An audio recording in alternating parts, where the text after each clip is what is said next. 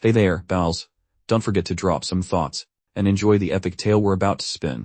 Our narrative kicks off with the sight of a forest currently enjoying a spontaneous bonfire. That fair-haired chap slapped his forehead, wondering if even one of those little kobolds survived this blaze, while the nearby shiny-headed chap whispered to the boss that the wizard they met was way too tough, so perhaps a tactical retreat was in order.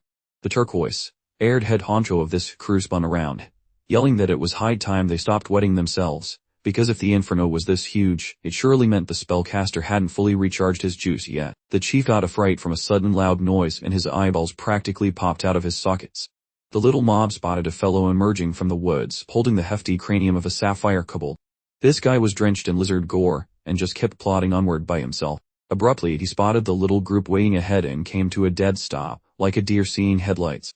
The fellows gripped their pointy bits tighter, and stood ready, while the leader drew a tiny knife and instructed the approaching chap to just halt his march right then and there, nicely. The wizard touched his own noggin and gave a sly smirk, prompting the leader to demand he drop the severed kobold head on the dirt, promising to spare his hide if he complied. Puffing out his chest and flashing a grin, the man clutching the head declared he'd be handling things his own peculiar way from this point forward.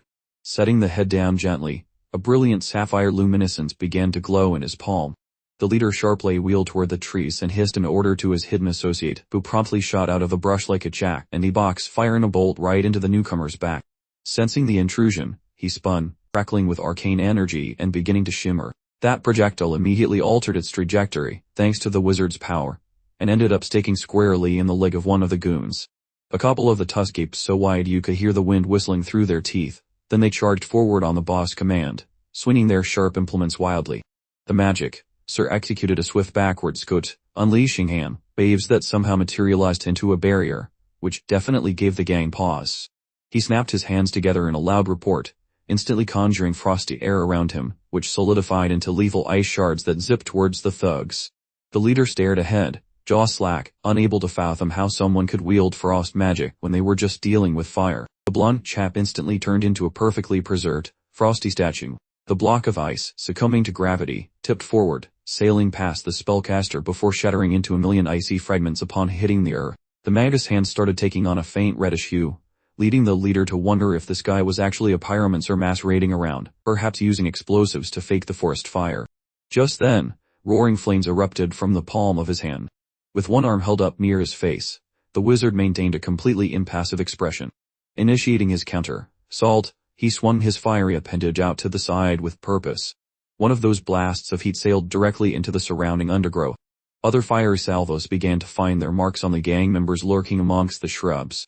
They tumbled out of the flames, shrieking their desperate pleas for anyone to help them. Several motionless forms dotted the landscape near the wizard, with smoke billowing everywhere.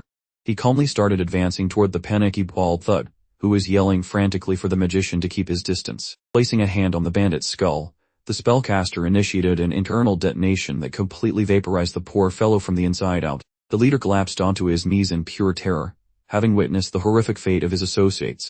Having dispatched that thug, he steadily advanced directly toward the blue-haired man in charge.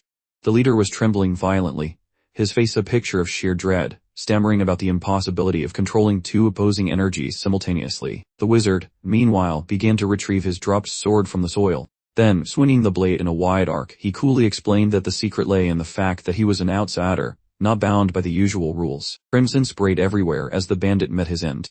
After the skirmish, the hero nonchalantly dropped the kobold's severed head onto a bar table back at the local tavern he eventually reached. The barkeep glanced up from polishing glasses, his eyebrows scaling the heights of astonishment. That massive shouting match made every guest gawk in their direction, while the tavern owner poked at the decapitated noggin and confessed his genuine shock. He cocked his noggin and waved a paw, confirming the wizard really did squash that monster, while our leading man calmly impaled the wooden furniture with his blade. The barkeep gawked at the blade in sheer panic, mentioning that the wizard had crossed paths with some washmen, only to be told those guys were already resting under the soil. Leaning close to the cold steel, the protagonist's pupils glowed like angry embers while he growled that certain patrons in this joint were also due for a grave. The drink, Bixer exhaled deeply while squinting from beneath his eyebrows, advising the lad to stay calm because there was zero reason for stress, when suddenly a spectator stood up and hollered that those mercenaries do nothing but devour steak and guzzle booze like common crooks. Yet the sorcerer just shut his lids and breathed out since the entire tavern supported him, claiming that was exactly the fate those thugs deserved. Just as a glowing interface popped up stating he finished a bonus objective, making him realize his reward was still missing. Spinning toward the barkeep, he mentioned that someone seemed to have a convenient memory lapse regarding the payment. The bearded fellow leaned over the counter and offered a lifetime of free snacks and a bed, wondering if there was anything else his heart desired. So the protagonist requested a tub of scalding water, and the tapster promised to fetch it immediately while the hero paused on the staircase because some random person yelled out to ask for his legal name. The Crimson's stained warlock spun about, announcing he answered to the moniker of Ian Ho. Visions of spicy lizards puking fire danced in his brain, leading him to suspect he was trapped in some bootleg software stolen from a very questionable corner of the internet. He presented the quartet of champions, musing over the gritty fictional realm packed with schemes and betrayals. The young man stood with his former self lingering as a spirit, realizing he had transformed into an avatar within a Kelonia, a digital universe he once optimized, until he accidentally became the final boss. Next, he displayed a slightly modified version of the skill tree, explaining that he ignored the standard gameplay paths to follow his own intuition, so whenever he desired a new power, he simply trained or evolved, caressing his jawbone while in the physical realm. The realization hit that his persona was an absolute catastrophe. His cursor hovered over the button to delete everything, but he decided to just build a fresh version and make it better. A swarm of diverse notifications flooded his sight, claiming someone was spying on him and intended to delete the entire realm, before he suddenly found himself surrounded by hostiles. So after ducking behind a trunk to hide from the winged lizard, he recognized the area as a basic training zone where he definitely could not focus on deep thoughts while in such a chaotic mess. A local thug tried to shiv him, but he parried the attack like a pro, shooting blue sparks out of his eyeballs before delivering a punch that probably sent the guy into the next expansion pack. Ichor from his foes sprayed across the scenery, and as he collapsed to the dirt with trembling fingers, he realized that during his 6-month stay, he had actually managed to acclimate slightly to this grim universe. His trusty blade sat parked by the tub, but at the slightest noise he unsheathed it with murderous intent, nearly decapitating a poor cleaning lady who was just trying to deliver some steaming water.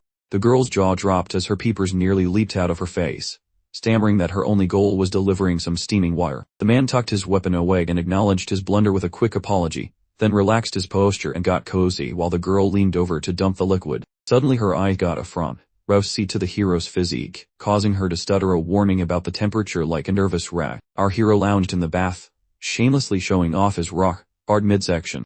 The maid turned completely red with embarrassment when the hero told her to stop having lewd fantasies, while he adjusted his hair and thought about how he managed to survive the trial area thanks to his unique traits, noting that without them, he would be a corpse. Meanwhile, visions of terrifying beasts filled his mind as he pondered how the world map had expanded after his rebirth, with enemies becoming far more dangerous and new settlements appearing out of nowhere.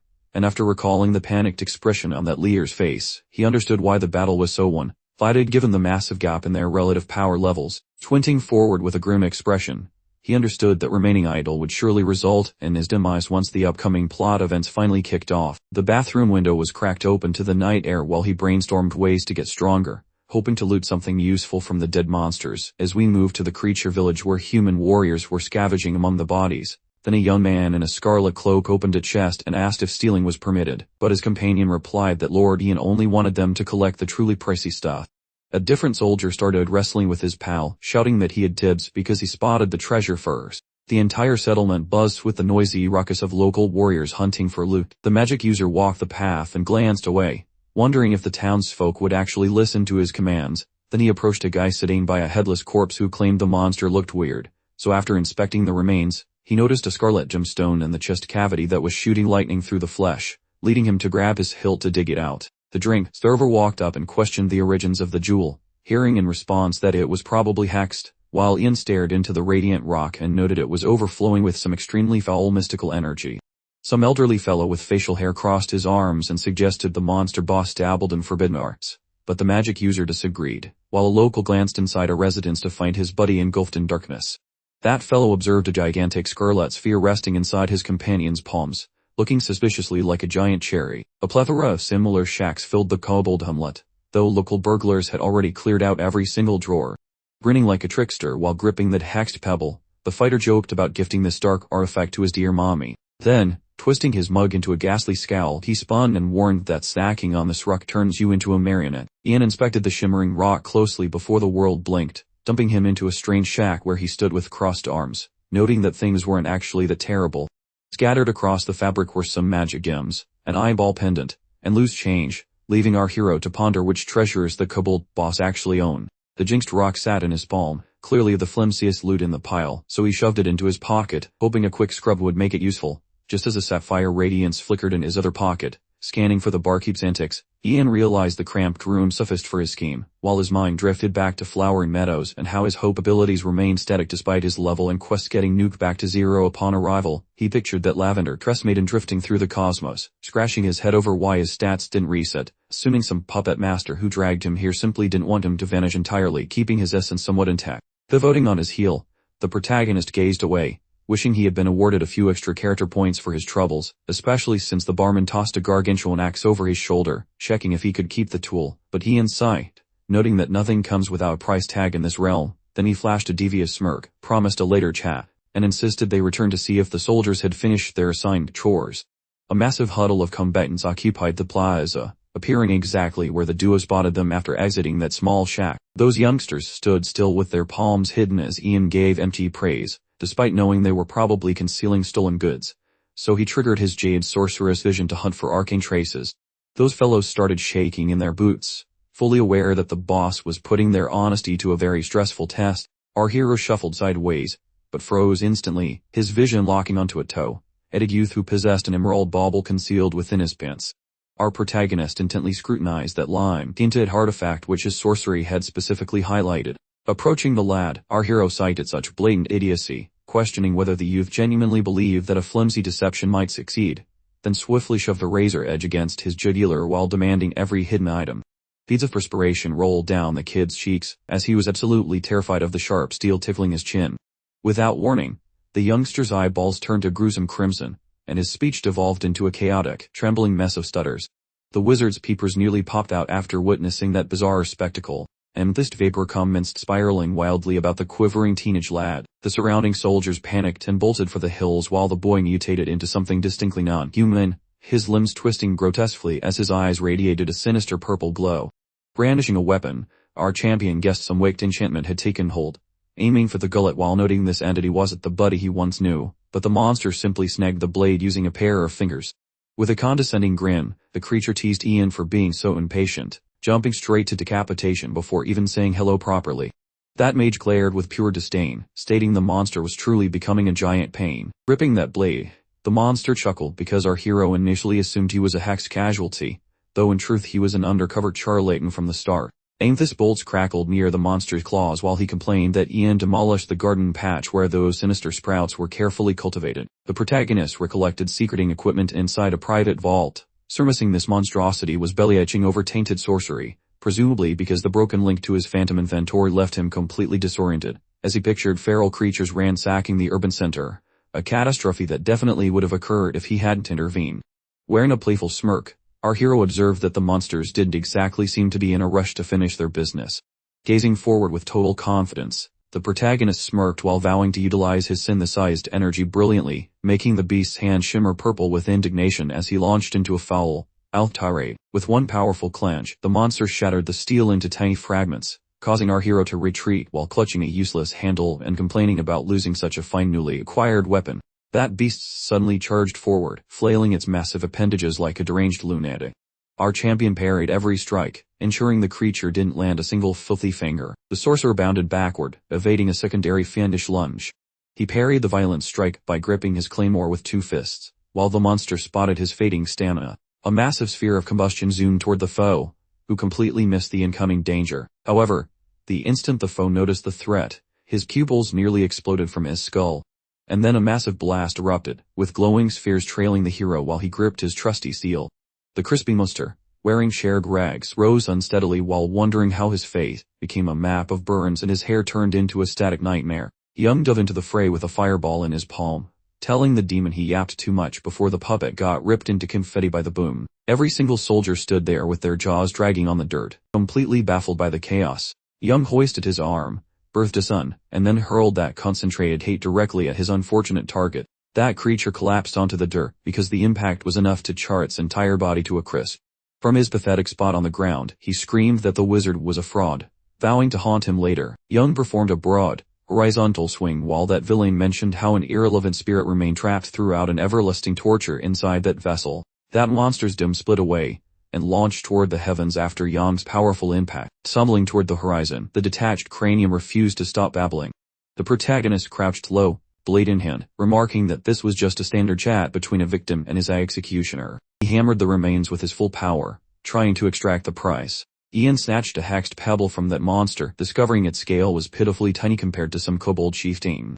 Resting before some startled pack of soldiers, he stood up, while aiming his blade their way, and inquired whether anyone desired a quiet capitulation. Eventually, the location changes to some pub where the afternoon heat feels quite pleasant. The barkeep stands at the counter polishing glass. Suddenly Ian walks in wearing fancy blue metal, and carrying a loot bag. As he sat, an elderly fellow approached, commenting on how fast he finished the job while noting he looked more like a thug than a mage. Our protagonist appeared disgruntled while folding those limbs, and suggesting that the fellow ought to watch his mouth. That tapster envisioned Ian strolling through town wearing silk while citizens gossiped about him, remarking how he varied from typical wizards.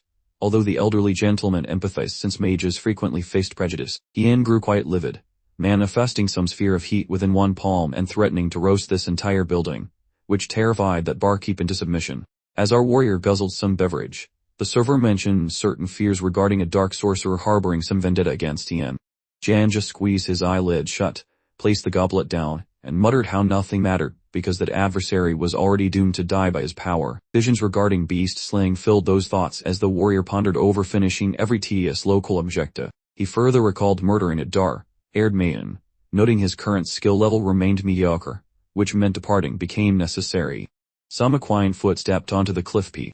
Behind the lady in plate mail, a group of riders appeared. A crimson-haired equestrian spoke to the lady, noting how their omens were accurate. That trio waited on the precipice, and observed the town while the ginger fellow continued explaining how the individual who slaughtered those kobolds resided nearby. Dan stared ahead with a smug expression, while swallowing some liquid. Several metallic sabatons belonging to the holy warriors surfaced. Both palms gripped a heavy blade. Dozens of strikes echoed through the air. Crimson fluid splattered across the tile. A lonely warrior stood tall amongst a slaughtered heap. The vengeful killer hid his face behind steel, only to extend a leaky crimson trail suddenly manifested. Swinging that sharp metal stick revealed she was actually a shine armor lady and a mini-boss from the Debutta Kilomia game level. Clutching her pointy toothpick, it appeared the dame once crashed the royal gala to retire King Ajoran early, resulting in a total disaster. Then she swung again. The damsel glowed with an angry raspberry mist, showcasing power levels way too high for a starter zone intermediate antagonist. Eyeing his peepers, the fellow offered a polite nod to the boss man. Facing away, the dude mentioned hearing about a solo gecko slaying rampage, leaving the crowd looking like they swallowed lemons. Then the fellow grinned while asking for confirmation, causing our hero to suspect some magical hex. Our lead kept his vision orbs hidden. The fellow lifted his fingered limb. A beastly noggin rested on the stand, prompting the chatterbox to declare it impossible since even elite border guards lacked the guts for such feats. Then he begged pardon for the interrogation to verify he had the correct person. That construction used chopped lumber. Gesturing toward the armored lass, the fellow made introductions while she stood in a yellow ring, revealing her role as the Southern Protector, and Agoran's favorite boker. Scowling deeply, Ian realized things were getting weird, noting she was a variant model of herself who hadn't yet been bitten by the spicy veniful bug. The maiden's mug was split right down the middle. Shutting his lids, the talker identified as Philip the bodyguard and expressed his delight, leading our hero to shrug and ask how he could assist. Then the youth swore on his chest while inquiring about weird vibes in the gecko cave. Staring forward, the lead searched for odd memories, while the chatterer clarified he meant spooky wizard vibes. Then noticing the warrior's cerulean peepers made everything feel even more bizarre. Folding his limbs, the dude pondered the future, mentioning he only moves for shiny coins and contracts as a hired blade, then noted he likes talking business with the actual boss while gesturing at the lady. An uplifted palm popped up. Keeping her mug hidden, the dame confirmed the facts were indeed spot on. The fellow spun around suspecting the voice sounded wonky. Then the fighter pulled off her bucket hat and apologized for her helper, finally revealing her actual visage. Placing her metalhead cup on the furniture, the lass explained she avoids chatting with strangers, which is why Philip did all the yapping for her. Wearing a shocked expression, the sellsword realized she was definitely female, noting he never truly heard her speak before since he only recalled her wheezing and some quiet final mumbles. That dame looked quite messy. Ian stared like a startled deer, while hearing they ought to keep the ball rolling. Extending my palm, the lady mentioned that secrets cost a pretty penny, while the helper chirped that such a thing was totally obvious. A shiny yellow disc landed on the wood, making our lead grin about it being a top-tier royal mint, to which the fighter remarked its quality was quite apparent. Hiding his mug, The hero claimed someone was farming those lizard runts on purpose, noting their boss got buffed by snacking on power since he had a dark magic heart sticker. A creature's dome became visible. Blocking a semi-circle on the desk, the dude declared this remnant was the only thing remaining of the spooky wizard. Keeping his peepers covered, the fellow explained he smashed the guy's dishes, prompting the warlock to vow a very angry comeback. Bowing her noggin, the lass admitted to sensing bed vibes and a country drowning in shadows, concluding that their only job now was to find and poke that wizard. A plump sack of glittering treasure face-planted right onto the dusty tabletop.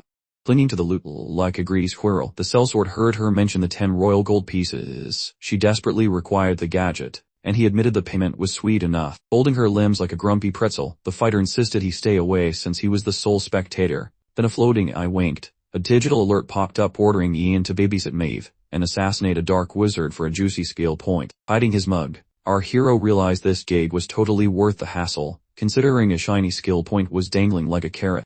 Fumbling in his coat, the lead guy mentioned he only dances for cash, suggesting they sign a legally binding contract if they wanted his company. Glaring at the dude, the helper grumbled about his fat wallet, but the stranger countered that his greed was bottomless, promising to track things down for a premium. Squinting at the horizon, the lass questioned the location of the wizardly basement, so the fellow waved a hand, claiming ignorance but promising a hunt since that was his day job. Hoping his poker face held up. Grinning, Ian remarked that the warlock really ticked him off, adding he was mentally prepared for the chaos. The woman kept her peepers hidden, staring into the distance. She gave the thumbs up, admitting she got his vibe and promised the deal was ironclad. Spooky woods materialized, featuring our hero atop a confused pony. The Dane spun around to check if the wizard lived in this dump, and he pointed toward the cemetery groove. A crumbly shack loomed ahead, marking the gateway to the graveyard woods where check-ins are permanent and check-outs are non-existent.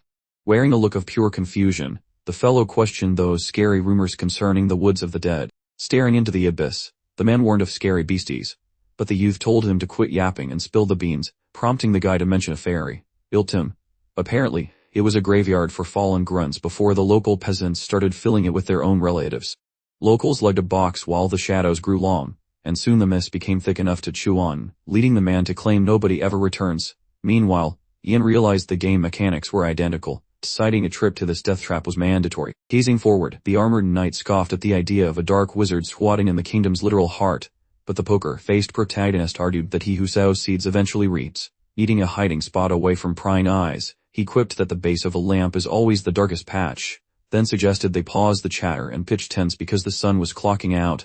The warrior agreed it was past bedtime, while the helper pointed toward the dense brush, claiming travelers usually crash by the nearby stream. Looming over the kid, the guy mentioned a local wolf club held meetings nearby, and he really didn't want to ruin their nap time. Hopping onto his trusty steed, the lad announced his intention to summon a cozy campfire. With a heavy sigh, the sellsword called him a dimwit for being likely to stomp all over the evidence. Look pal, the mist arrived. Folks looked a bit green around the gills. Then a creature showed off its dental whir. A massive gang of wolves gathered. Their big boss showed up, while the crew huddled by the flames. Staring at the dame, Ian wondered what happened to the psycho who painted the royal palace red, questioning where her inner demon went, and figured there was a logical method to her lunacy. The dame tilted her head down. Our hero took a quick blink, clutching a sack in his palms. Gripping a spoon, the helper cheered about finally opening the loot, but the girl peeped through the doorway and told the boss to freeze. With a smirk, the girl mentioned the parcel held ham and cheese, warning him to play nice, which made the kid turn bright red. Double fisting his cutlery, the fellow joked about the lady's romantic stare, but the main guy promised to keep talking. Spinning about, the kid asked for a piece of the action, and the guy promised a slice if he just zipped his lip. Little limbers danced on the breeze. His fingers were currently resting upon the mysterious package. Waving his spoon around, the lad wondered if the sir was mocking him, but the man pulled something from his coat and told the boy to pipe down. Everyone waited with bated breath. Sliding her bucket over her head, the dame remarked that some uninvited party crashers had arrived. Her armored friends turned around. Terror gripped the dude's mug as he squealed that fluffy death hounds were upon them. Countless glowing eyes emerged, and while readying his steel, the man grumbled about this wretched curse, noting they would definitely miss their evening meal. Hill predators manifested. Fighting her gaze, the fighter mentioned these pups were suspiciously oversized, wondering if some dark wizard was responsible, while her partner replied they should just bash them to see.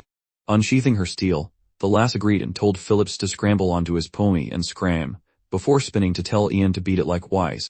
Scowling deeply, the fellow gave a rather rude thumbs down to that idea. Peering sideways, the woman questioned his sass, while the dude argued that her fancy tin suit was useless for fighting furry monsters. Gripping the leather straps, the helper whined about being surrounded by mangy mutts, but the hero calmly told her to hush and follow, claiming he had some special tricks up his sleeve. The maiden's countenance became visible, clinging to her weapon. The brawler suggested that avoiding a funeral today would be a fantastic plan.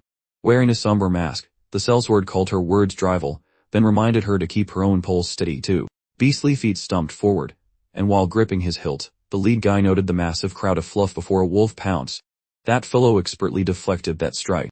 Frowning, the lad called the beasts jerks, thinking fire spells would toast them fast, yet he hesitated to reveal his power because hidden foes are the worst. Just as some boots came into view, Ian, keeping his mug hidden, whispered that this trick was practically impossible to spot. His toothpick elongated, and while slashing, the hero cast a boring gray spell dubbed Wind Blade. Observing the leaping mutts and noting that breezy magic boosts speed, or, if he felt spacey, he could chop things like a blender. A wide arc sliced through the air, striking the beast, whose eye glowed crimson as messy monster juice started leaking everywhere. A giant snapping maw opened wide, and the dude found himself nearly inside the puppet's throat. All at once, the critter's peepers bulged, and while facing away, the hireling triggered a dull magic move known as the Wind Curtain. Keeping a totally blank poker face, the man inquired if the doggos were shocked. Crimson essence was gushing from the predator. Red splatters now decorated Ian's grumpy mug. As he scrubbed off the goo, the protagonist noticed that a couple of fur balls were still standing. His steel flashed once, sending the remaining mutts to the afterlife instantly, while the hero reflected on the lady's hidden strength, feeling quite impressed by his two sidekicks. Furrowing his brow, the fellow realized the scuffle was taking forever, grumbling that this delay likely pointed to some clever alpha wolf's master plan. Those humans battled foes. Activating his magic, finding Raider, the man figured he better locate the big boss before things got even hairier. Shiny energy swirled around the fellow's boots, while the doggos found themselves trapped in a glowing circle. Peeking behind him, the hired blade noticed he attracted a hater. Pivoting on her heel, Maeve tuned into the chatter aimed at her. Sliding her steel into its sheath, the teammate mentioned needing a ride, while he promised to bring back the boss noggin. Stretching out a palm, the fighter demanded to know what the deal was, telling her buddy to get back here. Jen soared above the flea. Eggs. His foot kicked the breeze. Our hero zoomed straight ahead. The lady's peepers went dinner. Late size. Our dude waded through a furry ocean. Clinging to her sharp pointy thing, the lady mentioned it had recently launched itself skyward, questioning if she had lost her marbles until her helper's pipe started screaming. Hiding behind his portable door, the fellow shrieked that he was currently dying, begging her to please not let him become snacks. Suddenly, a noggin popped up. Darkness draped the woods. The main man zipped through the trees like a caffeinated squirrel. He touched down with a thud, remarking that critters stay wild no matter what. Keeping his back to the drama, he stated that hunters love chasing anything that runs away fast. The baddie's sockets glowed with grape shoe swipes. That oversized puppy was huffing and puffing. Peering through the magical floating pop-up, the sellsword wondered how this mutt found so many buddies, questioning their origins in huge numbers, before concluding they were just chilling. The big dog waited with his crew. Unsheathing his toothpick, the fellow claimed he was delighted to see him, since the beast was officially on the menu. A notification materialized, detailing a chore labeled the Haxed and Daff, where the goal was to delete the funky, melling wolf. A pair of lupine glares flashed. The gang of monsters decided it was dinner time. Jan swung the gusty cutter after mashing several foes. His poker was drenched in red stuff. Staring forward, our main guy noted that Daff looked way grosser than his digital version.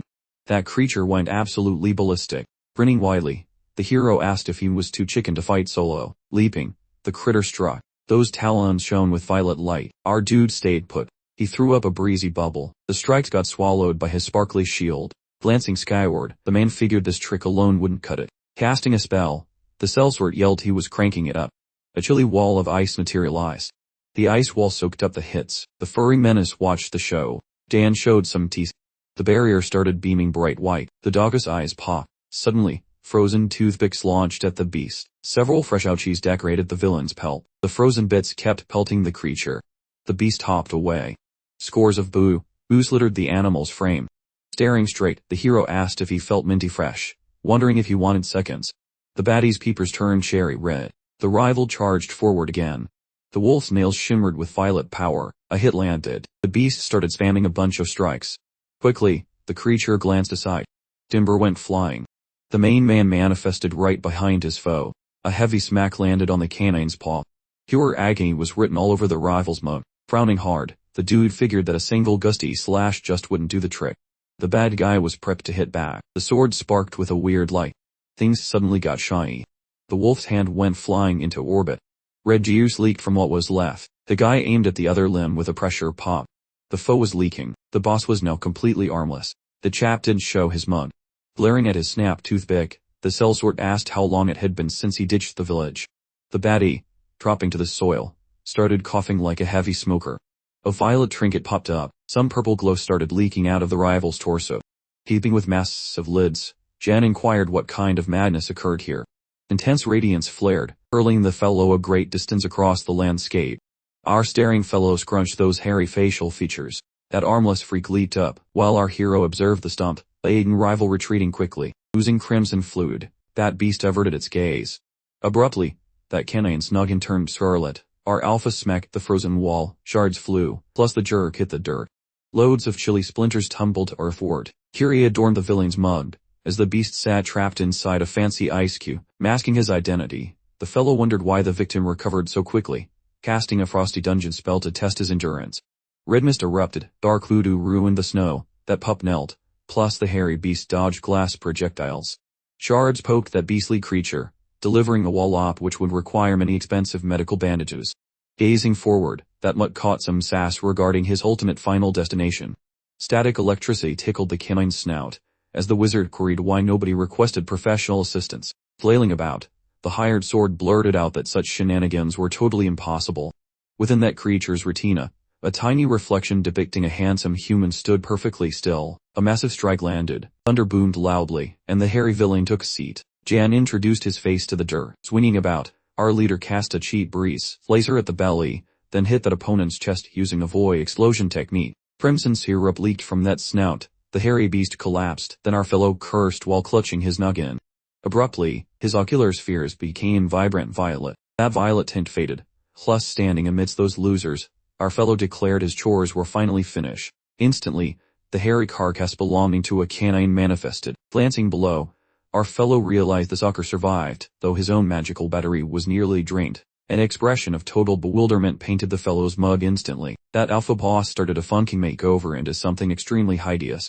Reclining upon the soil, that fellow expressed extreme appreciation regarding such timely aid. Plopping down, our sellsword demanded info regarding that hex, noting how dying so easily represented a terrible idea. Hiding his peepers, that beastly thing muttered something about a very ancient piece of venison. Looking stunned, Jan queried regarding the venison. Our baddie croaked, those woods loomed, plus it seemed he missed his last meal while that female aide, the girl, lit a campfire. Pivoting away, she inquired whether that messy fellow represented our grand hero. Grasping the severed head of the monster like a prized trophy, the protagonist announced he felt absolutely fine. The other guy, taking a step back, asked exactly what the item was. The man examined his gruesome prize and explained it was the alpha werewolf, the head honcho of the local pack. The warrior made a face of stunned disbelief, pondering how this fellow had somehow managed to go head-to-head with the pack leader. She mused internally that perhaps he had secretly mastered some forbidden dark arts, while the mercenary simply looked away, finding the situation awkward. Keeping her expression carefully hidden, the lady demanded to know why he had launched such an abrupt assault on their group. The woman stared into the distance, pointing out that he almost got himself killed, reminding him he had promised to accompany her to the capital. The protagonist finally turned, explaining that if everyone had joined the pursuit, the target would have just escaped. She immediately challenged this, countering that he couldn't possibly know that for sure, calling it pure speculation on his part. Closing his eyes, the guy urged them to assess the situation properly, dismissively comparing the remaining enemies to tiny gnats that even Philip could dispatch. He reasoned that the enemy wouldn't attack them because their numbers were reduced, claiming the wolves were too uncertain of their own power without their leader, who was clearly the only one with any brains. With the wolves now bleeding out on the ground, the mercenary, still holding the head, elaborated on the situation. He explained that the leader had been hiding and waiting, and he had to launch a quick, decisive attack. He clarified that he hadn't attacked because he felt superior, but rather because the leader was isolated, meaning if he hadn't moved quickly, the creature would have slipped away entirely. Everyone stared at the same spot in silence. Turning to address the group, Ian acknowledged that he understood her concern perfectly. He emphasized that he valued his own hide more than anything, pointing out that he wasn't some noble knight ready to sacrifice himself for strangers. He was just a mercenary doing a job. The knight let out a deep, frustrated sigh, concluding internally that there was truly nothing left for her to say to the uncooperative man. Letting her hands fall to her sides, the warrior instructed him to give advance notice next time he decided to attempt something so reckless, making sure he understood that acting as a solo agent was completely unacceptable.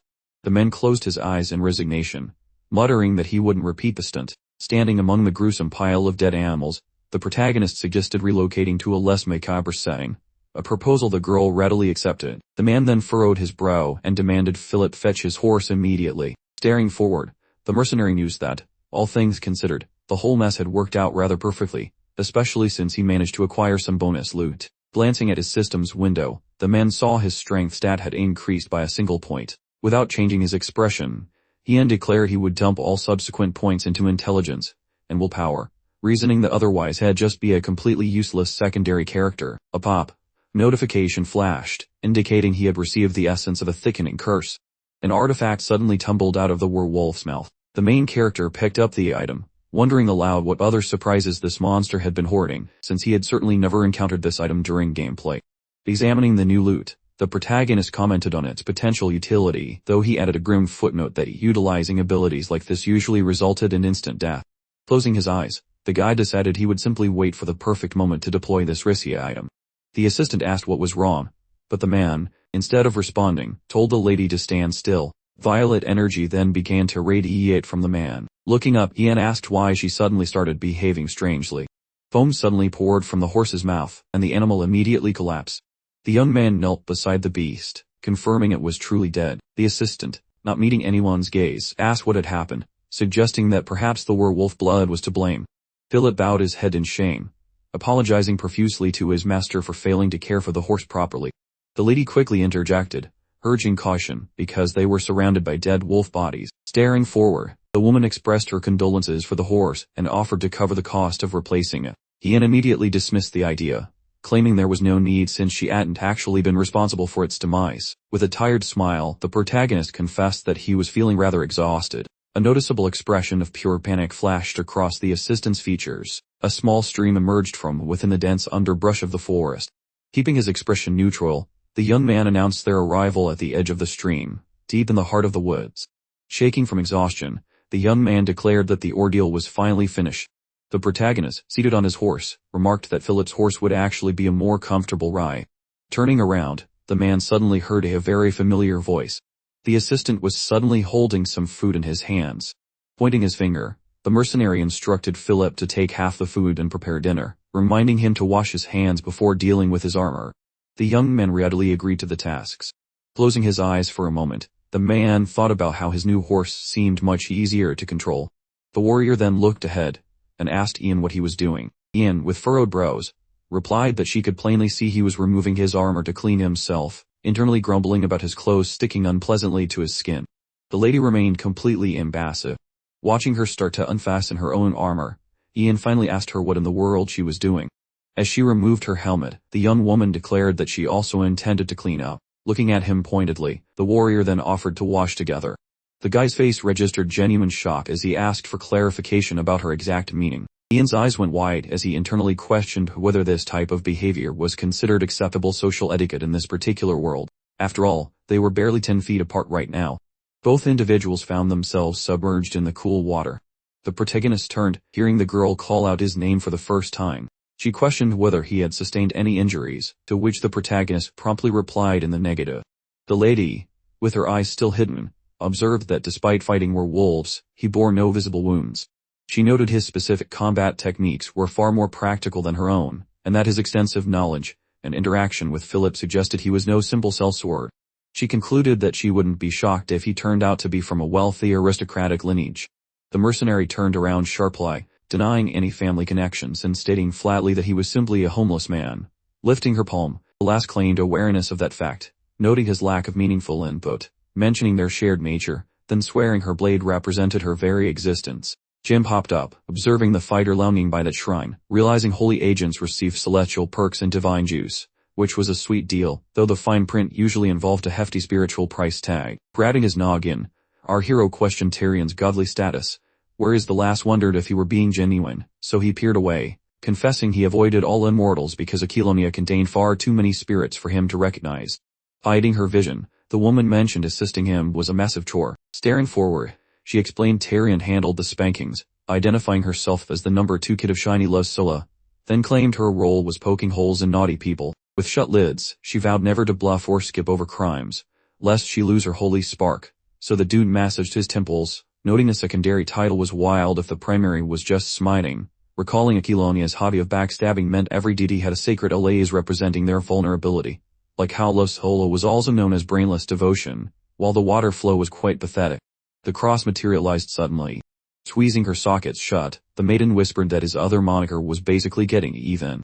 Our protagonist kept a straight face, processing how dishing out penalties eventually swaps with personal vendettas, essentially becoming the physical form of a grudge, since hitting back is just spicy justice. A splashing cascade surfaced. Positioned behind the boulder, she argued the heavens support righteous vendettas, to which her companion simply agreed that things worked that way. Eyes popping, Ian finally grasped the bloody secret, seeing that Maeve wasn't just losing it, but had swapped her smiting contract for a vengeance deal, especially since she spilled the beans on her holy job requirements. While the fighter's silhouette split in half, shutting those peepers, the woman discussed divinity. Radiant beams fell straight into her open palms. That spiteful vengeance phantom assaulted the local troops. Our hero shoved his knuckles right up against his lips. Glancing aside, the leading man pondered how she needed to go full vengeful ghost. Otherwise the big bad wouldn't bother showing his ugly mud. One dark silhouette emerged. Clenching his chompers, the fellow realized he was clueless about the situation, deciding he should probably just sit back and watch the chaos unfold. Spinning about, the gull questioned his lack of divine employment, to which the dude refused to sign any holy contracts, leading her to suggest he had secrets, perhaps because some deity was already thirsting for his soul, while the hired Zord watched the moon, admitting it might be true. That dude flashed his rude middle digit. As the fall splashed, the guy mentioned his stomach was screaming for snacks, while his cheerful psychic bragged about soloing a hairy wool, and gushing about how cool his boss was for the 100th time. Sighing loudly, the man noted the kid hadn't zipped his lips since last night's meal, wondering why the boy was so hyped over a common monster that basically grew on trees around there. Scanning the area, the kid noted they had never encountered those specific beasts. Devoting, the man asked for a repeat, recalling he saw heaps of those creeps back in Eagle Ran, while the lady agreed, noting the main highway usually only had boring pests like goblins or kobolds. Staring wide-eyed, the sellsword questioned that highway comment, recalling his trek from those damn borderlands into Valkyr within Eagle, and where he initially masqueraded as a combatant for profit inside that town. Our hero's travel path was finally revealed. Ian was busy slaying a beast, then face-palmed, grumbling about clearing the path while his helper asked for a status update, so the man explained Philip's vacation was over, realizing the country was way more hardcore and chaotic than expected. As folks stared at the toasted hamlet, squinting in shock, the guy noted her impressive speed in tracking them down, while the lad looked miserable, asking if those folks were just common highway crooks. Peering onward, the sidekick pondered why these weird events plagued the primary highway, given they weren't currently roaming any remote fringe. Clenching her jaw tight enough to crack a wallet, the lady announced that she would absolutely make the perpetrators pay for harming innocent folks. The man, keeping his gaze averted, grumbled internally about how the so-called Holy Night was just a series of petty annoyances. He compared it to wasting time on pointless side quests in a game, which prevented him from getting the dark magic he truly desired, yet he still agreed to complete the current objectives. Figures emerged on the horizon. Ian grinned, suggesting they would get all the answers immediately. The girl, however, was confused, demanding to know what he meant by that. Ian replied he'd just questioned the people directly. The figures were currently digging a significant hole. A visible scowl began to form on the lady's face. The individuals were digging a mass grave. A man clutching a crossbow barked orders for them to hasten their efforts. The angry leader complained that he only needed 6 holes total, questioning why they were dragging their feet so much, and insisted they work properly regardless of their exhaustion. The man pivoted as the warrior charged toward him. The other individuals focused intently, shouting confused questions. The superior extended his hand, instructing them to grab a bow and aim it at the horse, yet hold their fire, explaining that true knights show no mercy to anyone except for commoners. With eyes that glittered menacingly, the lady commanded them to drop their gear immediately and kneel on the ground. Staring intently, the man demanded she explain her reasons for the assault, warning that without a clear motive, they would be forced to retaliate. The commander frowned, insisting he had explicitly told them to hold fire. Despite this, an arrow whizzed straight toward the lady, but the warrior promptly knocked the projectile away. Staring straight at him, the man declared that the knight was a pure monstrosity. His sword began to glow with an eerie blue light, then shot out a powerful energy beam that struck the opponent squarely. His superior ground his teeth together, his mind racing with concern for his crew. A warrior emerged, kneeling immediately, The man insisted it was just a minor mix-up. He swore they hadn't done anything wrong and begged for a chance to explain themselves. The girl, still hiding her features, said she'd hear them out later and that the main character would conduct the interrogation. The man threw up his hands in confusion, asking what was happening. The boss, gesturing wildly, suddenly recognized the protagonist, causing Ian to look down in genuine bewilderment. The protagonist wrinkled his brow, clearly perplexed by the situation. Mule, glistening with sweat, told the guy he had frequently seen him around Valkyr.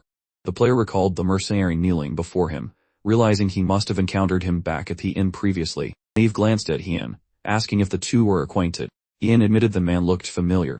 He smirked slightly when Mule volunteered to explain the whole situation. The mercenary knitted his brow, making the protagonist think he was trying to look friendly before showing his true colors, noting that this particular idiot had never been known for his brains anyway. Still perched on his horse, Ian accepted the offer, then asked what had happened to the village. The warriors held burning torches, having arrived before the others, creating bright sparks that floated through the night air. The elderly man seized the knight's arm, and demanded to know what on earth they thought they were doing. The writer turned to face the villager, calmly explaining that they were simply following the Lord's precise instructions. He opened his mouth wide, and announced that they were commanded to relocate every single resident to the city of Orndal immediately, leaving no room for hesitation. Suddenly the guy's eyes nearly popped out of his head, demanding to know if he meant the Marquis of Vauchard. The small boy gazed fearfully at the writer, wondering why a lord would set an entire village ablaze. Phillips began to sweat when Maeve mentioned the possibility of war. The protagonist frowned, reflecting on how resources and people were being consolidated kingdom-wide for an impending conflict with a neighboring nation. Still mounted, Ian explained that once the fighting started, the lord couldn't possibly defend all his territories, meaning the village would be pillaged and burned eventually anyway, so he simply took care of it ahead of time. The young boy was drenched in sweat from sheer terror. The player shut his eyes, realizing the Marquis must have personal motives for this drastic action. Everyone turned their attention toward the lifeless bodies, and the protagonist asked who they were.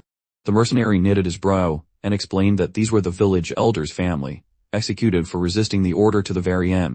He turned back to the graves, adding that these were specifically being dug for the recently executed family.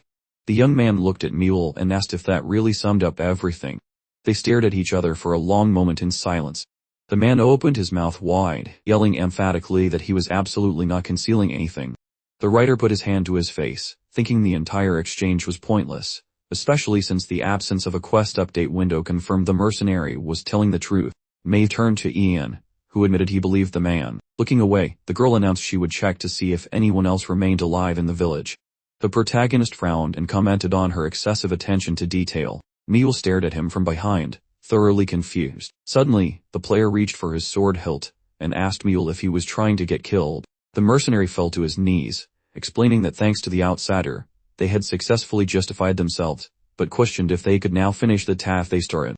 He laughed gleefully when he received an affirmative answer, declaring that they needed to leave immediately for their main objective. Mule spun around and loudly commanded everyone else to depart.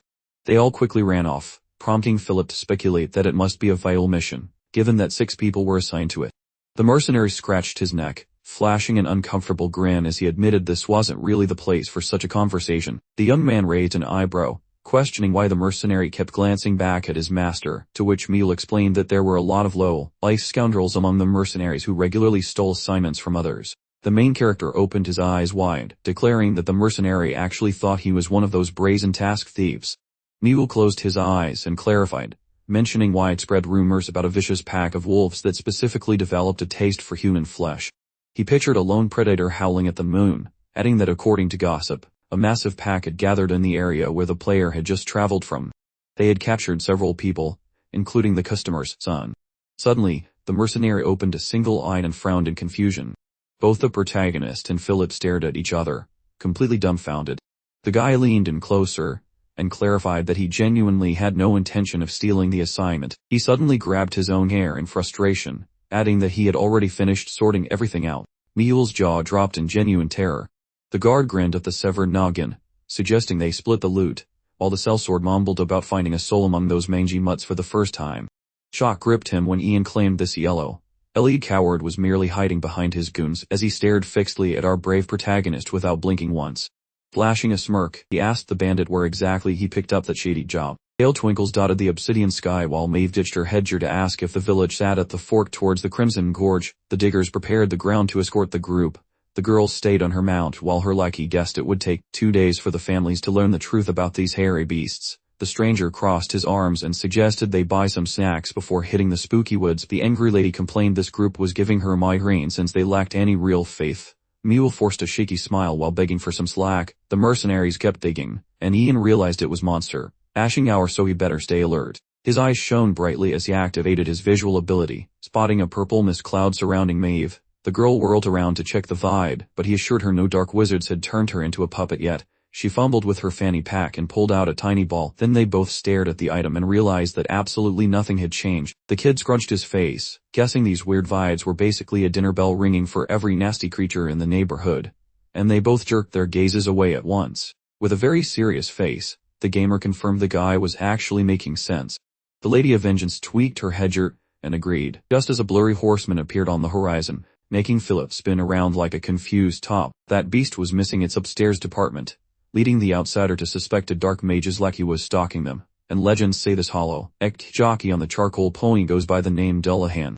Drenched in nervous juices, the lad wondered why another freak showed up so soon after those smelly furries left. Glancing upward, he figured the posh fellow was correct, and the trio stared at their foe, agreeing that this kingdom was definitely failing its safety inspection. Ian stayed quiet, knitting his brows while realizing he definitely didn't order a second serving of terrifying monsters today. He pictured a spooky wizard swinging a toothpick, and decided finding the bad guys just got a whole lot easier. Our hero waved a hand, asking Philip to fish his poking stick, while Maeve declared she would be taking the point position.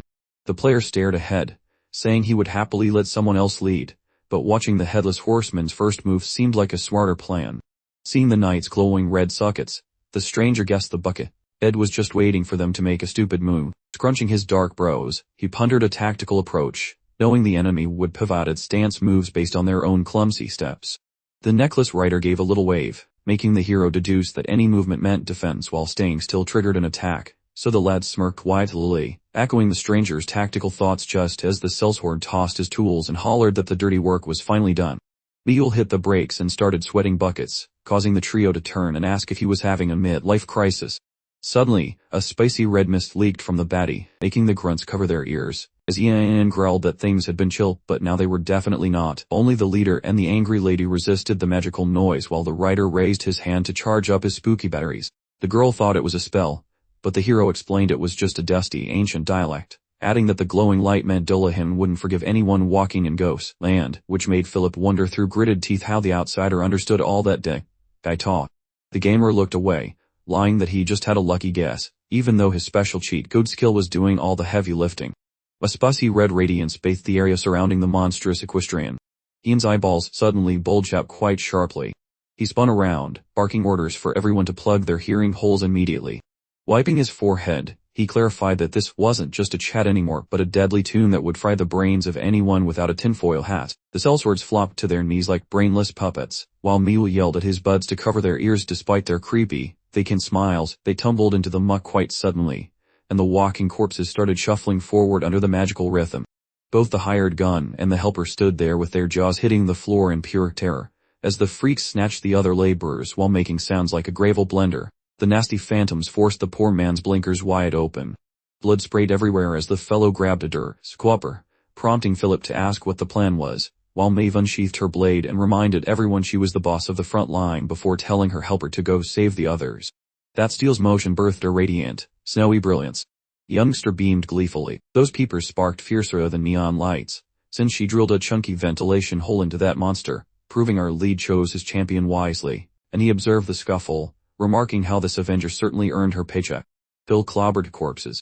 Ruby Aura swirled around Dullahanna, while that horsewoman discovered the spooky antagonist held secrets, and she retated, believing the brainless jockey evaporated upon contact like discount laundry, scattering fabric fragments everywhere, yet the teleporting pest reappeared instantly at her flank. Drenched in perspiration, Maeve realized her opponent reverted to his boring, standard shape. That brute hoisted a claw, muttering gibberish which resembled some malfunctioning kitchen appliance. Edgy, shadowy gloom materialized before the courageous warrior. Clenching her jaw, she hoisted her steel and cleaved enemy defenses like warm butter, sending debris flying, and suddenly a jagged claw lunged, leaving Maeve totally stunned, though she used her sharp stick as a makeshift shield just in time.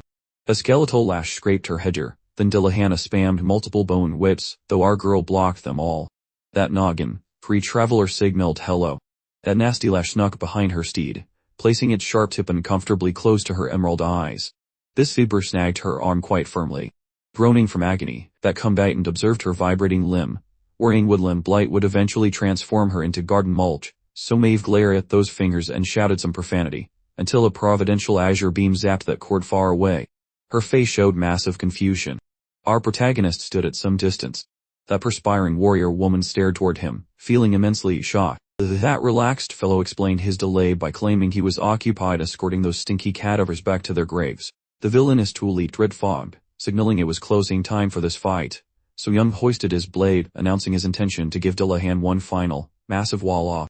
Scowling, he promised to launch the baddie into next Tuesday with his hit. Just as the decapitated jockey lunged forward, that scary cord pounded the soil right between both combatants. That foe sprinted toward the newcomer, while Maeve balled her hand, stating she finally realized her teammate was competent enough to trust. A sapphire shimmer ignited upon the edge of her weapon. Her pony was huffing like an old vacuum, but the girl shined brightly, claiming she would thoroughly enjoy deleting this freakish mess. She looked quite determined. The teether zipped through the breeze fast. Earth split directly beneath them. This hero spun, gnashing teeth. That baddie snuck behind him, gloating about finally snagging our very important hero. This youthful fellow chuckled, remarking instead how such a particular beast was currently falling into his own trap. The steed charged forward. The enemy whirled suddenly, and the knight delivered a powerful sword stroke. The foe's garments were instantly shredded. The girl realized Dillahan had dissolved again, meaning she had failed to truly defeat him once more. A disgusting black substance appeared behind her. She glanced sideways, urgently warning her companion that the headless rider was currently regenerating its physical form. The young man with the intensely shining eyes replied coolly that he was already aware. The adventurer then began wildly swinging his weapon repeatedly through the air. The Avenger gritted her teeth in frustration, failing to grasp why he was performing such a seemingly useless action. Suddenly her eyes nearly popped out of her skull. Fragments of black cloth drifted in the wind, and she noticed the opponent's matter disintegrating around the section where it had been severed. A whip materialized from thin air and viciously attacked the player's horse. Blood immediately gushed from the animal's mouth. Jan's eyes glowed fiercely, as his brows furrowed in intense concentration. He then leaped upward, preparing to strike with his fist. Without warning, the enemy's skull fell to the ground below. Maeve's green eyes grew wide with complete astonishment. The main character was equally stunned by the development. He clenched his jaw, and immediately swung at the skull, generating a brilliant flash of light upon impact. The blade trembled violently in his hand, and the Avenger's eyes lit up with understanding. A crimson light erupted directly in front of the hero. The girl ground her teeth, realizing that the enemy had pierced all her sacred defenses and paralyzed her entire body. Her ally was equally immobile. As the skull floated upward, apparently ready for Dillahan to reform, the guy knew he had to break free from the paralysis immediately. A red glow pulsed around the skeleton as it spoke something in an unintelligible language. The adventurer smirked, declaring that all known monsters possess at least one special ability they utilize when they are in peril. He closed his eyes momentarily, adding that he fully expected this particular scoundrel to have exactly such a backup plan. Jan gripped his sword, pondering how he had initially considered many passive skills to be completely worthless, only to discover the valuable synergy they created when combined. Veins bulged prominently on the protagonist's hands, and he realized this wasn't true paralysis, but rather a very brief, high-intensity effect. The skull's eyes glowed, and the adventurer noted that villains are conveniently helpful during these precise moments. The young man then slammed it onto the ground. He raised his sword, and announced that it was time to put a definitive end to this. The monster actually started sweating profusely from fear. It suddenly galloped away, fleeing in terror from the ruthless player with its jaw hanging open. The blade struck the bone, triggering a powerful explosion. Maeve stared in disbelief as her partner attacked the skull.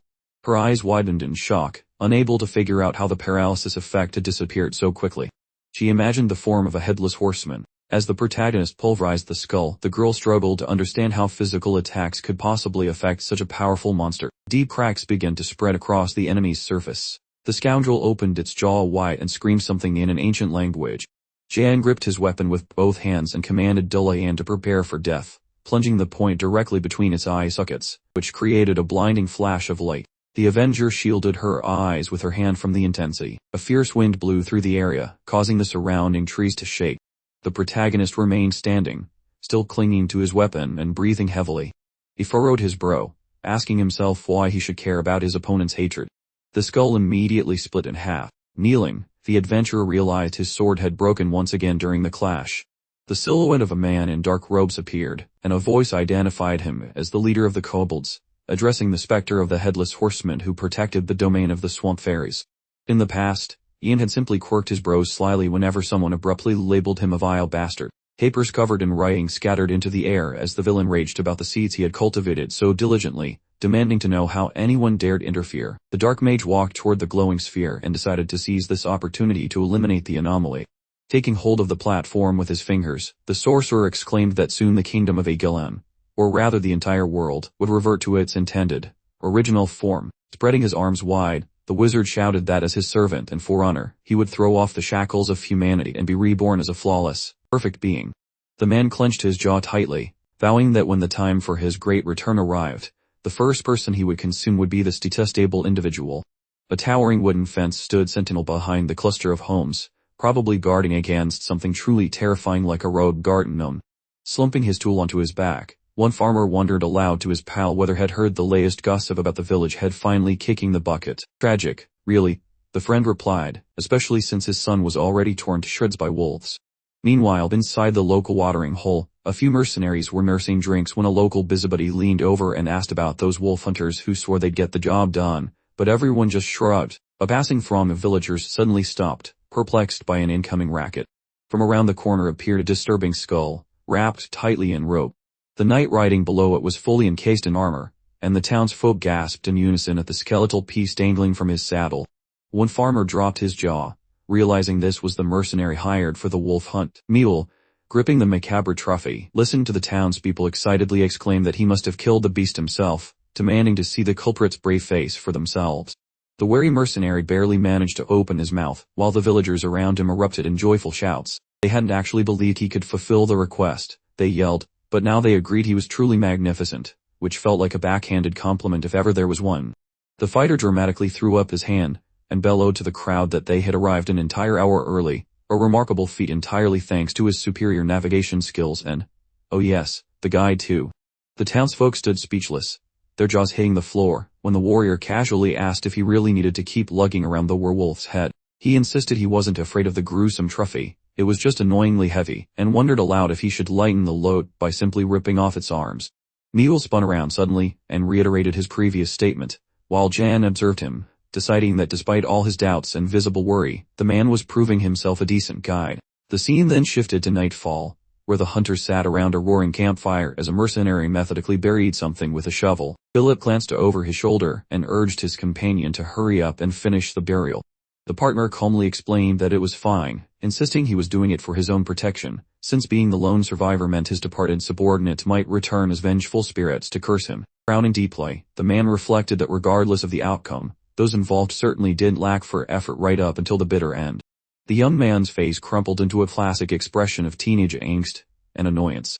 The escort held out a bit of food on a stick and asked the mistress what their next move should be, given that this journey was dragging on way longer than expected. She sighed in agreement, adding that ever since Ian joined their group, they seemed to fight about something nearly every single day. The protagonist shut his eyes in a moment of exasperation, prompting his partner to remind him that they were also terribly behind schedule because someone had managed to lose their horses. The young man turned around and calculated that reaching the Grey Forest would require at least another week, meaning they'd miss their chance to look anywhere else if they didn't speed up. The soldier rubbed his jaw thoughtfully, asking, "Wait, is the Grey Forest even where we're going first?" Mule arched a challenging eyebrow and declared that a full week was completely unnecessary, because he knew a secret shortcut, known only to grizzled old mercenaries, that would get them to the village in just 5 days. Ian sat down and asked if the person suggesting the route would take responsibility for the potential risks involved. The guide hesitantly agreed, admitting it was a slightly dangerous path. The protagonist then slammed a sharp branch on the ground and demanded that he lead them to the Grey Forest immediately. The man dropped his jaw in terror, shocked that he had actually agreed to such a ridiculous plan. With a sudden, casual motion, the player flicked the precious object away using just his finger. The bewildered hunter stared at the ground and wondered out loud why anyone in their right mind would deliberately travel toward that notoriously cursed forest. A sudden bright flash illuminated the guide's expression, making the fighter's eyes narrow. He stretched out his open palms, asking if that shining object was, In fact, an imperial gold coin. The mercenary glanced away, calculating in his head that the coin was worth double a standard gold piece, making it incredibly difficult to refuse, especially since he had already accidentally committed to the quest. Grinning from ear to ear, the guide cheerfully declared that the food here was quite excellent, and the beer was decent enough. The player, meanwhile, pondered whether he should replace this guide as the witness for the Black Mage, seeing as the guide was only headed to the Grave Forest with Maeve. Needle pointed a finger at the large tavern, inviting them to meet there later once they had completed their errands, adding that he needed to go collect his reward for taking care of those pesky wolves. The protagonist abruptly shoved money into the assistant's hand and ordered him to go buy a horse for the two of them from the stable. The assistant thanked him enthusiastically, noting how impossible it was to travel without one, while the protagonist sternly reminded him that every penny was a loan and must be repaid. He then looked away, and asked if Ian had mentioned going to the temple. The girl suggested they go pray together, but the main character quickly held up a palm, insisting they should actually go separately. The knight tilted her head, saying she understood, especially when he mentioned having to go to another place later, then asked what the two other men would do if someone didn't return promptly. The mercenary walked toward the small temple, thinking about how deeply people like me valued honor and faith. He inwardly decided she was basically a walking target for priests, and he didn't want to lose money by being associated with her, so he firmly chose to decline her offer and then dramatically threw open the door. The protagonist saw a sculpture resting on a pedestal, and was immediately taken aback that such an object existed in this specific location.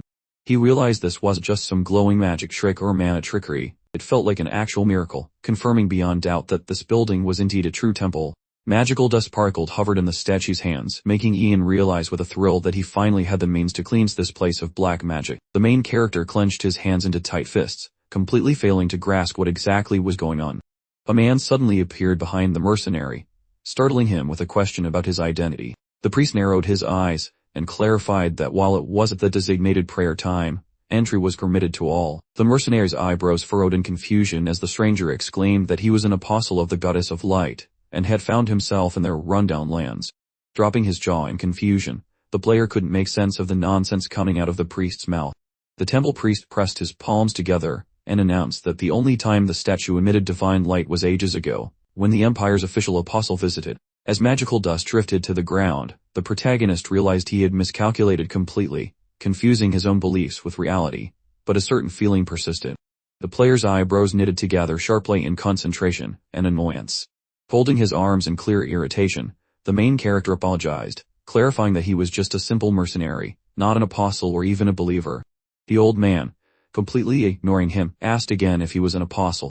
Ken stared at the statue, feeling profoundly uneasy, as if something were watching him through its eyes, and decided he couldn't possibly keep up this pretense, knowing the severe punishment that could follow. Squeezing his peepers shut tight, the cleric pondered if he secretly wished to worship the brightly shining sun goddess. With a smirk dancing across his face, the hired sword mentally declared the whole situation utterly silly, especially as they droned on about some saint, right before the saint's actual assignment inconveniently materialized. Hearing it, the digital display showing the mission demanded divine approval, and becoming a faith figure had to wield some power. The gamer recalled this specific quest existed, but his rank was too low, a restriction now mysteriously vanished, so Edward, bowing politely, begged his visitor to ponder deeply and make a sound choice, adding that should this grand occasion ever arrive, he hoped to be remembered as a decent fellow.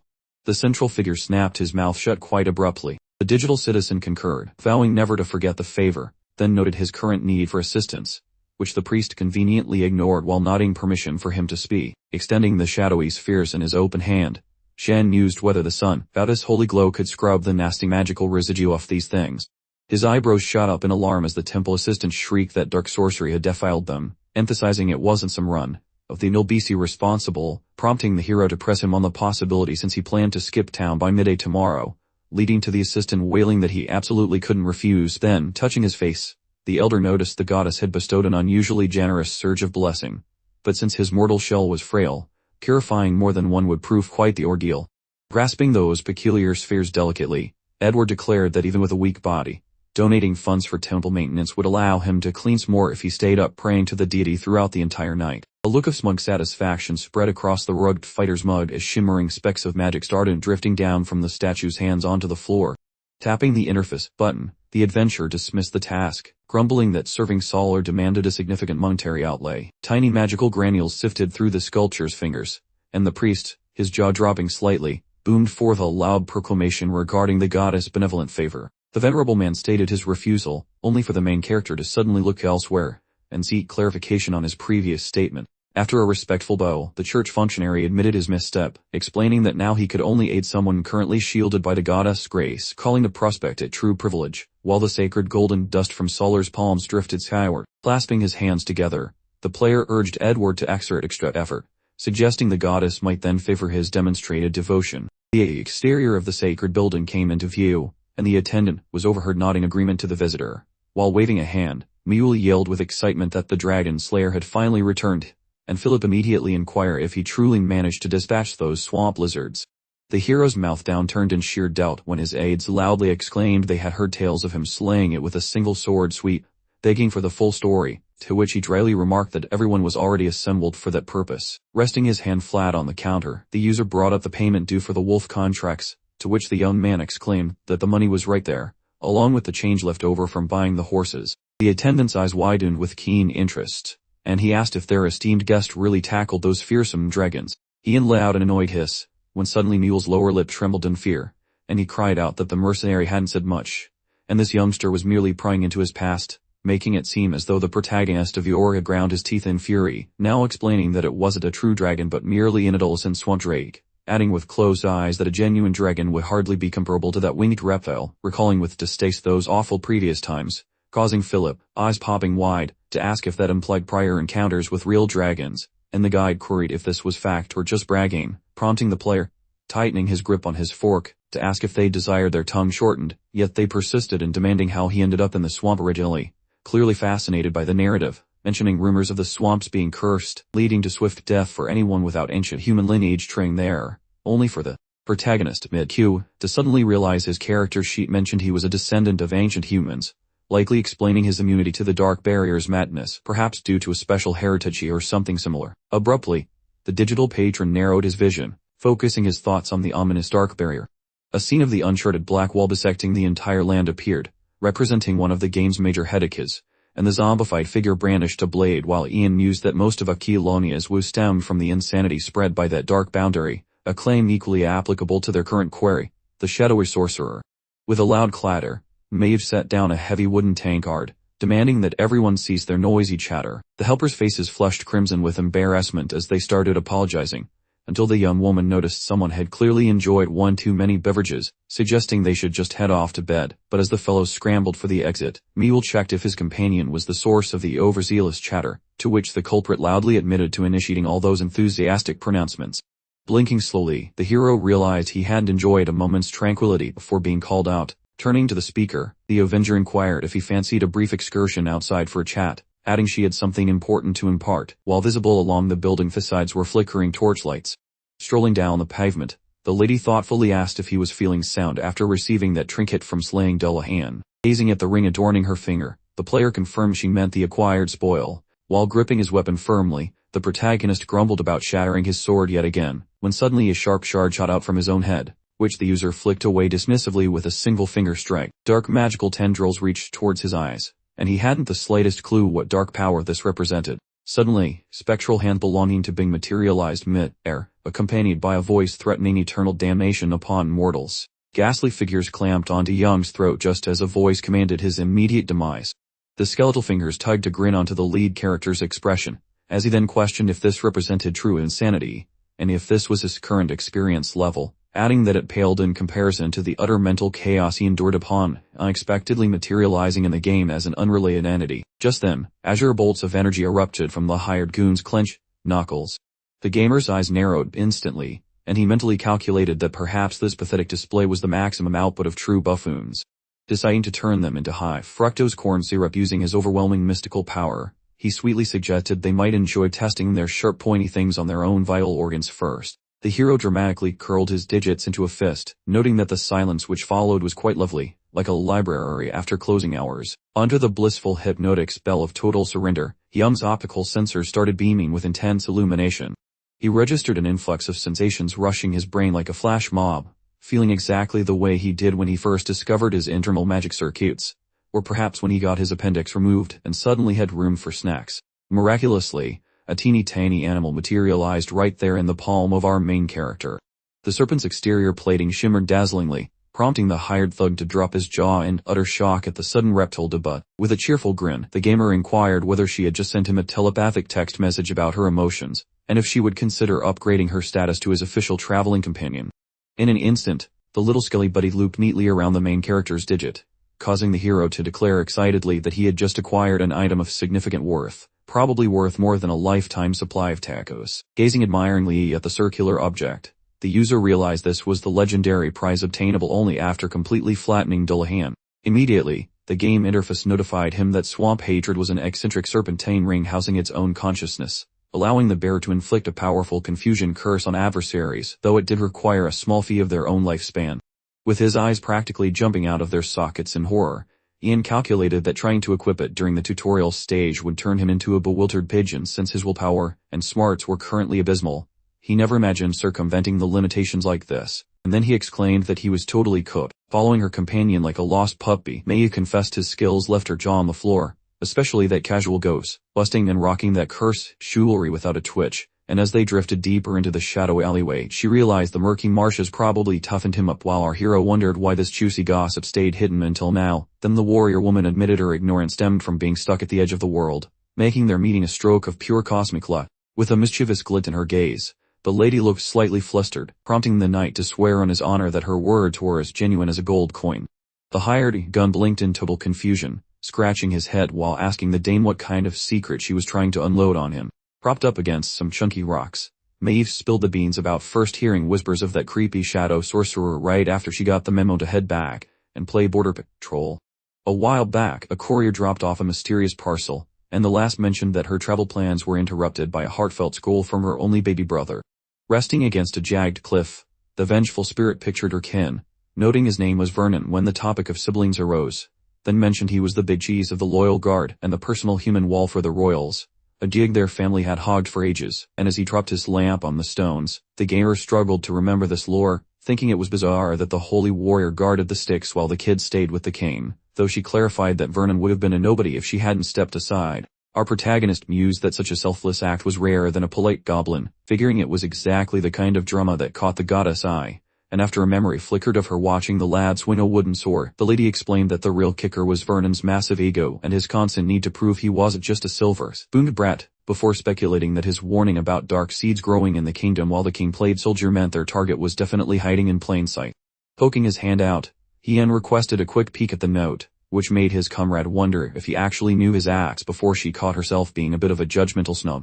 Casting his eyes downward, the leading man noted the kid had more ambition than a hungry shark, apparently planning to use a dead mage as a ladder to fix his family's reputation. The paper was covered in squiggly nonsense, and the sellsword gathered that the boy wanted to play hero by wiping out sin and playing landlord, leading him to conclude the guy had a classic case of little brother syndrome, since he barely even said he to his sister in the whole message. Maeve stood there like a statue with her arms tucked, suddenly pointing out that the boy probably wanted her on a leash to keep all the glory for himself, a stinging truth she reluctantly swallowed with a red face. Batting her eyelashes shut, the maiden confessed that hunting down a spooky wizard wasn't even on her bucket list when this whole mess started. Staring gloomily at a pile of dirt, the Avenger sighed that Vernon had ghosted her for a solid month without so much as a carrier pigeon. Waving the letter around, the player broke it down for the lady that 30 days of silence is a massive red flag, painting a grim picture of what happens when you go mage, hunting and forget to call home. Squeezing her hand until her knuckles turned white, the girl insisted she heard his grim theory but refused to believe her brother was toast, mostly because he was a gem rat who never quit a fight. Ducking her head low, the warrior mentioned that even if he was in a pickle, she had suddenly developed a burning desire to play detective and find out the whole messy truth in great detail. Folding his arms like a disappointed teacher, Ian felt he finally cracked the code on how Maeve turned into a blood-soaked ghost with a grudge.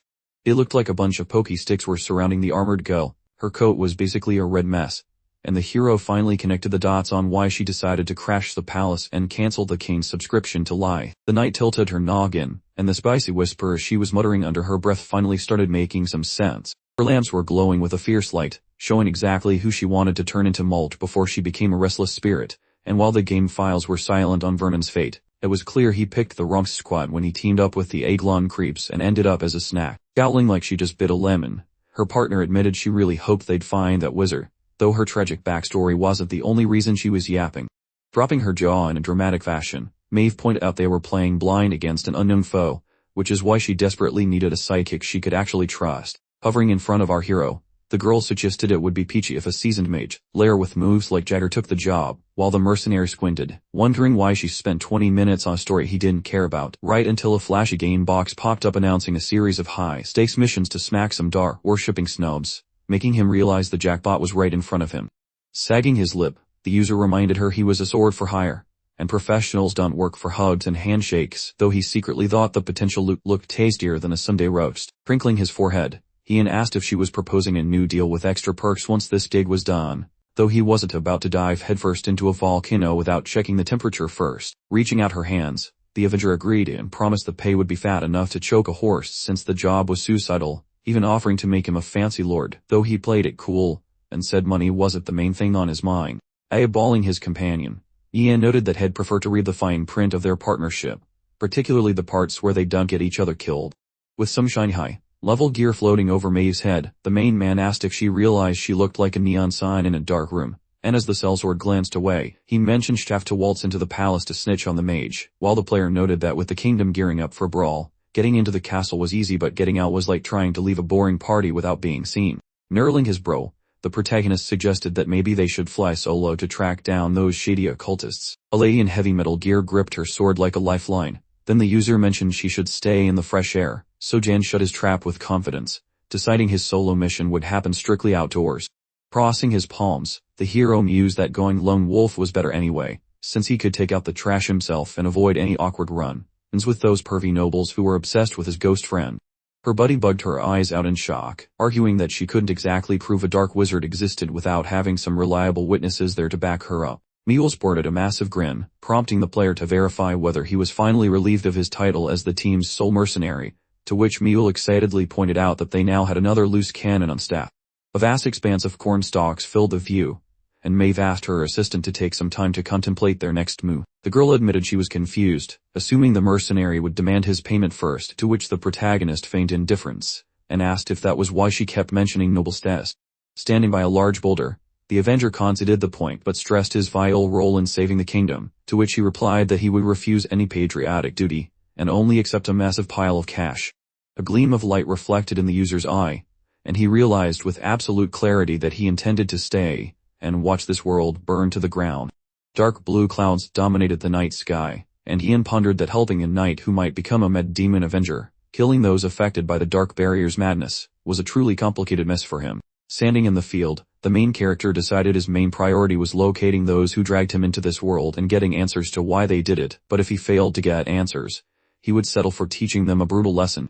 Frowning in annoyance, the mercenary understood that survival was a bare minimum requirement. As she saddled her horse, Maeve noted that everyone was present, then explained that they were leaving the Valley Fortress to follow the guide's instructions directly into the Grey Forest. A land map appeared, highlighting the route needed by the heroes with a clear arrow. The girl asked the hunter to lead, to which he turned his head away, suddenly recalling the commotion he'd caused yesterday. Holding a pair of silver orbs in his fingers, the protagonist felt relief that he finally had artifacts cleansed of black magic. The unusual objects glistened brightly, and the player mentally expressed hope that he would soon be able to test their effectiveness in battle as the heroes rode their horses along the Red Valley's edge. Philip's mouth hung open in rage as he protested that the path was truly awful and completely impassable for horses. Scratching his head, Meal stated that he was completely positive it was much better before. Gripping the animal's reins, the boy asked when exactly before was, and the other replied that it was probably 3, 4, 5, or perhaps even 6 years ago. Looking back, the hunter shouted that it was not as dangerous as it used to be, although he admitted it used to be crawling with goblins and gremlins. Standing behind the assistants, Ian asked for confirmation about the goblins and gremlins, to which the hunter mumbled that this was their primary home. The main character abruptly snatched a tree leaf just as the man mentioned that the creatures here were so hungry they even devoured grass, which explained why the trees in this area had lost all their leaves. Suddenly, dark magic pulsed from the plant, causing the mercenary to assume that the creatures had been prevented from feeding on it. Philip asked for clarification, and the player looked at him, asking if he had recently seen anything moving despite being dead. With frightened eyes, the attendant asked if he was talking about ghouls, wondering if monsters could also transform into ghouls. The protagonist frowned fiercely, stating that if black magic had corrupted the entire forest, then literally anything could happen. A tree leaf suddenly disintegrated, confirming the user's suspicion that this polluted forest might offer a quest opportunity, and he theorized that the dark barrier was responsible for the madness here, though he couldn't grasp how it had infected these lands so quickly.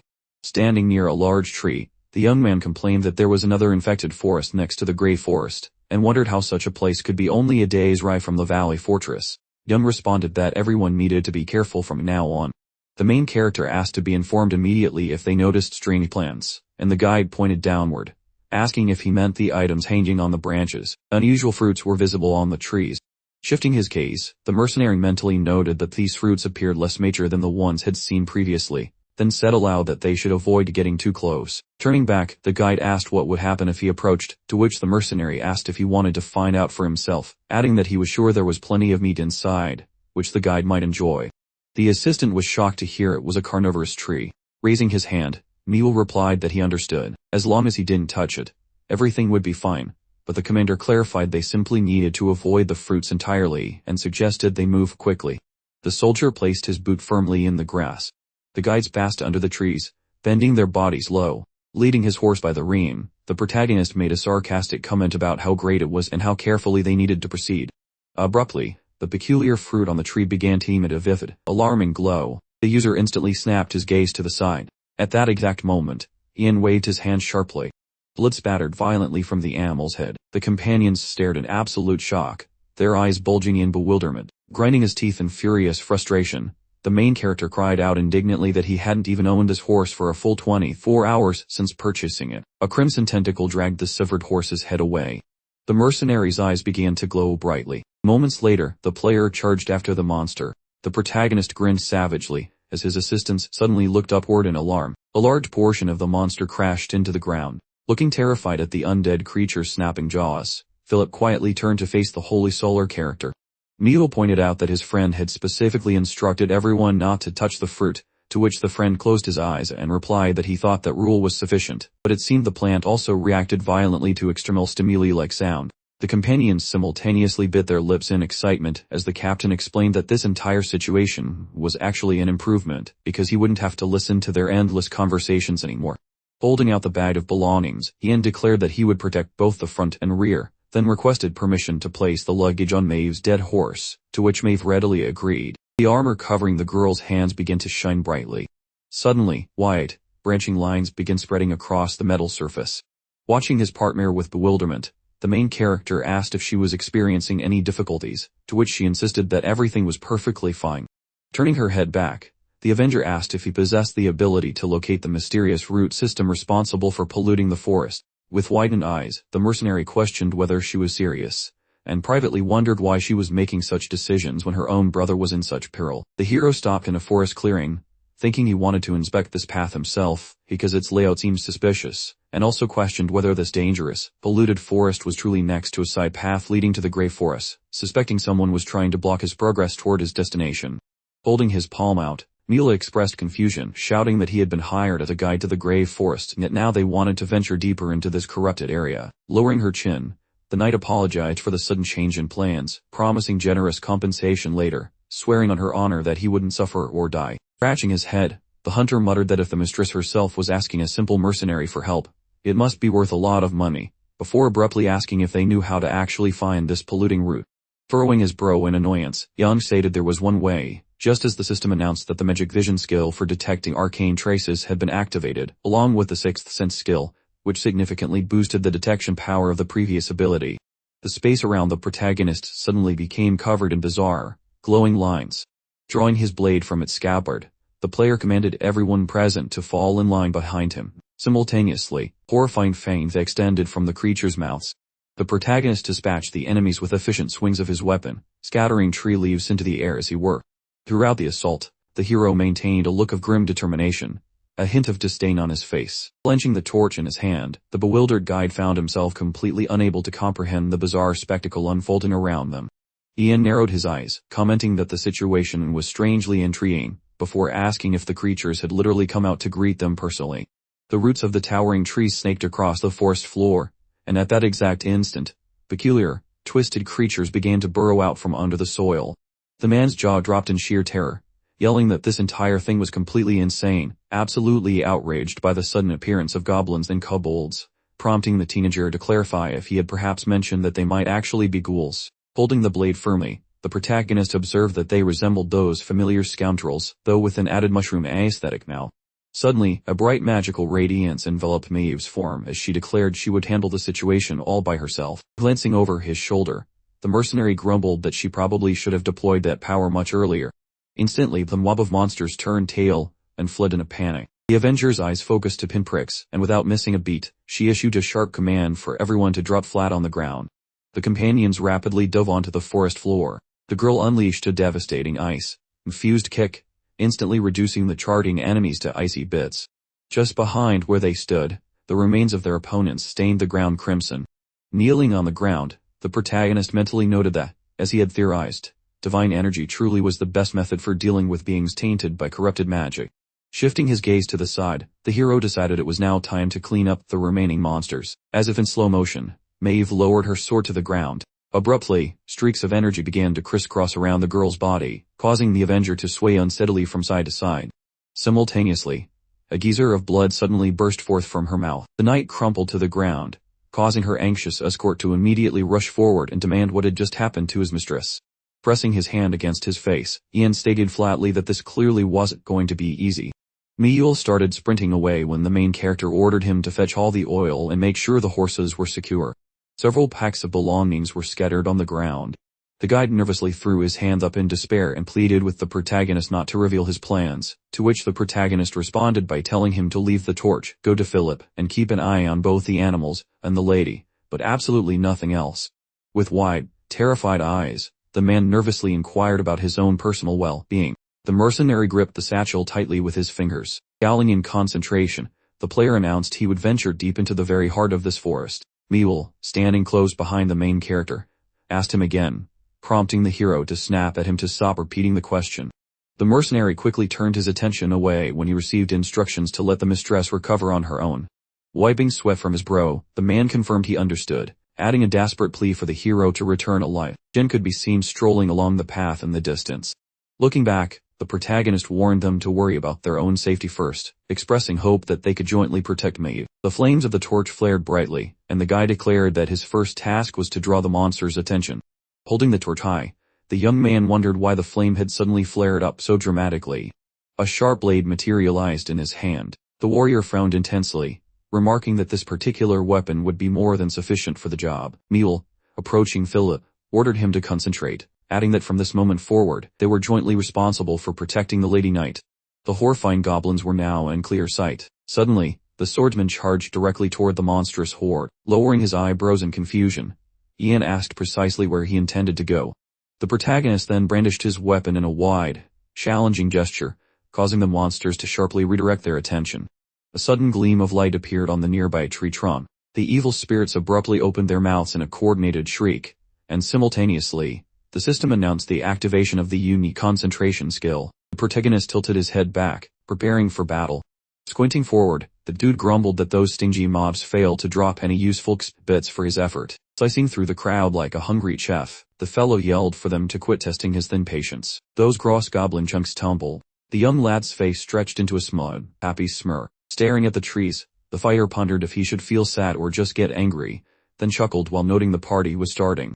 Ian zipped along while whispering that pros ignore trash mobs, then watched purple eyes glow as a hand grabbed dirt before he leaped skyward, avoiding the grasp of the subterranean surprise. Zooming past the beast, the hero asked why it was screaming like a banshee, labeled it a total weirdo, and looked quite scary. Those zombies snapped their necks around.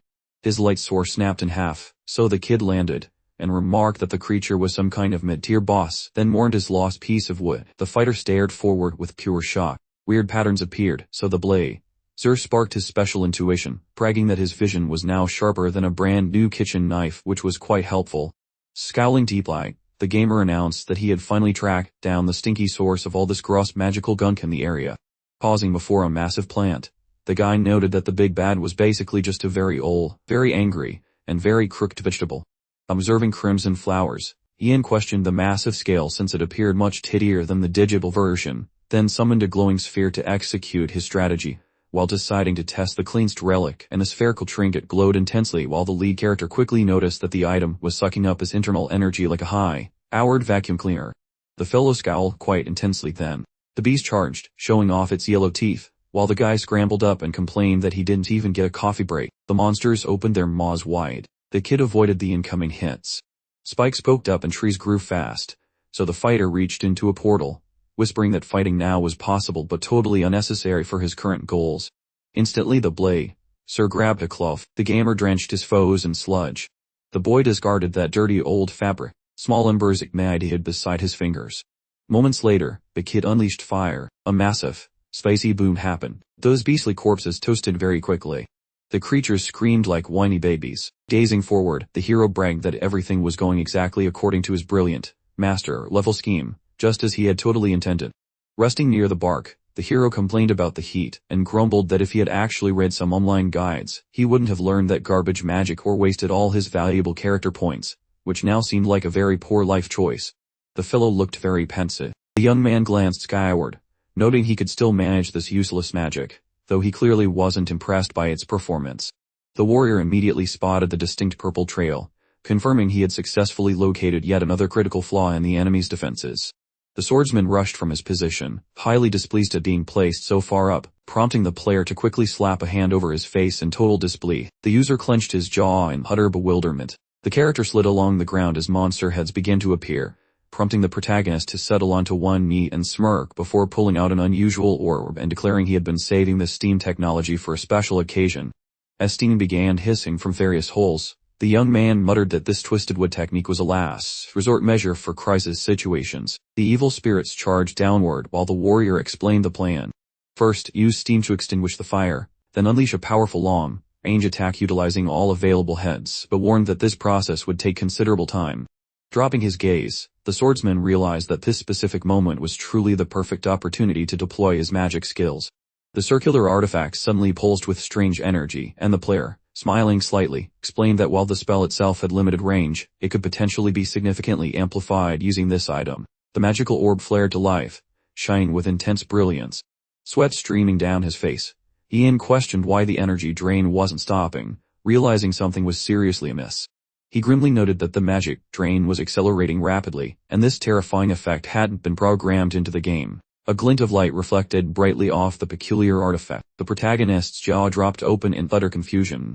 A sudden burst of magical light erupted. With no warning, a thunderous explosion rocked the area. The young man extended his open palm forward, his eyes narrowing sharply in focus. The warrior obliterated the tree's crown, then rubbed his face, complaining that his eyes were stinging, explaining that the effect was purified artifact magic but rather the artifact simply absorbing and amplifying the existing magic energy. Staring ahead, the player couldn't comprehend how drastically the situation diverged from the aim mechanics he remembered. Presenting the knight, the user muttered that in the game he was fully decked out in magical artifacts and weapons, questioning if these items somehow managed to control the artifacts themselves. Ian then observed the odd orb, noting the magic concentration was surprisingly low, yet he planned to exploit it over 50 times. The tree blazed fiercely, quickly reduced to charcoal, prompting the protagonist to regret not attempting the magic before incinerating everything. Holding his sword, he felt bad for the victim and decided to let the poor guy finally rest. Black smoke rose in the distance as Mule struggled to understand how all that oil had factored into things, ultimately concluding that the massive pillar of fire they saw was almost certainly Yum's doing. The guy snapped his head around at a sudden rustle, immediately assuming more ghouls were lurking nearby. A second later, the warrior closed his eyes and calmly announced that it was just him, advising the guy to calm down and relax. The man stood before the swordsman and asked if he was alright, pointing out that he looked absolutely terrible, while the player responded by requesting a rag to wipe off the grime. Wiping his face, the user muttered that nobody could have predicted such a messy outcome. Ian explained that after he thrust his sword into the monster's weak point, the falling embers had triggered a chain reaction of explosions. The main character instructed Mule to remain in place and deal with any potential issues that arose, explaining he was going off to wash up. Mule, holding a torch, gave his agreement. The two men appeared to be relaxing by the fire as Philip turned to notice the gentleman approaching, prompting the protagonist to inquire if the mistress was well. With sweat beading on her face, Maeve explained that this strange symptom was unprecedented for her, insisting she had no history of any ailments whatsoever. Her attendant, staring at the warrior, suspected poisoning, then clarified that since she was an apostle, it wasn't some simple dark curse weakening her divine power. The guy pulled out his sword, demanded the Avengers' help, and promised to fix her right away, prompting the player to question what exactly his plan was. Yang's expression dropped in bewilderment as the young man explained the procedure. Cut the wound open, drain the infected blood until the body started fighting back on its own, and insisted there was no need to worry because they had performed this exact operation many times while stationed at the border.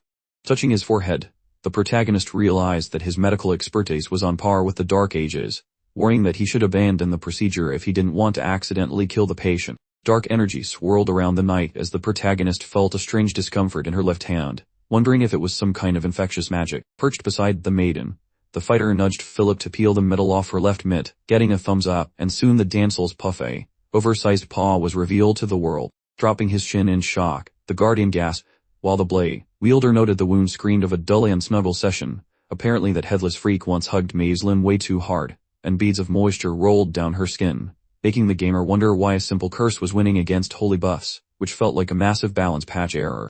Picturing a holy monument, the player debated if a quick prayer would suffice, though he quickly realized he basically had to slide into her DMs with a romantic eye. Shutting his lids tight, he insight that he truly hated this roleplay, but duty called, and our hero looked like he was trying to solve a math problem in his sleep. And he pondered, sucking the bad vibes away, staring at his palm. The lead guy guessed it was swamp saltiness, then the Ui chimed in that the ring was actually a sentient noodle with an attitude, leaving the fighter grumbling about the lack of a proper tutorial for curse snacking. Visualizing a shattered noggin, the slicer muttered that since it was just a headless horseman, snacking on a little hex was perfectly normal behavior. Looking down, the gamer remarked that the jewelry clearly ghosted the Almighty, proving that even magical accessories can have a major attitude problem toward religion. Opening his mouth, the gamer told the lad to grip her hand like a lifeline, and when questioned about his motives, he simply stated he was playing doctor. Then a funky piece of bling suddenly shimmered on the hero's digit. The kid's eyes went full ghost mode as he demanded to know why the jewelry was dancing, prompting Ian to clarify it was just his creepy pet. Philip gaped like a fish, asking if that beast was a pet, then yelled that the lady should avoid sketchy people and creeps, warning that the goddess would totally cancel him for using such magic. And staring at the boy, the lead guy asked if he looked like a total brat, noting the kid seemed unconvinced, so scowling, the fighter told him to shut up and hold her hand, or he would invent brand new ways to make his life miserable. A second later, the lad finally grabbed Maeve's palm. Out of nowhere, the blazer's critter latched onto the warrior woman's arm, and the tiny beast started slurping up the spooky purple juice like a milkshake. Grinning widely, the lad cheered that the trick succeeded, noting that the ugly dark stain had finally vanished into thin air. That peculiar small critter unhinged its maw with immense joy. Cracking a slight smile, Philip admitted the beast actually knew its medicine, and the gamer confirmed the lady was no longer on death's doorstep. All of a sudden, the tiny critter's peepers glowed a menacing shade of crimson. Right after that, the protagonist's companion bared its fangs in a fit of pure rage. Gritting his teeth, the lad asked what the beast's problem was, but the player just shrugged and said he was clueless. Glancing at his little buddy, Ian politely requested that it hop back into place. The critter dropped its small chin. Soon enough, the shadowy serpent leaped onto the hero's finger. The kid wondered if wearing a snake as jewelry was safe, so the hero shut his eyes and explained that taming a beast doesn't change its soul, much like how the boy kept yapping despite being told to put a cork in it. Squeezing his hand into a ball, the fighter declared that the real fun was beginning, ordering the teen to pipe down and fetch him a snack. One could witness the flames dancing with an intense, radiant glow. Out of nowhere, Mae flashed her eyes. Staring forward, the fighter asked the lady if her brain was back online, and lifting her arm, the seeker noted she was once more in his debt, mentioning her failed solo mission to fix the rot. Then resting on one knee, the gamer said he already nuked the source of the filth, causing Philip to double-check in the night to ask if he worked alone, and cocking his head, the messenger saw history repeating itself once more. The maiden explained that some oily magic relic had high actor body, while the player wore a look of intense concern. Gaping like a door, the boy asked for details, and Ian questioned if some edgy wizard tried to ruin her, and shadows seemed to dance around the lady as she clarified that the villain merely gave a spicy warning about her red magic, claiming vengeance was coming, before vanishing into the night. Then looking away, the noblewoman suggested he was targeting a specific sorcerer, which might be a handy clue if they could identify the guy. Maeve questioned if the hero had any brain blasts, but he just gave a smug grin and admitted his guess was as good as hers. Narrowing his gaze, the lead guy realized the baddie definitely spotted him, and a crispy, chair trunk stood nearby, confirming that the beast had already been deleted from the server. Mule, shovel in hand and clearly a fan of manual labor, declared their top priority was locating that nefarious dark mage, and pronto, bemoaning their current time sink of investigating forest contamination with, you guessed it, more shoveling. Perched casually on a branch, the warrior announced that excavation was his singular talent, even suggesting he could harness some champion's might to dig faster. Muttering under his breath about the potential for prime quarry beneath the soil, the young man, standing next to the Avenger, observed the colossal tree reduced to embers, thankfully noting the fire's contained fury, then clarified this was due to its former life as a whimsical fairy forest. Picturing laborers tugging a heavy cart, the knight remarked that everyone knows fairy woodlands are practically fireproof, which is why the kingdom's clever architects often placed fortresses among them. The apostle then pointed out that Jan surely understood this when he ignited the blaze, while the player, barely suppressing a smirk, confessed this tidbit was entirely new to his ears. A subtle grin then graced the user's lips. Upon spotting the ancient tree seed, our hero breathed a sigh of relief that this particular arboreal relic hadn't been toast, noting that while the system promised a mere skill point, it was a classic bait, and which for much more intriguing, secret quests. Instead of munching on the mysterious item, the protagonist, with a flick of the wrist, tucked it into a magic portal, opting for subspace storage over a hasty snap. The warrior's head snapped around, startled by the declaration that this whole endeavor was sheer lunacy. The mercenary wore a spectacularly perplexed expression, as the mistress inquired, quite pointedly, about the unfolding drama. A disturbing collection of skulls materialized, prompting the guide to reveal a rather grim secret. A trove of corpses lay hidden beneath the tangled tree roots. The swordsman, head bowed in contemplation, grimly observed that it reeked of a ritualistic offering. Maeve's mouth settled into a thoughtful frown, and then a chilling question pierced the air, wondering aloud if this grim scene implied the dark mage had been performing human sacrifices to conjure this accursed beast. Peering forward, the Avenger's eyes widened in profound astonishment. There, dangling from the stone, was an unexpected missive. The girl's mind drifted back to standing before the fellow who'd gravely declared a month to be an eternity, especially if he vanished after his ill-advised trip to confront the dark magus. The lady pictured the young man diligently pummeling a practice dummy, wistfully observing how that kid always had to prove himself even when it meant stumbling into mischief. The knight, however, clenched a defiant fist, mentally stamping this whole scenario as utterly improbable and simply not true, as an odd, almost shimmering aura suddenly encircled the apostle. The player's jaw tightened, a clear sign of his utter confusion. Suddenly, a shovel laden with muck materialized. Philip, casting something aside in disbelief, vehemently declared this was utterly impossible. Beneath the gnarled roots of that monstrous tree lay a horrifying sprawl of human remains, a sight that left the guy utterly dumbfounded by their sheer, unsettling quantity. His hand brushing the cold earth, the young man posed a chilling question, wondering if all these poor souls had met their end as part of some dark ritualistic offering. The teenager's eyes darted sideways, contemplating the grim possibility that if such a multitude had indeed been offered to the monstrous tree, then perhaps he had truly failed someone, perhaps even Laurel, with whom they had frustratingly lost touch. Before Philip's gaze then flickered over to Maeve, the Avenger chewed on her lip, lost in deep contemplation. Human skeletons lay scattered, a grim tableau. Back then, a swordsman had made his entrance, and now an inexplicable aura pulsed around the apostle, who silently mused that this simply couldn't be right. It would have been far nobler for him to fall valiantly battling the encroaching shadows than to perish so meaninglessly, a mere offering to some arboreal horror. Her eyes fixed on the grisly remains, the mistress pondered, a cold knot forming in her stomach. What if this horrifying possibility was indeed the stark reality? Gazing upon the unsettling skull, the girl's mind reeled, pondering if he had truly succumbed to the encroaching darkness, merging with a monstrous entity before ever unleashing his full potential. A moment later, the lady's fist clenched in grim resolve. Maeve's pupils flared with an eerie blue light as she fiercely vowed that if this dreadful scenario were true, she would wager absolutely everything to exact her vengeance. Holding his hands stiffly at his sides, one observer remarked that the more he scrutinized the scene, the more certain he became it deviated from the typical dark magician's modus operandi. The fellow standing behind the main character then inquired if the dark magician wasn't the orchestrator of this grim offering, receiving a firm reply that the approach simply didn't match. Wielding a magic orb, the protagonist clarified he was employing tainted magical energies. As a headless horseman materialized, the warrior pointed out that such a figure had never been known for performing sacrifices previously. The swordsman's open palm was visible. The player, brandishing a set of handcuffs, declared the bodies looked strikingly like prisoners, likely those being transported by the Oriental city's regular army. The user, conjuring an image of the shackles, murmured they were distinctive handcuffs embossed with deer antlers and a specific plaque, identifying them as belonging to a regular Oriental soldier named Babe. The young man, kneeling intently, affirmed this deduction, citing the presence of kingdom-issued handcuffs and official regular army certificates among the grim findings. Jan, opening his mouth thoughtfully, then vocalized a puzzling query. Why would an individual meticulously plotting nefarious schemes in such secluded hideaways suddenly launch an assault on the army, especially when there was absolutely no strategic imperative for such a precarious gamble? A broad smile broke across the teenager's face as he loudly declared that those remarks truly hit home.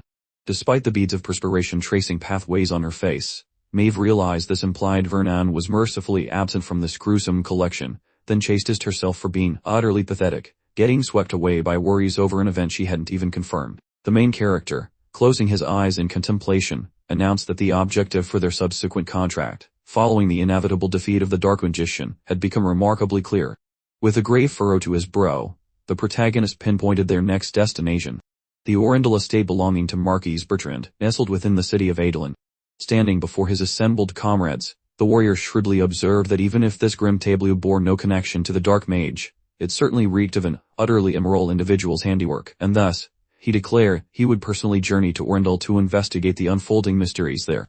The swordsmen sought clarification on their collective thoughts, and simultaneously, the Avenger gave a firm nod, confirming her understanding and granting him permission to depart. Philip, extending his open palms in a gesture of surprise, then inquired if the lady had already inked yet another binding agreement, to which she coolly responded that it was an absolute necessity, given their urgent quest to unearth those morally bankrupt individuals.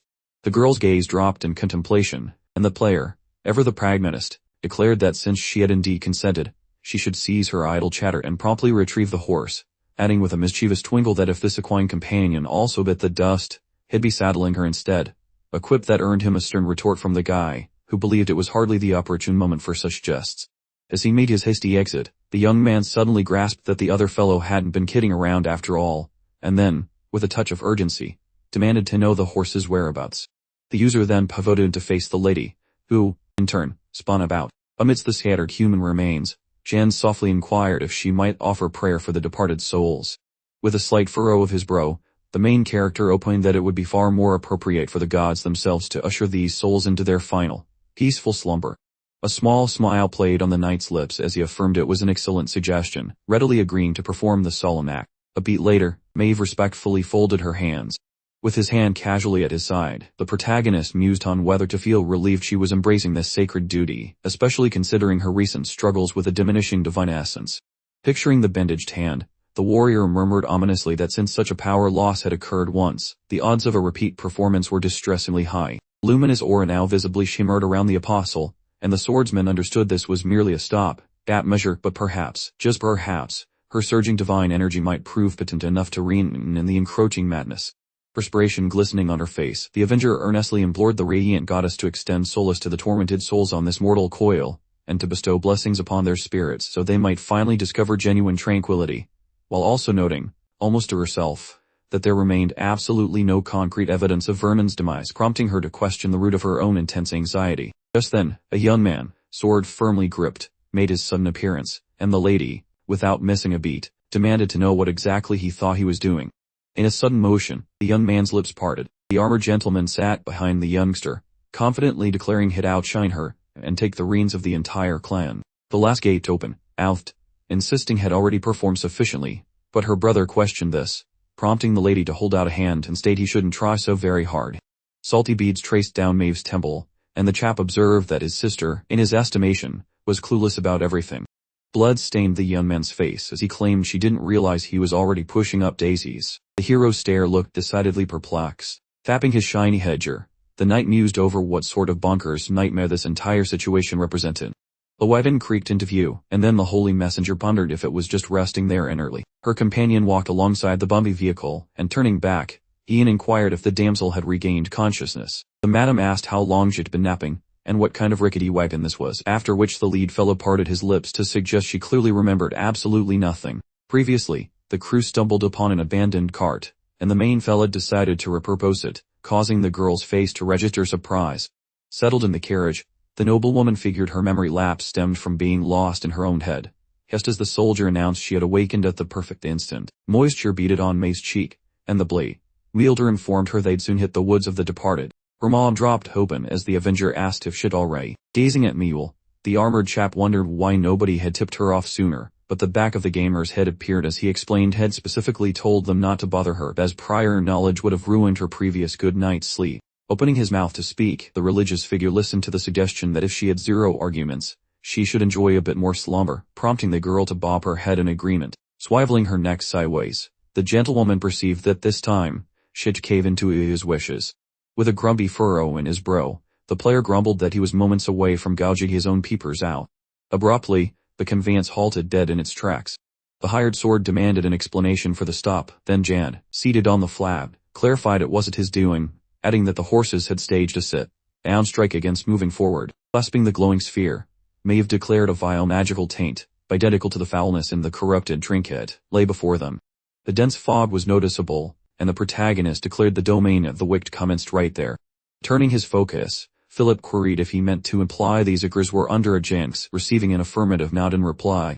The sun suddenly dimmed, leading the hero to explain these territories were tainted and ruined by the presence of the dark perimeter. The adventurers threw up their hands dumbfounded, and the fighter announced that even natural rules twisted here, making any mutation unpredictable. He further whispered the local lore that no one who enters these trees ever returns, making him wonder if escaping truly was impossible. Perched in the wagon, the defender noted they'd have to ditch the carriage presently, and then requested they pack everything vile, only for the Pathfinder to reiterate that those who enter this groove never get out again. The men with the sword assured them things were manageable, stating that vanquishing the shadow sorcerer would break the spell, while the guide, mouth agape, asked why he seemed so unbothered. Interlacing his fingers, Mule observed that objectively, his sole purpose was getting them to the burial woods, to which the player quipped he could simply, before being cut off with a shout that wasn't the intention, but merely a desire to display his loyalty even amid peril like this. Without warning, the user stumped a boot on the dirt, and near the foliage, the crew could be spotted. Knitting his brow downward, Philip confirmed his readiness but admitted to being quite keyed up. Then the mercenary announced his own participation was required too. Peering ahead, Jan sought confirmation that everyone was prepared, and the knight responded with a resounding yes. Pulling his lips apart, the clergyman vowed that regardless of what transpired, he would not take a backward step. The star player's eyes began to glow with intense brilliance. All at once, crimson eyes materialized. With a sly grin, the lead player mused that his adversary had clocked his presence, concluding that this realization altered precisely nothing. Arching the corners of his mouth upward, the fighter murmured that clearly the other fellow wasn't ready for visitors, yet seeing his idiotic visage brought some delight, and furthermore, had have to settle accounts for the torture by dispatching his monstrous minions. Standing near his comrades, the swordsman pointed out he required experience points and loot, as the vista of the creepy forest opened up before them. The chap's whole frame trembled with sheer terror. Spinning around, the youth sought confirmation they were headed correctly, to which the player affirmed with a positive nod, then irritably inquired how many more times he planned on asking the same thing. Furrowing his brow, the teenager grasped that his incessant questioning had been entirely pointless. Back when he was sitting by the campfire, Philip wondered if the shadowy mage truly resided in the graveyard thicket, and if pursuing him would be a time-wasting endeavor, prompting the user to retort that if fear was the main motivator, he should just be upfront about his cowardice. The fellow clenched his hand into a tight ball, dramatically proclaiming that he would personally guide them through this rather ominous-looking woodland. Squinting suspiciously, the younger fellow grumbled under his breath, expressing shock that they actually let the previous guy take charge of navigation. The adolescent glanced over toward the woman in charge. Dillet furrowed his brow, reflecting grimly that he really needed to get a grip on himself, specifically for the benefit of his lady boss. Jan turned up the edges of his mouth ever so slightly, recognizing that perhaps he wasn't entirely useless, which was a nice change of pace. Peering forward into the distance, the protagonist sensed a peculiar feeling wash over them. Upon observing a strange green energy, the main character pondered the situation, noting that polluted magical energy couldn't possibly keep flowing forever. Abruptly, the fellow stepped right out of a heavy mist. The others gaped in astonishment, asking if they actually made it through. The young man collapsed on the ground, yelling that he never thought they would pull it off. Mule chimed in, stating he also had zero faith in the young man, claiming he could hear the fear practically oozing out of him. The soldier, meanwhile, cautioned them against celebrating too early, because the real fun was just getting started. The swordsman paused for a moment, chewing thoughtfully on his bottom lip. A monument became visible in the distance, prompting the player to mumble, "We've arrived." Just then, the entrance to the subterranean crypt materialized before them. Standing at the dungeon's entrance, Neve confirmed this was the location, while her companions reminded everyone that their adventure wasn't over yet. The user gazed downward, declaring that he would be taking the lead from this point forward. The mercenary, with a puzzled brow, questioned whether they were really going straight inside immediately, and asked if he would grant them a moment to process this decision. A showy passage materialized, and Jen pointed out that they really needed to make up their minds before stepping foot into these gloomy new areas, adding that it was time to start going down. The group could be seen shifting nervously on their feet. Philip and Emil were both clutching torches in their hands. Abruptly, the fellow's eyebrows shut up in surprise. Standing just behind the leader, the young man inquired if they had actually arrived yet. Moments afterward, the main character stomped his foot down firmly on the ground. A massive, broad corridor stretched out before them. Surveying the area, the group was astonished by the sheer size of the underground chamber. A teenager remarked on the pervasive darkness, adding that he felt claustrophobia starting to set in, despite the large space. The warrior looked off to the side, prompting Neve to ask him to stop, explaining that she felt compelled to offer a quick prayer before they proceeded deeper. Glancing over his shoulder, the swordsman inquired whether everything was all right. Clenching her fists, the Avenger mentioned her stigmata had started to fade ever since they stepped inside, causing the player to immediately question her about the stigmata. The knight then placed a hand on her chest, explaining it was a mark imprinted upon her very soul the instant she was chosen as an apostle. A handprint appeared, and the lay said it allowed her to communicate with the divine and draw upon godly strength. The user squinted in confusion, wondering why that didn't just sound like a magical indentured servitude contract. Ian then remembered staring at the system's screen, grumbling that he almost sold his soul not once, but twice, without even realizing it. The protagonist, having stretched his hands back in the past, now reflected that in this miserable world, even supposed deities were capable of backstabbing you. The main character stated that the girl could go ahead and pray now if she needed to, which prompted the girl to nod in agreement. Suddenly, the lady unsheathed her sword. Maeve then proceeded to jam the blades straight into the ground. A luminous glow enveloped the Avenger. The rest of the group gathered closely around the knight. The mercenary spun around, observing aloud that the area felt incredibly deserted. Philip widened his eyes, asking for clarification, to which the guide explained that this location was known as the Grave Forest, where hundreds of bodies were supposedly interred. It was odd, the guide noted, that they had traveled this far without encountering any actual bones or corpses. The warrior questioned whether the others were truly missing the point, causing both the guide and the young man to arch their eyebrows in surprise. The swordsman folded his arms and stated that they really needed to witness this situation firsthand. With a sly grin, the player commented that the scoundrel had clearly gone to great lengths to prepare for their arrival. Abruptly, the companions glanced behind them. Just as suddenly, the large gates began to seal shut. The protagonist's partner sprinted toward the entrance, yelling that they were trapped. Seconds afterward, a strange, glowing inscription materialized. Violet text shimmered and drifted through the air. Unfamiliar script quickly covered the surfaces of the chamber walls. The young man, who was clutching a torch, asked if the writing was some form of ancient language. The teenager looked toward the protagonist, who responded that it was the specific enchantment responsible for operating everything within the tomb. Spotting a faint light in the distance, Ian confirmed that, just as he had predicted, things were finally about to kick off. Suddenly, a ridiculous number of skeletons appeared, and the undead horde started shambling toward the group. Pulling his massive weapon from a shimmering portal, the warrior deadpanned that someone clearly needed to hang up a help-wanted sign for necromancer management. The swordsman, however, merely scowled in response to the observation. Philip raised his eyebrows in disbelief, asking where the warrior possibly obtained such a giant mace. Simultaneously, Neil questioned if he was having a particularly vivid hallucination. The monsters rapidly closed in on the player and his team. Leaping forward, the user instructed the mercenary and the guide to protect the mistress, prompting them to ask if he planned to fight alone again. Ian left a bright streak in his wake as he moved, and the monster's eyes glowed with purple fire. In the very next moment, the protagonist delivered a heavy slashing blow. The skull of the undead crumbled into tiny fragments, and the warrior continued his aggressive assault on the remaining enemies. The swordsman's eyebrows dropped sharply in frustration. Utilizing dark gray magic, the player sent the skeletons flying. After a second, the user swung his weapon, which began glowing with an unusual energy field. The shadow of the mace appeared over the heads of the monsters, and the user promptly annihilated the enemies directly in their path. The bones of the undead scattered to the ground, and the main character noted with satisfaction that this was turning out quite well. Gripping the weapon's handle tightly, Ian realized this was the power of combining the wind blade technique with the mace, essentially turning it into a powerful hammer. Suddenly, another contingent of skeletons unexpectedly appeared behind him. The glowing eyes of the undead emitted a bright light, and the main character declared that the enemy was watching them from hiding, lurking like a cornered rat. Looking over his shoulder, the mercenary decided it wasn't quite time to engage yet. Ducking the mace behind his back, the player calculated that the higher the number of these monsters, the higher the likelihood of one of them actually dying, then pondered his immediate next course of action. Grinning slyly, the protagonist taunted his hidden opponent, asking if he was afraid, then advised him to wash carefully from his cowardly hiding spot, as he would smash their skulls instantly, treating them like little toys. The bone monster clenched its jaw tightly in anger. Spreading his hands wide, the dark magician ordered the user to get lost, calling him a villain. The terrified assistant stared with wide eyes, failing to understand what exactly was happening. A moment later, a throng of evil spirits moved toward Young's body.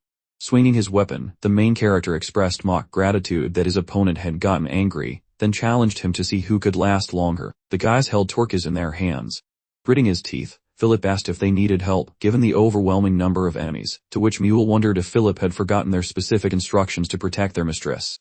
Maeve held onto the hilt of her sword with both hands. Her eyes began to glow brightly, and then she ordered her partners to get out of the way. Skeletons were thrown away following her latest blow. Immediately afterward, the protagonist used his elbow to attack one of them. The girl suddenly made 2 rapid jumps. Holding onto his blade, the mercenary called out to his ward, whose gaze remained fixed straight ahead. The soldier, spinning around, yelled that she was too slow, just as the knight flew right past him. Immediately afterward, she grabbed the blade with both hands. The hilt soared into the air as the first strike hit the enemies, sending their bones flying upward. The girl swung for a second attack, hitting the remaining fragments. The guy grinned, realizing he felt completely insignificant watching this spectacle. Someone was approaching from behind her. The protagonist immediately attacked this new monster. The girl spun around quickly, and the young man nodded affirmatively in acknowledgement. 2 glowing weapons appeared, and they began fighting back to back. The assistant stood holding his torch, watching the entire fight unfold. The mercenary, frowning, yelled at him to stop standing around and to follow him right away. Philip immediately ran to catch up with him. The 2 of them continued fighting the monsters. The girl bowed her head slightly. The hero, turning around, remembered that low stamina was one of his allies' weaknesses, but found it unusually strange that she grew tired so quickly. Frowning, the guy realized it wasn't like her divine power had waned. Perhaps it was related to the stigma connection instead. The mercenary ran ahead, asking why the path in front of them had suddenly cleared up. The protagonist's eyes opened wide in confusion, struggling to understand what was happening, questioning whether magic power was genuinely flowing through the spell chains. The ceiling above the assistants began to glow purple. The bone resting on the ground also started to faintly glow. The escort turned around and attempted to figure out what was specifically wrong with the skeleton. All the bodies of the enemies started flying in the exact same direction.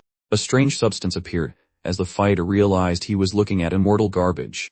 Philip, with wide eyes, shouted a question about what exactly was happening. The young man realized this specific enemy had appeared earlier than in the game, apparently triggered by collecting enough corpses here. The assistant, holding his torch, shouted that the monster was heading directly toward them. The mercenary placed his hands on the wall, stating that the gate had closed, just as he had anticipated. Opening his eyes even wider, the man asked if the gates were actually lowering. There were still a huge number of skeletons when a shout echoed that the exit had finally opened. The fighter, looking at them, tried desperately to understand the situation. Grinning, the hero mused that the squad, which was originally intended for a deeper area, was surprisingly well prepared for this encounter. Standing among his companions, the guy realized they had all fallen into a trap after all. The damsel, standing right behind him, figured they'd probably have to throw down against that gigantic horde of nasties, and the warrior quietly requested she just slow them down instead of wiping the whole lot while the rest of the crew made a break for it. She bolted forward to engage, confirming her complete comprehension, as the young chap brought his sword down with a mighty swing, and the knight mirrored his aggressive maneuver. The hired sword, standing shoulder to shoulder with his buddy, nudged him to keep a sharp lookout toward the front.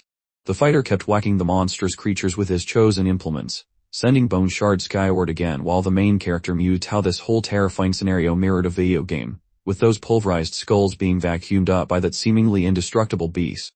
Glancing over his shoulder, the hero realized that even magical energy sources eventually hit their limit. A pair of quick slashes smacked those skeletal foes once more while the warrior reflected that things had been relatively smooth sailing until now, but even with some unexpected detours, they might just pull through if the current strategy held together. Suddenly, some ethereal white tendrils popped into existence. The youngster's eyes ballooned open in surprise. Gazing intently at the ghastly thing, the fellow inquired as to the purpose of this particular adversary's presence, to which the opponent dramatically covered his face, reportedly being a water spirit who haunts the local lake, stealing vitality from men and luring women to drown and steal their bodies, all while the protagonist was mentally cataloging their planned meeting for later. But alas, this current foe was also under the thrall of some wicked dark sorcerer, and those white filaments then zipped out to strike the skeletons. They instantly charged forward. The youthful combatant gave his chosen weapon a vigorous sweep. This pesky phantom managed to duck under his subsequent forceful swing. The lead character's focused stare darted in the opposite direction. That bizarre entity soared right over the heads of his supportive companions. Quite unexpectedly, the scary brute yanked his hands away from covering his mug, and his eyes began to glow intensely. The guy's peepers popped whiter than dinner plates. Observing this challenger, the fellow recalled that the lake specter not only shrieked in pain, but also cast that dizzying confusion ailment on anyone fighting it. Staring hard at that seemingly unkillable monster, the warrior swiftly put all the pieces together, realizing that if he didn't intervene immediately, his pals were likely toast. Their ominous silhouettes flashed against a dramatic backdrop of splashing crimson fluid. The protagonist, mouth gaping wide, yelled for both of them to plug their ears immediately. One of his visual orbs started to shine brightly. A cluster of fiery orbs materialized right above him, prompting the surrounding soldiers to promptly follow his instructions, and the girl swiftly turned around. The hero clenched his jaw with serious determination. Those glowing projectiles hurtled straight toward the target. One fiery ball made a direct beeline for the adversary's face. A blinding detonation illuminated the entire cavern, accompanied by a piercing wail from the creature. The darkness promptly settled back down again afterward. The battle buddies tentatively lowered their hands from where they'd been covering their ears. The lead adventurer was positioned just a short distance away from the others. Philip, eyes nearly popping from his sockets, stammered that it simply couldn't be true because their comrade had just unleashed actual fire magic. Their jaws dropped as they jointly commanded everyone to freeze in place and brace themselves, because the mayhem certainly wasn't finished yet. Soon thereafter, our champion approached those leftover bones. Smirking like a bandit, our brawler mentioned he had hoped to save his secret move for a rainy day, though spilling those beans seemed to have cured his sluggishness. He tightened his grip and declared he was finally ready to go all out without any mental baggage. Countless fiery blasts turned those clacking bones into dust. She observed that spectacle too. Peering forward, that warrior noticed every piece finely connected, which felt bizarre since this fellow lacked a wizard's aura. She instantly recalled an old partner's face and his advice that her goal lay hidden deep within those haunted woods of burial. Memories of Philip surfaced, specifically him facepalming while questioning her comprehension of the guy's babble, and while our main man acted coy about his knowledge, the warrior pondered if he was secretly a genius or just a lucky guesser. Reaching out, the dude requested a peek at the document, prompting his companion to joke about his literacy before admitting he was full of surprises. Then he holstered his steel, and insisted they tag along since his unique skills would keep everyone from becoming worm food. Squatting low, the warrior announced that the source of the Aki rot was toast, leading Maeve to conclude he was a paranoid mystery wrapped in an enigma. But as she bolted toward him, the truth dawned that Ian was the very fire wizard the villain wanted. She pursued the floating phantom. Holding the steel with both palms, the warrior accepted she owed him yet again. Her strike slammed the freak. Then she collapsed on one leg shouting that she won, though the boy warned her to keep eyes peeled for the coming junction. She, blinking in disbelief, figured that man must have visited this dump before because of his magical aura. Then a literal stiff popped up right in her path. Crimson leaked down the fellow's mug. She shook when she noticed the suit was high and palace gear. Grabbing the nameplate, the lady discovered it belonged to Sir Charles. She exhaled in relief that it wasn't her old pal Vernon, but her terror returned when a neon pink light flared near her heart. Hanging her noggin, Maeve sensed the funky energy from the relic under her chest. Let go haywire. It felt totally different from the creepy warlock's mojo. Purple ripples drifted from a different hallway, making the bauble vibrate in sync with the left and tunnel as if some invisible stalker was whispering her name. Our lead guy hollered a warning as the beast cast a shadow over her. She dodged like a pro. Philip rushed over asking if she was in one piece while the hired gun checked for bruises, but the hero just bugged his eyes and screamed for everyone to hurry their butts over to him. Ground quaked violently. The pair attempted to hoist the armored lady up as a barrier materialized. The brawler noted she was acting loopy because of some vision, which unfortunately led to them getting split up at the intersection. Looking over his shoulder, the combatant accepted that the situation was officially out of his hands. Surveying the horde of uglies, the soldier decided that the head wizard needed to be deleted from existence before anything else. A soldier barked that those creeps were closing in. Our knight spotted a light and knew that provided their only exit. She tried focusing on saving her pals while Maeve cleared a path like a human lawnmower. Philip gave chase, but that sellsword begged for company.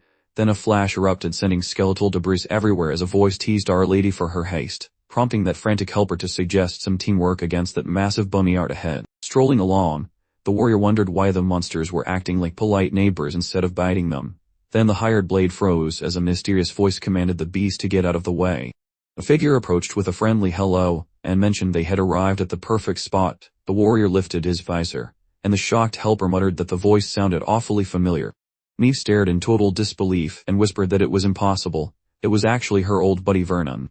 The guy slammed his visor shut the moment she opened her mouth, then he lunged at her with murderous intent, parrying the strike. She questioned why her ex, Lee, was trying to skewer her, but he just wore a smug grin.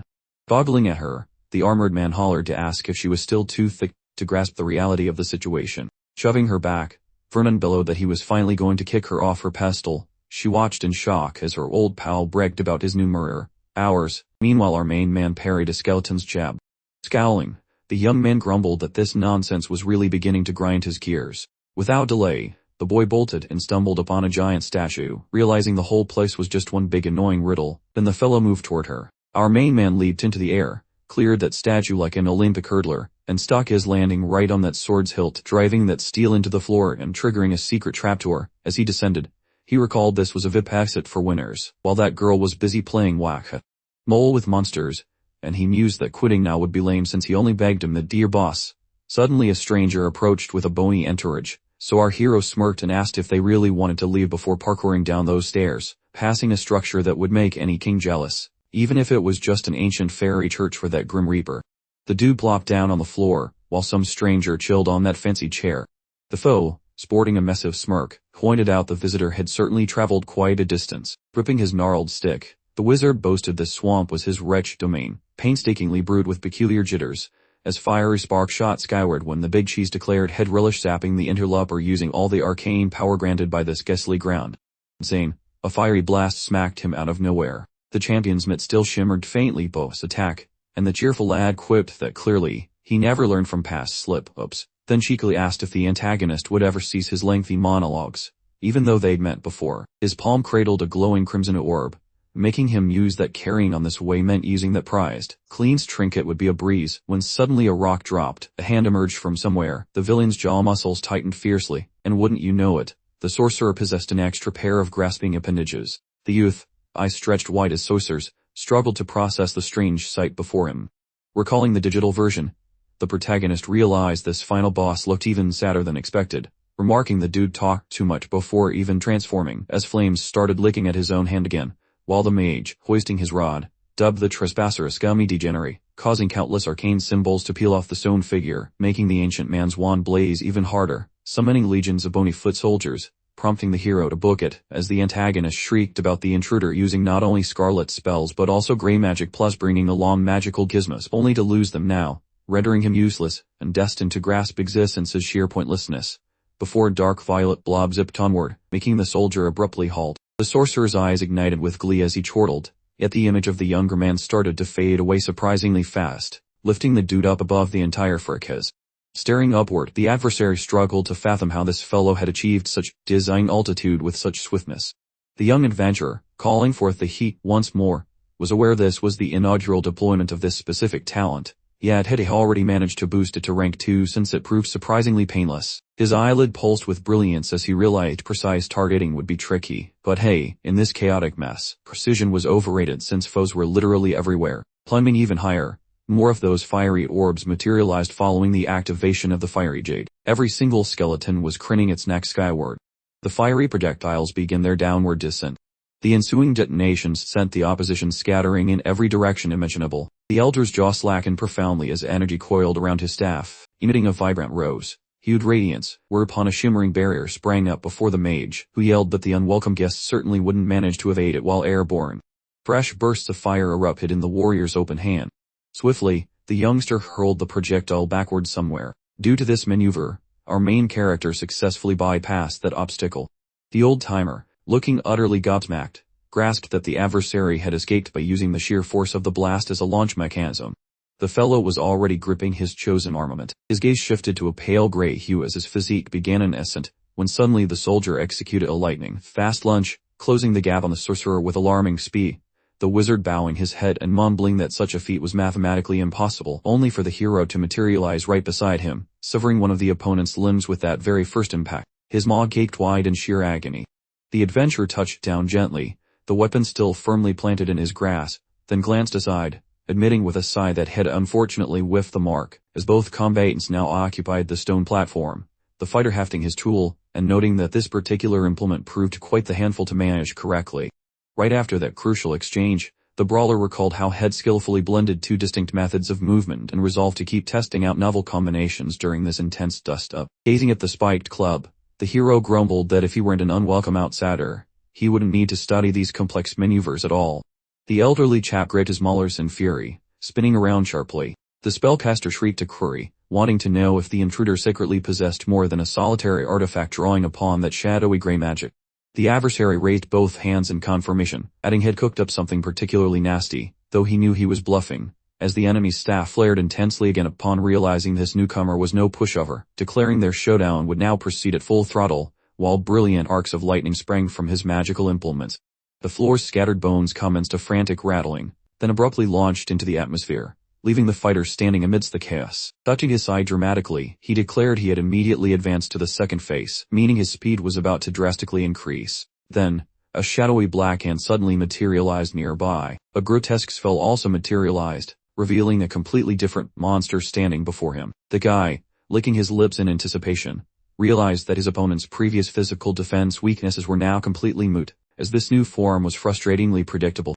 The magician, raising a hand, instructed the intruder to observe his demonstration. Energy began building in his hand after he declared this power originated from the terrifying abyss of emptiness. The enemy, placing his hand behind his back, remarked that he was about to make his opponent understand that death would be a blessing in disguise. Immediately afterward, a blindingly bright beam shot forward. Ducking under the attack, the young man immediately recognized his opponent had become dangerously fast, forcing the hero to flee from the assault.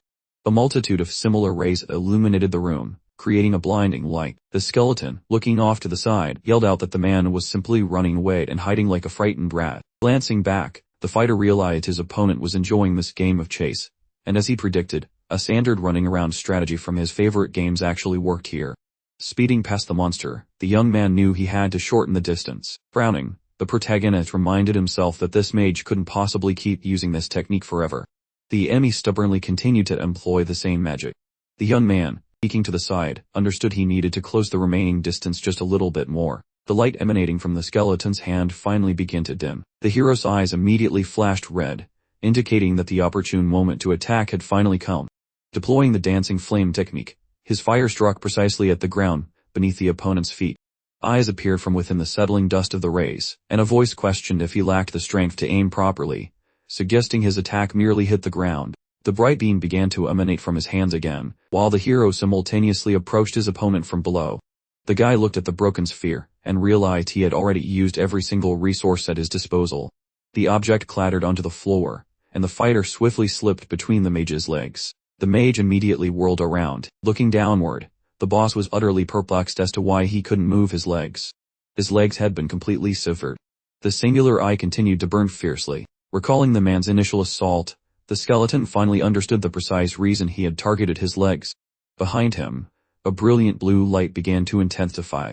The fighter, busy preparing a lightning attack, realized the enemy had quickly caught on. Nevertheless, he still had plenty of time to fully charge a medium-level magic technique. Standing directly behind the skeleton, the guy informed him it was already too late to retreat. The skeleton, looking back, questioned if the man intended to use this specific magic with the artifact. The fighter looked forward and simply stated that it was completely irrelevant now. Lightning began to illuminate the skeleton's face even more intensely. The hero's eye glowed brightly while using the medium gray magic, and the discharge struck the enemy after he activated the lightning chain. The residual lightning still wavered slightly in the air. The monster's eyes ceased glowing, and the skeleton began to crumble, with the same disintegration spreading to his entire body. The protagonist instinctively covered his face with his hand as the mage's body finally collapsed onto the floor. The dust continued to fall onto the ground. The guy brushed himself off, muttering that it was absolutely disgusting.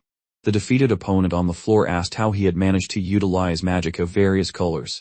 The fighter, picking up his blade, questioned if that was truly the most pressing concern just before his demise. The old man's eyes opened wide as he dramatically claimed that if he had only been given more time, he would have controlled the power of the abyss. The young man stepped on the defeated opponent. Swinging his blade, the guy explained that even with extra time, he still would never have learned the entire truth or gained true immortality. The protagonist narrowed his eyes as he spoke the enemy's name aloud. The magician's eyes remained wide open in disbelief. The boss, turning around, questioned how the man had possibly discovered his name. Immediately afterward, another bright flash illuminated the room. An enemy's noggin performed a perfect floor routine, while a swordsman tucked steel away, wondering why that corpse bothered chatting given its brain was clearly out of its league.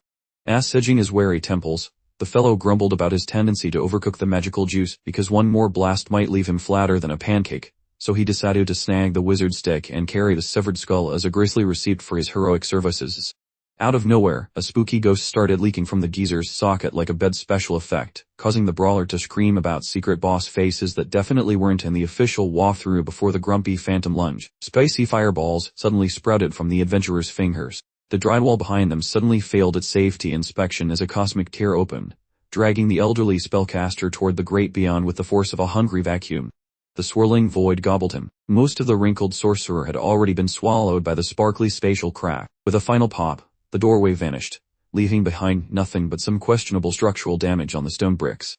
Staring at the mess, the hero figured he found the legendary nothingness, remembering how those weird cultist nerds in the game used to babble about the primordial abyss before deciding he might as well take a vacation there.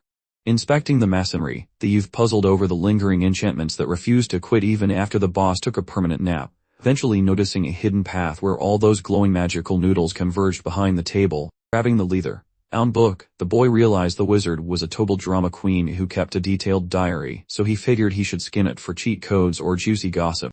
Squinting at the floating marble, the protagonist guessed this shiny orb was probably just a giant battery. Placing his hands on his hips, our hero realized he was looking at a dark entity far beefier than any shadow monster he had ever encountered. Noticing the shimmer, the warrior sensed this power felt way cleaner than those crusty cursed relics, vibrating with the kind of holy vibes usually reserved for actual gods. Raising a palm to his cheek, Ian mentioned feeling somewhat regretful about merely smashing the object, thinking it might be wiser to follow his gut instincts. Eyeing his digits, the fighter decided to snack on some mana and poke the glowing ball, only for his hand to get slurped right into the center. His lids flew open in shock. A blinding flash turned the dingy dungeon room into a high-end photography studio. That radiance completely drenched his face. A shimmer winked far away. The player abruptly discovered himself floating amidst the stars without any clue how he managed to reach orbit. With his jaw hanging low, the lad admired the flowing rocks and stars until a massive, hungry black hole gate crashed the scenery right in front of him. Drifting closer, the champion felt the gravity tugging at his toes before the universe decided it was just a prank, and spat him back into the void. He looked down just as reality started warping around him like a melting ice cream cone. The traveler's lids expanded from shock. The lad hit the tiles. Acting fast, the hero clamped a hand over his mouth before launching his lunch across the floor in a dramatic display of motion sickness. After cleaning his chin, the player summoned his digital dashboard to dump a bunch of points into his sanity stat while the system screen hovered mockingly in the air. Glancing sideways, the guy grumbled that this cosmic joyride was a great way to lose his marbles and end up in a padded cell. Double-checking his menu, the lead character pondered his choices and noted he had burned through 9 points, though at least he had buffed his other essentials earlier. Immediately, a notification appeared directly in front of his face, detailing a bonus mission head completed, which would grant him a shard of chaos. The confused warrior couldn't figure out how an additional task had just shown up, let alone how he finished it without even realizing it existed. He intently focused on the description of the valuable prize. Just afterward, the young man recalled the gaping black hole, deciding this recent sensation must be the same void he previously experienced. He also remembered staring into the eye of a mysterious beast. Picturing that entity, the protagonist concluded it might be an ancient deity, deciding this was the only logical explanation. Putting his hand to his chest, the hero reflected on the chaos shard and recalled feeling something inside himself, realizing the same mystical power was emanating from him just like a massive energy source. His eyes immediately expanded when he heard the suggestion that this new strength might actually be the chaotic force inside him. The young man looked upward as he contemplated the recent events. Right after that, the individual turned around quickly. Observing the collision of opposing energies, the fighter recognized a familiar wave, similar to the conflict between divine authority and contaminated magical energy. The sharp blade successfully pierced an individual. Maeve's gaze expanded significantly in surprise. People standing in the passage discussed how this woman was selected as the apostle, noting that her amazing capabilities meant no one expected otherwise. Boss stood in the practice area, hearing a question about whether this girl could genuinely become the new leader of the family. Someone agreed and started mentioning Vernon. She approached from the side and called his name. Smiling, the girl expressed delight at seeing him dedicate himself so seriously to training. Planting her hands firmly on her hips, his sister inquired if he would be her sparring partner. Sweat ran down his face. Smiling, her brother replied that he wasn't prepared yet, suggesting they arrange their duel for a later time. A barrier covered in magical symbols materialized. The armored knights continued their struggle. The enemy's gaze burned intensely. The girl successfully avoided the sudden attack. The assistant holding a torch called out to her, while the mercenary shouted that she had almost exhausted all her sacred energy and barely survived the recent blow. Vernon dashed forward, demanding to know what happened to his sibling, as she seemed capable only of defense. Simultaneously, the hero struck the sorcerer with a lightning bolt. The knight stopped abruptly, sensing the change. The girl, standing before him, called out his name. His sibling, eyes wide with shock, mentioned that the master's power had suddenly vanished. Philip, looking bewildered, asked if he was talking about the dark spellcaster, while the mercenary declared their comrade must have eliminated him already. Looking ahead, she confirmed that everything was exactly as described. Lowering her weapon, Maeve stated that if their assumption was true, they no longer had any reason to fight. But putting her eyes even wider, the young woman implored him to come home, suggesting that even though his physical form had changed, a way probably existed to return him to his original self. The brother lowered his head solemnly. Her eyes expanded as she demanded to know what absurdity he was talking about, because now that his restrainer was gone, he had completely liberated himself. His gaze began to radiate with even greater intensity. Imagining the manor consumed by flames, the warrior screamed that his very first action upon getting free would be to completely scorch the cursed kingdom. Then, after extinguishing every life, he would finally become the absolute strongest and sole ruler of his personal domain, just like the devils behind the dark boundary. His luminous gaze appeared. Rushing forward to strike, the knight shouted that all of this would commence immediately after he successfully murdered his own sister. A brilliant light started to fill the area, illuminating the walls. The opponent suddenly stopped moving. The two assistants, mouths agape, yelled something about magical constraints. The girl began to glow with a bright blue radiance. She widened her eyes further, and announced that the divine energy was beginning to completely saturate her body. The opponent, cackling wildly, loudly announced that the goddess was clearly furious, probably because her favorite apostle had first given her the silent treatment, then tried to reconcile, which is just divine drama. Right after that, the opponent lifted his sword, while the brother, deciding this was the perfect moment to escalate things, charged and yelled that now they would finally use all their power against each other. The girl, positioning her blade defensively, pleaded with him to halt, explaining that further action was entirely futile, as the enemy was already way too close for a last-minute strategy session. She clamped her jaw shut, tears streaming, while his eyes bulged in surprise. The very instant they committed to striking, blood erupted in a chaotic spray right near Maeve's face as the sharp weapon went straight through the protective gear. Philip, raising a hand to cover his face in horror, declared this turn of events was simply impossible, yet the hired soldier attempted to yell for her attention. The sword caused only a superficial wound on her shoulder, but simultaneously, her brother's body was impaled completely, and bright crimson fluid burst forth from beneath his head covering. Her eyes expanded to an almost comical size. Suddenly, a flashback hit her. The specific way the opponent had charged, and the unusual grip he used on the sword. It finally clicked that the family dimwit lacked the guts to turn his toothpick against his darling sister. Staring into the void, she listened to the loser ramble about how his mushy heart blocked his killer move, cementing his status as a professional wimp for eternity. Slumping his shoulders, Vernon confessed his deep-seated loathing for her, specifically recalling her annoying childhood grins while she hoarded all the luck and he ate dirt.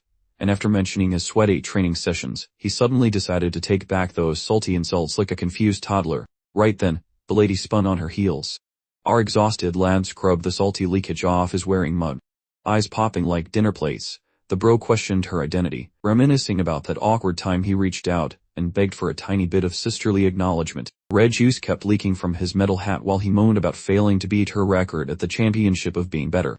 Looking at the floor, the girl hollered his silly name. Narrowing his peepers, the brawler admitted that getting his butt kicked by her was actually quite fun. A flashback of them loitering on the practice field popped up, showing her brother flopping onto her shoulder like a sack of potatoes. Her blinkers remained stretched to their maximum capacity. Extending a palm, the bait thug attempted to keep her from having a complete meltdown. Salty eye leaks cascaded down her face. She gave Vernon a squeeze and let out a banshee wail. A fleshy laser from above smacked right into the duo. A crusty dungeon wall materialized as our hero bolted forward. Realizing he was too hypnotized by chaos juice to notice the magic barrier vanished into thin air, and thinking of the armored lady, the fighter deduced that the grumpy middle manager known as the Death Knight was behind this mess. So skidding to a halt, the protagonist recalled some random room just as the sparkly light show erupted in front of his face. Peering at the ceiling, the dude attempted to figure out why everything had gone completely sideways. Glancing at his buddy, the soldier figured that judging by the sheer amount of sparkly magic fumes, Maeve had definitely secured the victory trophy. Philip flopped onto his kneecaps and started shouting for his boss lady like a lost puppy. Approaching the group, the hero questioned the chaotic scene while the lady knight slumped toward the dirt like a wilting flower, and her battle buddy ditched his metal bucket. So without even glancing back, she noted that Ian had finally shown his face, thanking him for the carry but explaining their company obsession was officially over, which led the confused hero to demand an explanation for this sudden breakup. Cradling her sibling, the warrior clarified that Vernon was technically a corpse that someone had cruelly recycled and turned into a puppet for their own twisted amusement. His eyeballs practically leaped out of his head as the gravity of the situation hit him, while the psychic gawked at the girl as she explained that the local deity was ignoring her voicemails about saving the corrupted boy, mainly because the goddess prefers judging sins over offering free passes. A dark reddish aura started to coat her frame right after she claimed that if she pivoted to a revenge plot, the goddess would finally pick up the phone. The grunt lowered his noggin while the main guy, standing in her shadow, asked if she was planning a massive murder spree for everyone on the guest list. Pivoting on her heels, Maeve confirmed that she was absolutely ready to carry the heavy burden of cold, hard vengeance. His battle buddy was still intensely studying the dirt at his feet. With his hand already gripping the pointy stick, the lad unsheathed his blade and declared he was blocking her path to destruction. The girl scowled and asked what he was smoking, while the magic nerd nearby started questioning if their legally binding agreement had just gone up in smoke. Clinging to his steel, the fighter reminded everyone about the deal regarding the giant broccoli tree even though his client was now begging to rip up the paperwork and shutting his lids. Our hero pointed out that his customer service policy involved 0 refunds and a strict death penalty for anyone trying to cancel their subscription without paying the late fees. His peepers glowed a neon blue shade right after he informed her that she would have to throw hands with him. She spun around for a double take, prompting the guy to mention that since she was about to go on a record-breaking killing spree anyway, he might as well be the first name on her hit list. Staring at her boots, the lead mentioned that failing to act meant her own funeral was next. Those dainty fingers shook violently, muffling Philip's noisy face. The hired sword yelled for everyone to just chill out. That maiden finally spoke up. Pivoting, the lady inquired about impending homicide as a scarlet glow wrapped the woman like spicy seasoning. Those peepers likewise flashed intensely. Our lead guy kept gazing at her. A chin drop, touching the late brother. Maeve noted her tragedy quota was filled today. Staring down, the knight explained she refused to lose more kin. Standing behind, the youth asked if their deal was dead. Yet she confirmed the contract remained while her thirst for blood persisted. Closing his eyes, the hero stated he would not block her path, but doubted her survival odds. The girl turned, wondering if her wicked ways or lack of friends were the problem, and the mercenary replied that both issues were actually the culprit, essentially confirming she was in for a very rough time. That brawler sheathed his blade when she asked what if the protagonist helped her out. Looking down, the soldier remarked that a little teamwork would certainly change the flavor of this tragic tale. Dungeon walls loomed as he suggested leaving this dump before chatting. Meanwhile, Maeve and the helper were busy stuffing the dead body into a wooden cart like a sack of heavy potatoes. Clutching some grazy meat, the mercenary called his partner brilliant, though the guy wondered what on earth he meant. Meal. Closing his eyes, he begged him not to pretend, since the mistress would never kill him even if she lost her mind. The lead scowled while pondering the alternative. The sellsword screamed a question about his sanity, while the fighter noted that once you start making exceptions for people, the whole world goes to hell. Staring at a nearby tree, the warrior realized that murdering her was definitely not on his to-do list today. Picturing her corpse, the youth recalled his plan to snap her arm for obedience, yet realized she would simply go insane and perish, which was a result he really wanted to avoid at all costs. Recalling those glowing eyes, he marveled that she could even grip a sword while her brain was clearly hosting a riot of madness that was likely impossible to calm down. Warming near the flames, the brawler realized he was unable to stop her from becoming a vengeance mascot. Philip approached, asking if they had any shred of human decency left. Stuffing food into his face, the sellsword admitted he was totally lost and suggested everyone just shut up and eat meat. Glancing at the girl, our protagonist inquired if that brotherly mourning session was finally over. The weapon appeared as she whispered yes. They were all huddled around the fire like a happy family. The girl glanced up when a voice wondered if her brain was functioning correctly. Maeve stared at her pal, seeking clarification, so the lad explained that she had become a revenge-obsessed mascot and seemed to have traded her personality for a sword. Imagining her ruby eyes, the fighter saw that her power was now a vengeful holy upgrade, matching the game logic perfectly. The armored knight, gazing at the dirt, she noted the goddess only gave her strength to pay back debts. The hero, imagining her in the deity's hands, saw the harsh rules but realized she would be powerful during her vendetta, remembering that the old ban on injustice was gone, giving her a free pass to do whatever she wanted to get her sweet revenge. He sighed at the thought of her unlimited power trip and her terrifying new potential. Squeezing that palm into a ball, the woman explained, having zero regrets about her questionable life choices. Still by the fire, Maeve lamented that she would always hate missing the chance to manually delete the dark wizard because her messy feelings ruined the goal. Flashes of dungeon trauma played in her head. A lumpy bag landed at her feet. The hero ate, saying it was the jerk's head for her to keep. She peeked inside while the fighter joked the battle was boring. She kept her eyes fixed on the dirt below. The helper placed a palm across his gob. Peering at his companion, Philip ventured to ask if magic had actually been used to dispatch that monstrous boss. The protagonist, momentarily closing his eyes, realized he'd been waiting for this exact question, and immediately confirmed the suspicion. Mule, rubbing the bridge of his nose in frustration, questioned whether his Ellie ever stopped to think before speaking. As food appeared near the fire, he quickly jumped to the hero's defense, arguing that their companion likely hadn't wanted to reveal his power, but had been forced to use it for everyone's protection.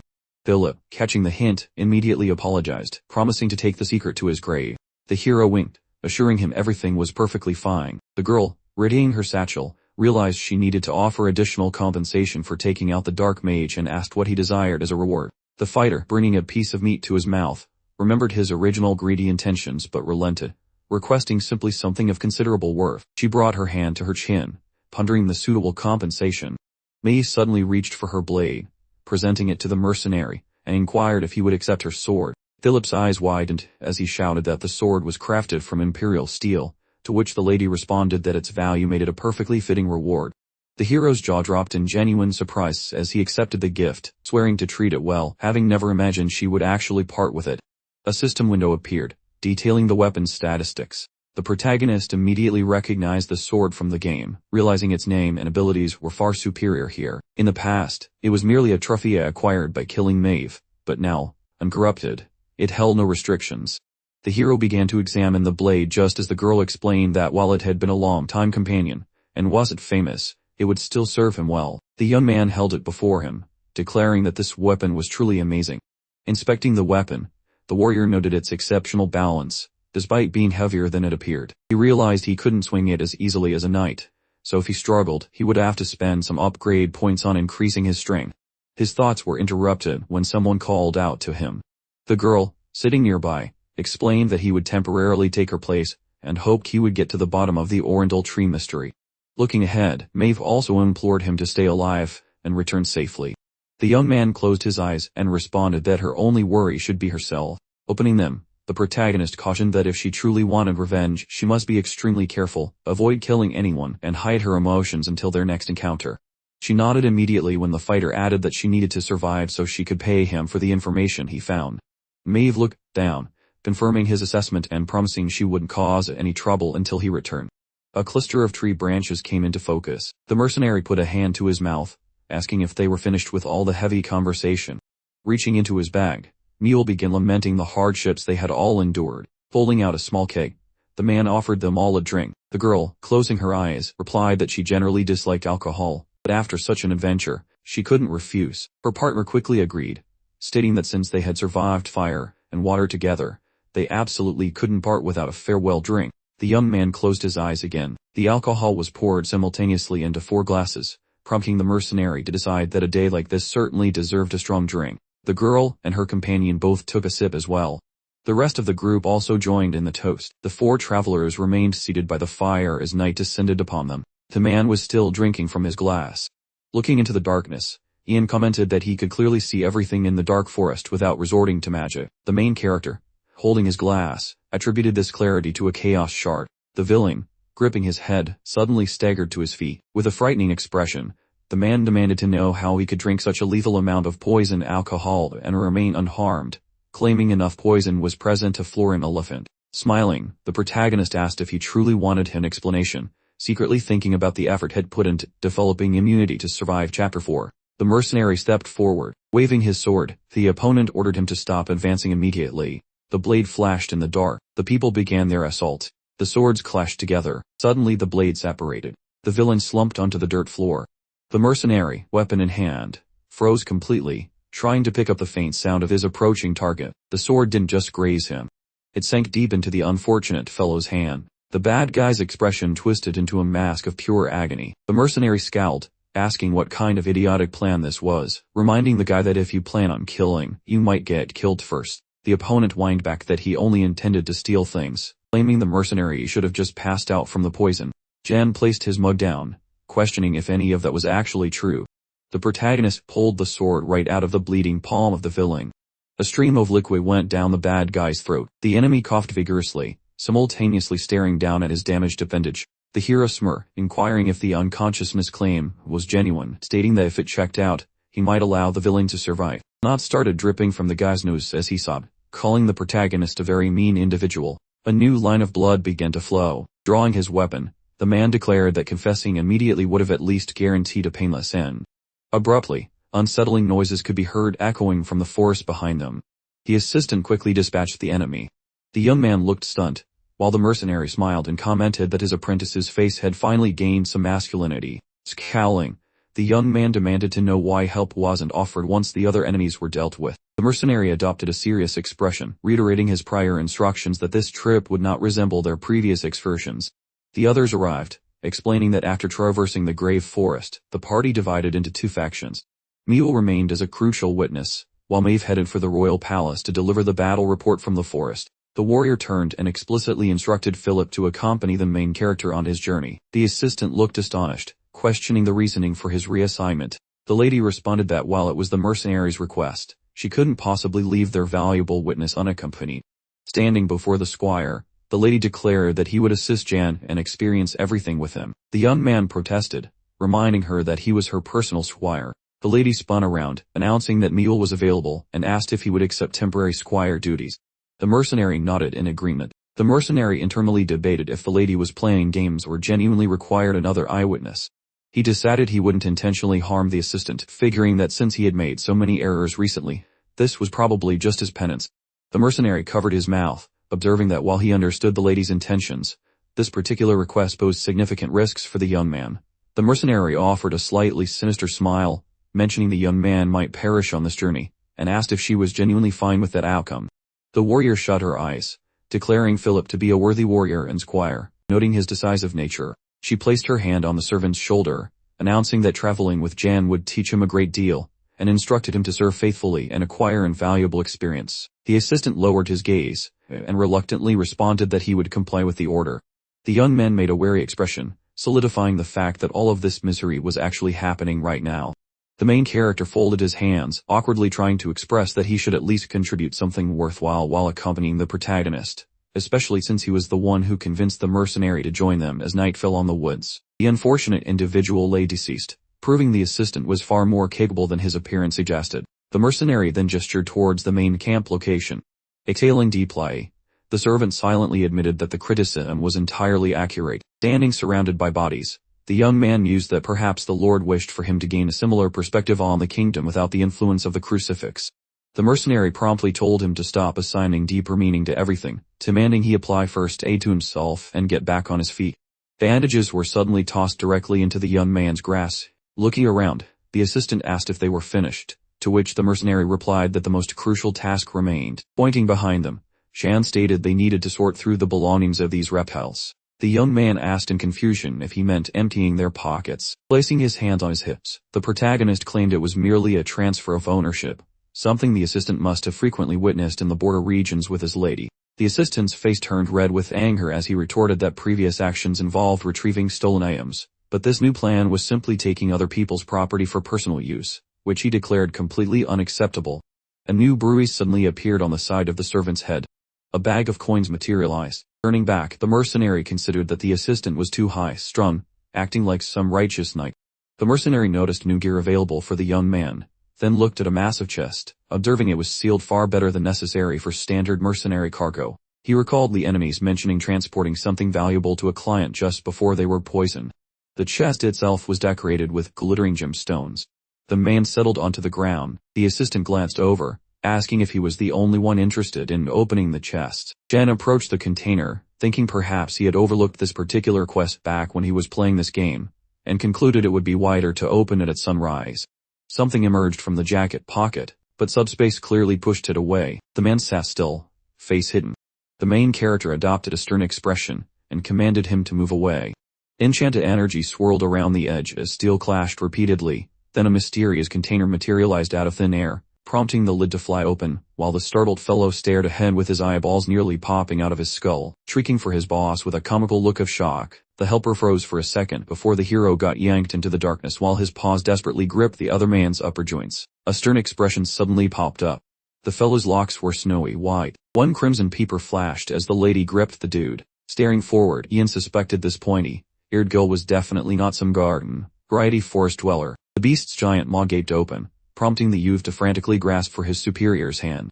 Our hero unsheathed a sharp toothpick, only for the creature's teeth to munch down on the steel. Jagged shards tumbled onto the dirt, yet the mysterious dame kept her mug hidden from view. Grinning wide, the bloodsucker mentioned he smelled like a tasty gourmet snack. Clenching his jaw, the hero figured out she was stuck in a box since her living pulse prevented her from entering magical pockets. Noting he realized she was the only pointy-eared mosquito around who actually preferred a fresh pint of the red stuff. Crimson peepers finally showed. Tessia was busy fixing her messy mane. The girl stared ahead, clarifying that she would eventually evolve into the mighty Empress Jinheel by snacking on the vampire boss, mocking how the fanged crowd hired such a ponycell sword for her delivery, considering her massive plot armor. Folks were getting slaughtered while the dude was daydreaming, and despite lacking the full story, the whole situation felt more bizarre than a penguin in a desert. Reaching out, the elf claimed she could flee solo, promising to murder him swiftly for his trouble, so Ian stood up and asked if her version of a thank you note was always a hickey on the throat, to which she told him to pipe down, since her tummy was rumbling and she was literally dripping spit. Beaming, the dame mentioned that the hero wasn't exactly a snack she could just gobble up without a second thought. Whipping out his blade, the man confirmed her suspicions, though the lady chuckled at his spicy attitude, glancing aside while vowing to remember his scent because he smelled like a sugar-coated donut. Making her exit, the bath lady promised a future reunion, advising the fellow not to kick the bucket until they crossed paths again. Fast pattering feet echoed, and the hero grinned, admitting he never actually thought she would wiggle her way out of that wooden crate. Gesturing forward, the sidekick wondered why they weren't chasing her, but the leader asked how they could even catch that speedster, noting she would eventually crawl back to him just like she swore she would. Dropping his arms, the lackey suggested she wasn't just some common forest sprite, fearing they had unchained a beast, guessing she would have broken out anyway even if they stayed away from the box, assuming those hired goons actually nabbed her under the sun. Eyeing his buddy, the boss told him to inspect the ponies, so the kid asked if they were leaving now, and the man replied by asking if he preferred waiting for blood-sniffing monsters to arrive, causing Philip to hang his head while clutching the reins, grumbling that in under a day he had nearly died to bandit like thugs and met a weird beast, praying to the heavens that the craziness would end. Just as they reached the town of Oriental in Eglon, where a wooden shack stood with a door swinging open to reveal a pair of legs belonging to a stone-faced fellow who kept his gaze hidden. The local village folks were lounging around a table.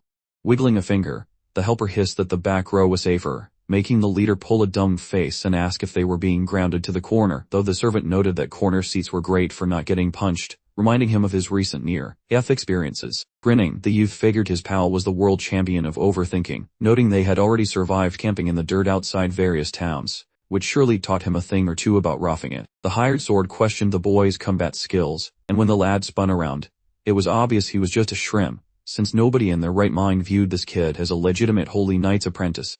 Tilting over, the man whispered about their next move, prompting the hero to ask why he was acting like a secret agent, to which the helper replied that the walls definitely had ears. Glancing at the locals, the hero said he didn't care about eavesdroppers, claiming that acting natural was the best disguise while the pair planned to lay low for a bit, because barging in and asking about vanished troops would look suspicious as heck, right before a waitress walked up to ask for their order. Glancing up, the man inquired about the menu, and the woman admitted the kitchen wasn't winning any awards today, suggesting some mystery sausages or perhaps a bowl of stew to help the dry bread go down without choking them. Grinning widely, the boss told her to bring the whole stash, noting that the crowd of sellswords meant plenty of chores, and asked how one snags the top-tier contracts in this joint. That shiny silver piece left the dame looking completely gobsmacked. Stashing the gold, the lady warned that snatching a massive job immediately would only start a royal rumble with the locals. Raising a finger, the lass claimed the place looked dull but had strict rules, suggesting they start with a tiny errand or a death wish mission that other cowards avoid. Smirking, the fellow concurred. Staring ahead, Ian mentioned they just needed a taste of peril, and soon the big day finally arrived. Stumbling inside, the man complained his brain was throbbing from too much all last night, then peered around to ask why everyone was gathered like a bunch of lost sheep. Nudging his partner, the lad questioned their purpose, so the friend invited him to join a wager, leading the merc to ask about the prize until the chief mentioned the night crew entered the ancient ferry tunnels. Bystanders clutched blades. A giant reptile loomed in his mind as he joked about the tunnel filth, asking if they went there for a 4-aid-man eater, which his companion confirmed with a grin before the man questioned the payout. Gesturing at the mob, his pal explained the bet relied on the midnight clock, where their return meant a jackpot for one person, while a failure meant buying a round for the whole house. The fellow pondered the situation, noticing a weird, glowing vibe radiating from the hero.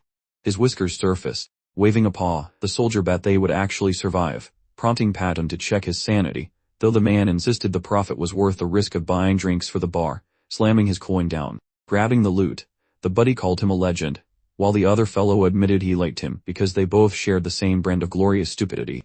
Chuckling, the man suggested they wander off to find some other poor soul to harass for their midday entertainment. Posing with his hands on his hips, the dude demanded to know what that funky thing was. Pressing his ear against the dirt, the man felt a rhythm like the earth was shivering, which made the merc look grave and wonder what the hell those boys had actually done down there.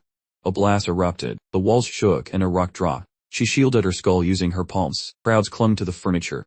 L-cups went flying across the floor, while a mysterious voice from the shadows asked what all that racket was about. Sellswords arrived. Beast chunks were scattered across the tiles.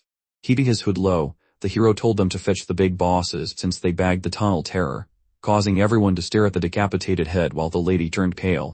Looking remarkably stern, the helper asked if her ears were working, then barked an order for her to summon the guards or the supervisor before the thing woke up. The helper bent over while some tin-hand knights lugged that massive trophy across the room. Clutching his belt, the fellow marveled at the giant reptile skull and asked if they truly slew it, while a local joked about them using grease to light the sewer on fire, though another claimed a hammer did the trick before the roof caved in. Leaving the guy stunned, they caught the beast. Plates of grub sat neglected as Jen nodded with shut eyes, mentioning the water pipes took a beating and needed some bricklayers, which made the guard frown and promise their gold would arrive within 3 days.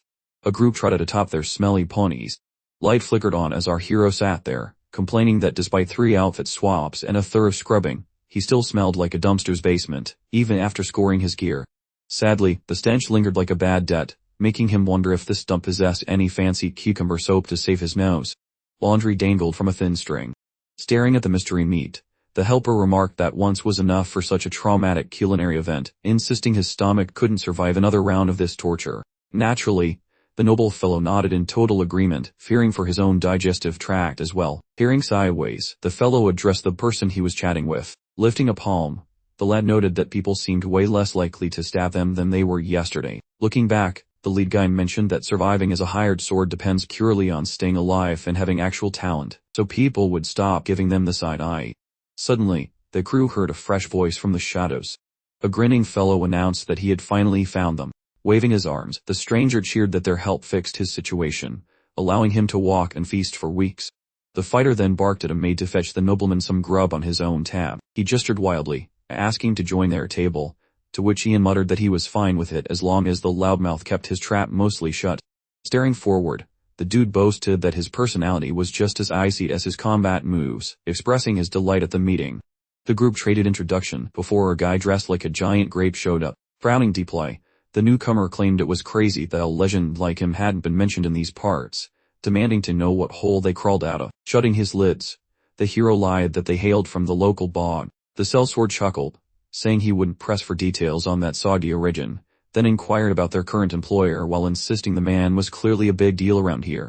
Philip snarled, wondering if he was being grilled by the secret police. The noble shot him a look, so the man relented, claiming his clean record was obvious and telling the mercenary to skip the chatter, because he only wanted to hear from someone with actual brain cells.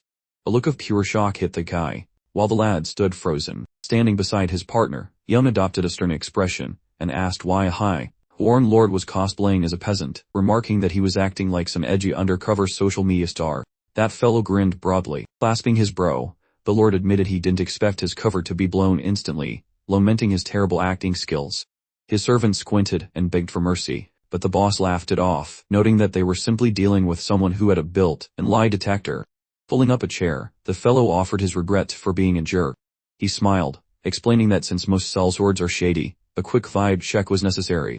The hero nodded in forgiveness, receiving a polite thanks, before the noble straightened up and announced that his name was Declan. Looking absolutely baffled, the helper questioned his royal status, so the hero confirmed he was Lord Orindle's kid, wondering why such a big shot would waste time investigating the background of a random hired blade. Leaning forward, the dude explained he ran the local mercenary scene, and was dying to meet such skilled fighters. He privately mused that this city was weirdly quiet for a place crawling with killers, like some unexplained game mechanic.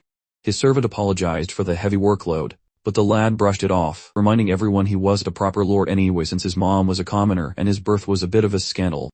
Glancing aside, the youth grasped the situation.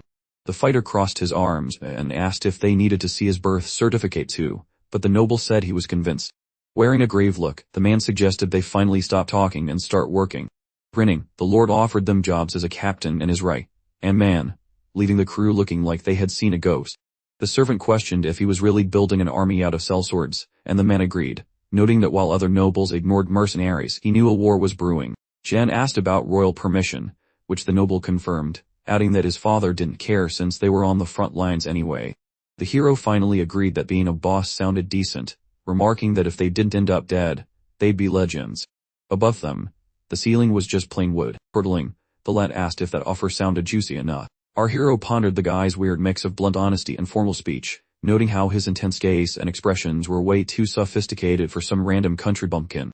A smirk played across the youth's lips. Keeping his face hidden, the lead guy mentioned he wasn't ready to give a final answer yet. Staring forward, the noble asked what was causing the hesitation, so the hero explained he had an outstanding errand that needed finishing before he could commit to such a massive job. The lord looked shocked that the man was busy with some crooked business, realizing he had actually traveled to Orindle for a completely different mission. Shutting his peepers, the man agreed, thinking it was a relief the guy finally caught on. The fellow stroked his jaw thoughtfully. Lifting a hand, the noble promised to assist with their little quest if they would think about his job offer. He stared off into the distance. Looking quite pleased with the deal, the main guy said that sounded like a fair trade. Bowing a bit, the helper begged for some leniency. Spinning around, the lad noted that they would have to spill the beans on their mission now. The boss waved a hand, mentioning the secret code of mercenaries and asking his lackey to scram, so the man headed elsewhere. Everyone else seemed happy, clutching their drinks tightly. Examining the tag, the noble recognized it belonged to Dave from the military. Deducing the poor sap was definitely pushing up daisies, since he was last seen moving prisoners. The fighter looked grim, declaring that finding the person who signed those transport papers was their top priority.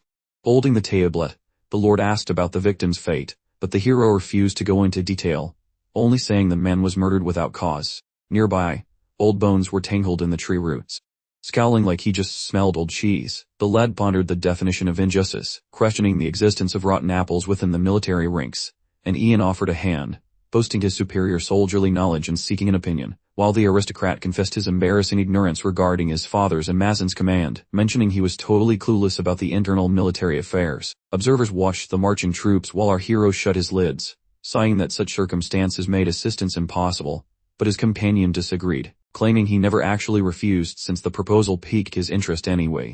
The fellow's gaze tightened in an instant. His digits danced across the slate surface while he pressed down firmly, and the postman advised patience, swearing they would eventually acquire their desired items. A timber structure came into view. Folks were whispering in corners while a hidden figure blurted out some juicy intel, noting that things were getting weird with a soldier named Dave and his peculiar line of prisoners who all shared a very sad connection. And looking quite grim, the fancy man explained every single one of them was a parentless orphan. Toasting his drink, our hero deduced they specifically targeted kids nobody would bother looking for, which the companion confirmed, adding that relatives were told they moved to another town on the orders of a snake named Bradley, the commander's brother, and the man tucked his palms behind his spine while keeping a straight face. Grinning, the dandy asked for their next move now that they possessed facts, so our lead replied he required a private chat away from prying ears, causing the other's pupils to balloon in shock at such a bold request. Staring forward in disbelief, the elite warned that Bradley was a slippery fox who wouldn't spill secrets easily, but a knife thudded into the wood as the lad gripped the hilt, promising a magical interrogation technique that breaks any silence, and the listener clutched his gut in louder, leaning over the table to say he'd love to see such sorcery and perhaps join in the stabbing, so the hired sword boasted his limitless capabilities, demanding a secure location for their little chat. Rising from his seat, the fellow told them to hang tight until he organized a venue and sent a messenger, while a reflected visage promised a quick resolution, eager to see the final outcome of the plea, and the aristocrat shrugged, declaring it was booze time and buying around for the house, which the crowd cheered as typical generosity. So Ian crossed his arms, complaining he did the heavy lifting, while his subordinate joked about his pulling strings. Frowning, the lead insisted they maintain their previous tone, inquiring if the tasks were actually finished. Looking stern, the lackey gave a thumbs up, confirming every instruction was followed to the letter, and eyes shut. The youth wondered aloud if the helper possessed some hidden genius too. The squire lurked in the shadows, reporting that the target's daily walk hadn't changed a bit, staying remarkably consistent while he also gathered some scandalous rumors about the man standing and grinning. The hero noted his subordinate was leveling up his initiative, doing tasks he wasn't even assigned. The servant insisted he couldn't help but listen, mentioning the locals adored the young master despite his mother's tragic demise years ago, while a bloody lady appeared in a flash of memory. And as the crowd moved, it was clear that while the Marquess loved him, Masson saw him as an annoying pest, leading everyone to fear he'd be sent to the front lines to die just so he'd return in a box. Locals gossiped away while the lad observed that the master seemed surprisingly clean, or perhaps he was just a world-class actor at being honest, and the superior agreed he was a master of disguise, even if he didn't exactly bow down to the void or Entrarby. The royal was beaming while Ian toasted, noting he could already catch a whiff of impending violence on his palms, and a chamber materialized. So while resting on the mattress, the hero reflected on his lucky streak in Orendal, enjoying a top-tier suite and overly courteous ladies who preferred he focus on the official ledger, causing the maidens to turn a deep shade of crimson. Our guy skimmed the pages, realizing the author started in denial and rage before finally heeding the cleric's advice, discovering that his entire reality eventually turned out to be one giant fabrication. Gripping the volume, the fellow remarked that it read like a standard lunatic's diary, where no spell actually followed any logical sense. Sighing loudly, the man observed that while the locals might find it deep, to a guy who levels up magic with raw stats, it looked like total gibberish. Perusing the text, the sellsword discovered that the jerk who trapped Conrad in the basement was currently hiding in the city, and a spell revealed that the bad guys planned to emerge and wreck the realm so void monsters could crash the party, allowing elderly deities to evict the current gods and devils from the throne. While scraps of paper were scattered across the tiles, a massive eyeball blinked into existence. Grabbing his noggin, Ian complained about a phantom scent of barf, and when the hero's palm appeared, it began to channel raw chaotic essence straight from the abyss. Our lead stared intently at his own limb. Violet sparks flickered in the boy's vision as he mocked the return of this entropic vibe, noting that usually only top-tier cultists and monsters mess with such dangerous mojo. A digital notification popped up announcing that the premier expansion pack had finally been unzipped, while shadows of everyone began to sprout doubles, and the caster gripped a bizarre artifact, realizing anyone could join the Rot faction whenever they liked. Though the penalty of losing levels and the risk of turning allies into enemies made it a gamble, even if chaotic power could be harvested without rotting away. Observing his mitt, the fellow reminisced about that limit, breaking quests when all rules were tossed aside, and squeezing his fingers tight. He decided this boost was a plus, needing a deep dive since his mana reserves were basically running on fumes. The soldier spun around quickly, and cracking the door, the helper checked if the boss was napping, while a faceless voice announced the meeting spot was prepped and ready for action, causing the man to beam and praise the excellent work. The chief averted his gaze, realizing it was finally time to beat some sense into the guy who traded his own kin for shadow points using brute force and a sharp blade.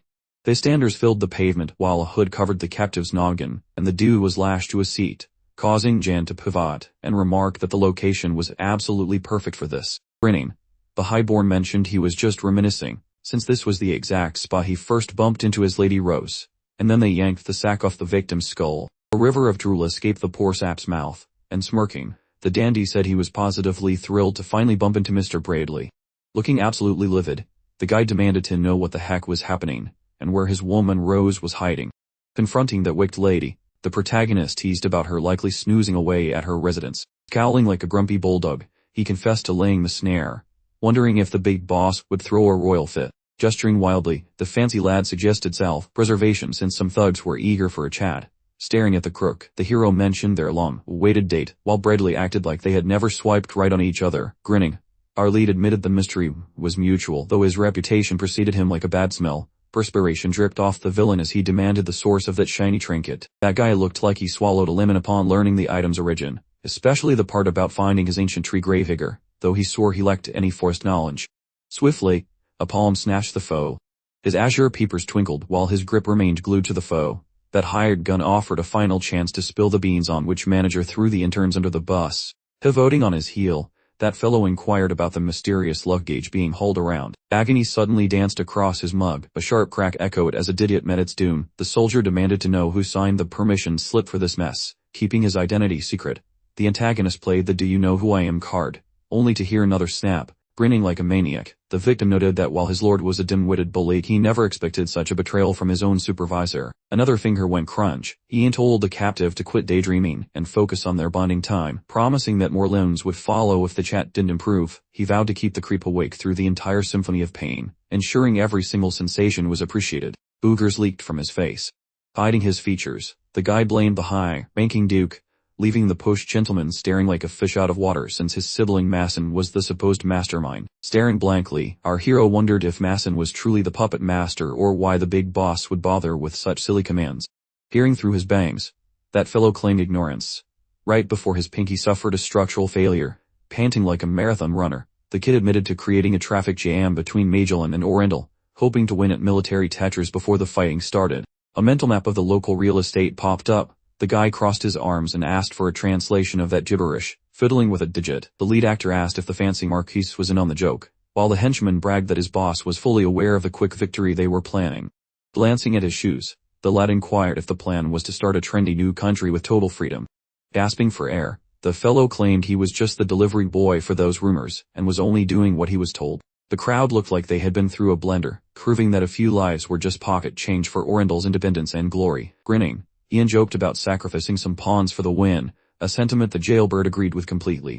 Staring into the distance, that baddie sighed that he wasn't a fan of the dirty work, but the trash wouldn't take itself out. He kept his identity hidden. Letting his limbs dangle, the fellow confessed to being a greedy jerk who invented a massive tall tale for profit. That lord looked completely shocked. That captive scowled deeply. Looking the other way, the guy questioned the sudden focus on bribery, while accusing the hero of rambling like a drunk uncle. Steel flashed, instantly removing the villain's hand. Pure terror flooded his gaze. Wearing a stern mask, Ian declared playtime was cancelled, suggesting that if the monarch was a thief in his lack he was no better, wondering if he was promised eternal life or just a bigger paycheck. His pupils dilated significantly while he requested clarification regarding the present topic. That noble was utterly baffled. Salty moisture flooded the crook's brow, as he nervously asked how the secret leaked and if the whole world was in on it. That hired sword smirked, gesticulating at his companion. Our hero confessed his own ignorance, noting that his employer, the Archduke, was essentially a professional bribe taker, and gripping his weapon, he explained that the Marquis shared that same crazy hobby, a fact he had just verified through some very aggressive research. The fellow looked absolutely livid, his fist slamming down to silence the opponent's scroll, and brandishing his steel. The hired muscle joked that as a special bonus for being so helpful, he would kindly bury the entire blade deep inside the man's ribcage. Standing before the crowd, the fancy lord barked for a pause, and wearing a grim expression, he mentioned he wasn't morally opposed to a little homicide, but perhaps Ian should explain the messy details before the stabbing officially commenced. Frowning deeply, the aristocrat questioned if his old man was truly plotting a rebellion and a few murders on the side, and waving his arms, he wondered how such chaos was feasible, especially since they hadn't even finished reviewing the previous complaints against the guy. The man scowled, while our mysterious lead mentioned he was fine with the situation, as the posh guy still owed him a solid vow, and meanwhile, the other fellow stood there looking as confused as a cat trying to understand algebra. Spinning on his heel, the lad inquired about that weird noise. A dark silhouette loomed over him. A beast materialized and reached for the noble, prompting the mercenary to shove his comrade out of the way, and unsheathing his steel, the hero barked at Philip to guard the boss. While gripping his hilt tightly, the helper promised to hold the line as reality seemed to rip apart, revealing a bizarre, multicolored limb from some nightmare dimension. Violet sparks flew as the man leaped over the brute, and a tentacle lashed out, but Jan's sharp edge met the slimy target with precision.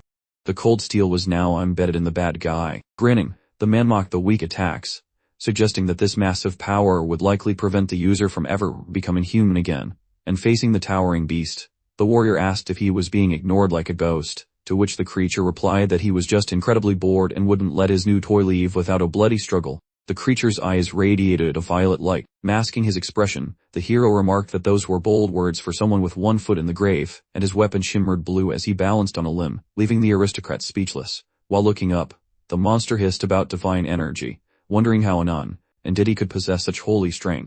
Swinging his blade, the fighter joked about the villain using glitched dialogue just as a brilliant light erupted. The foe charged while Jan's gaze turned a blinding white, and a massive impact shook the air as the beast watched his doom approaching, and with a single arc of steel, the monster was sliced like a Thanksgiving turkey, its glowing purple remains littering the ground as the exhausted warrior collapsed. One eye reflected the protagonist's face as the blood-slicked head went flying through the air, and standing amidst the monster's remains, The nobleman looked perplexed and asked if they were actually just low-rent sellswords who showed up to finish a simple job. The postman glared at his underling. Shrugging, the helper explained he was just acting, leading the boss to tell him to play whatever games he liked, and chuckling, the lad requested another chance to properly introduce himself. Without showing his face, the fellow claimed he was a veteran dragon slayer and a hunter of dark spirits, mentioning he had also chopped up wolves, angry trees, and even gave some headless horsemen an extra haircut. Closing his eyes, the aide added that he had also evicted demons from the graveyard, while Ian was actually the big shot apostle of Toran and a holy sword swinger for the kingdom, and the other guy stood there as still as a statue in a park. Extending his palm, the squire announced he was the official spokesperson for Mr. Maeve, introducing himself as Ian, and then he touched his chest and stated that his own name was Philip, adding that he was just a humble butler for the master. Outside a sturdy stone cottage, a man checked if the human cargo was ready for transport to the border, and Massa nodded, confirming that the delivery was set for daybreak, and while sitting at the table, the father asked why everyone looked so sour. The brother pondered the strange silence from the clan, though he kept his mouth shut about it. With a smirk, the fancy Marquis told him to quit his whining. A shadowy beast wrapped in fire appeared, making it clear the old geezer wasn't leaving the city anytime soon, and opening the door, the henchman asked if the boss was finally done with his business. Everyone stood frozen as they stared at the monster guts scattered across the carpet. Drenched in red, the hero noted the cleaning crew arrived just in time to mop up the mess, and the man frowned and asked where Bradley had vanished to, only for the boss to explain that the nearby corpse used to be their prisoner, and shocked, the colleague wondered if Bradley had been taking dirty money this whole time.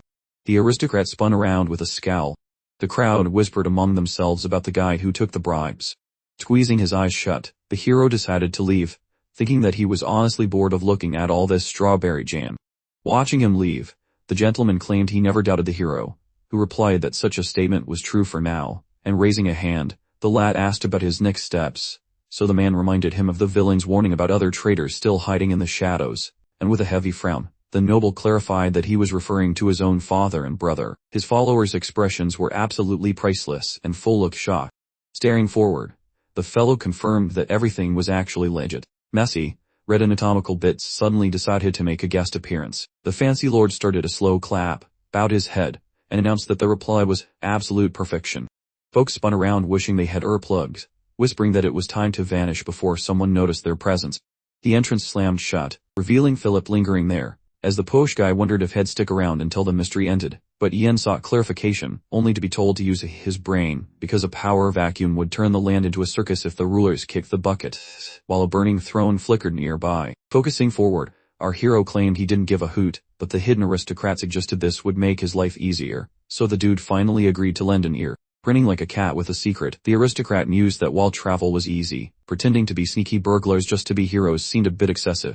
Reaching out, the fellow suggested they simply walk through the main entrance, noting that such a bold move would be quite the spectacle. Frowning hard enough to bridge his brows, the man questioned if a rebellion was brewing, but the lad clarified he only intended to deliver some overdue justice to the greedy crooks.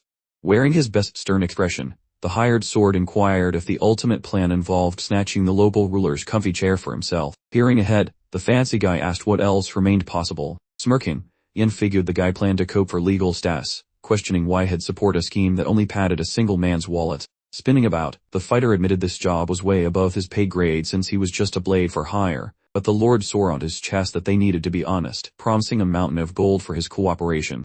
Out of nowhere, our main man's eyes bugged out as a digital alert popped up regarding a quest titled The Bastard's Payback.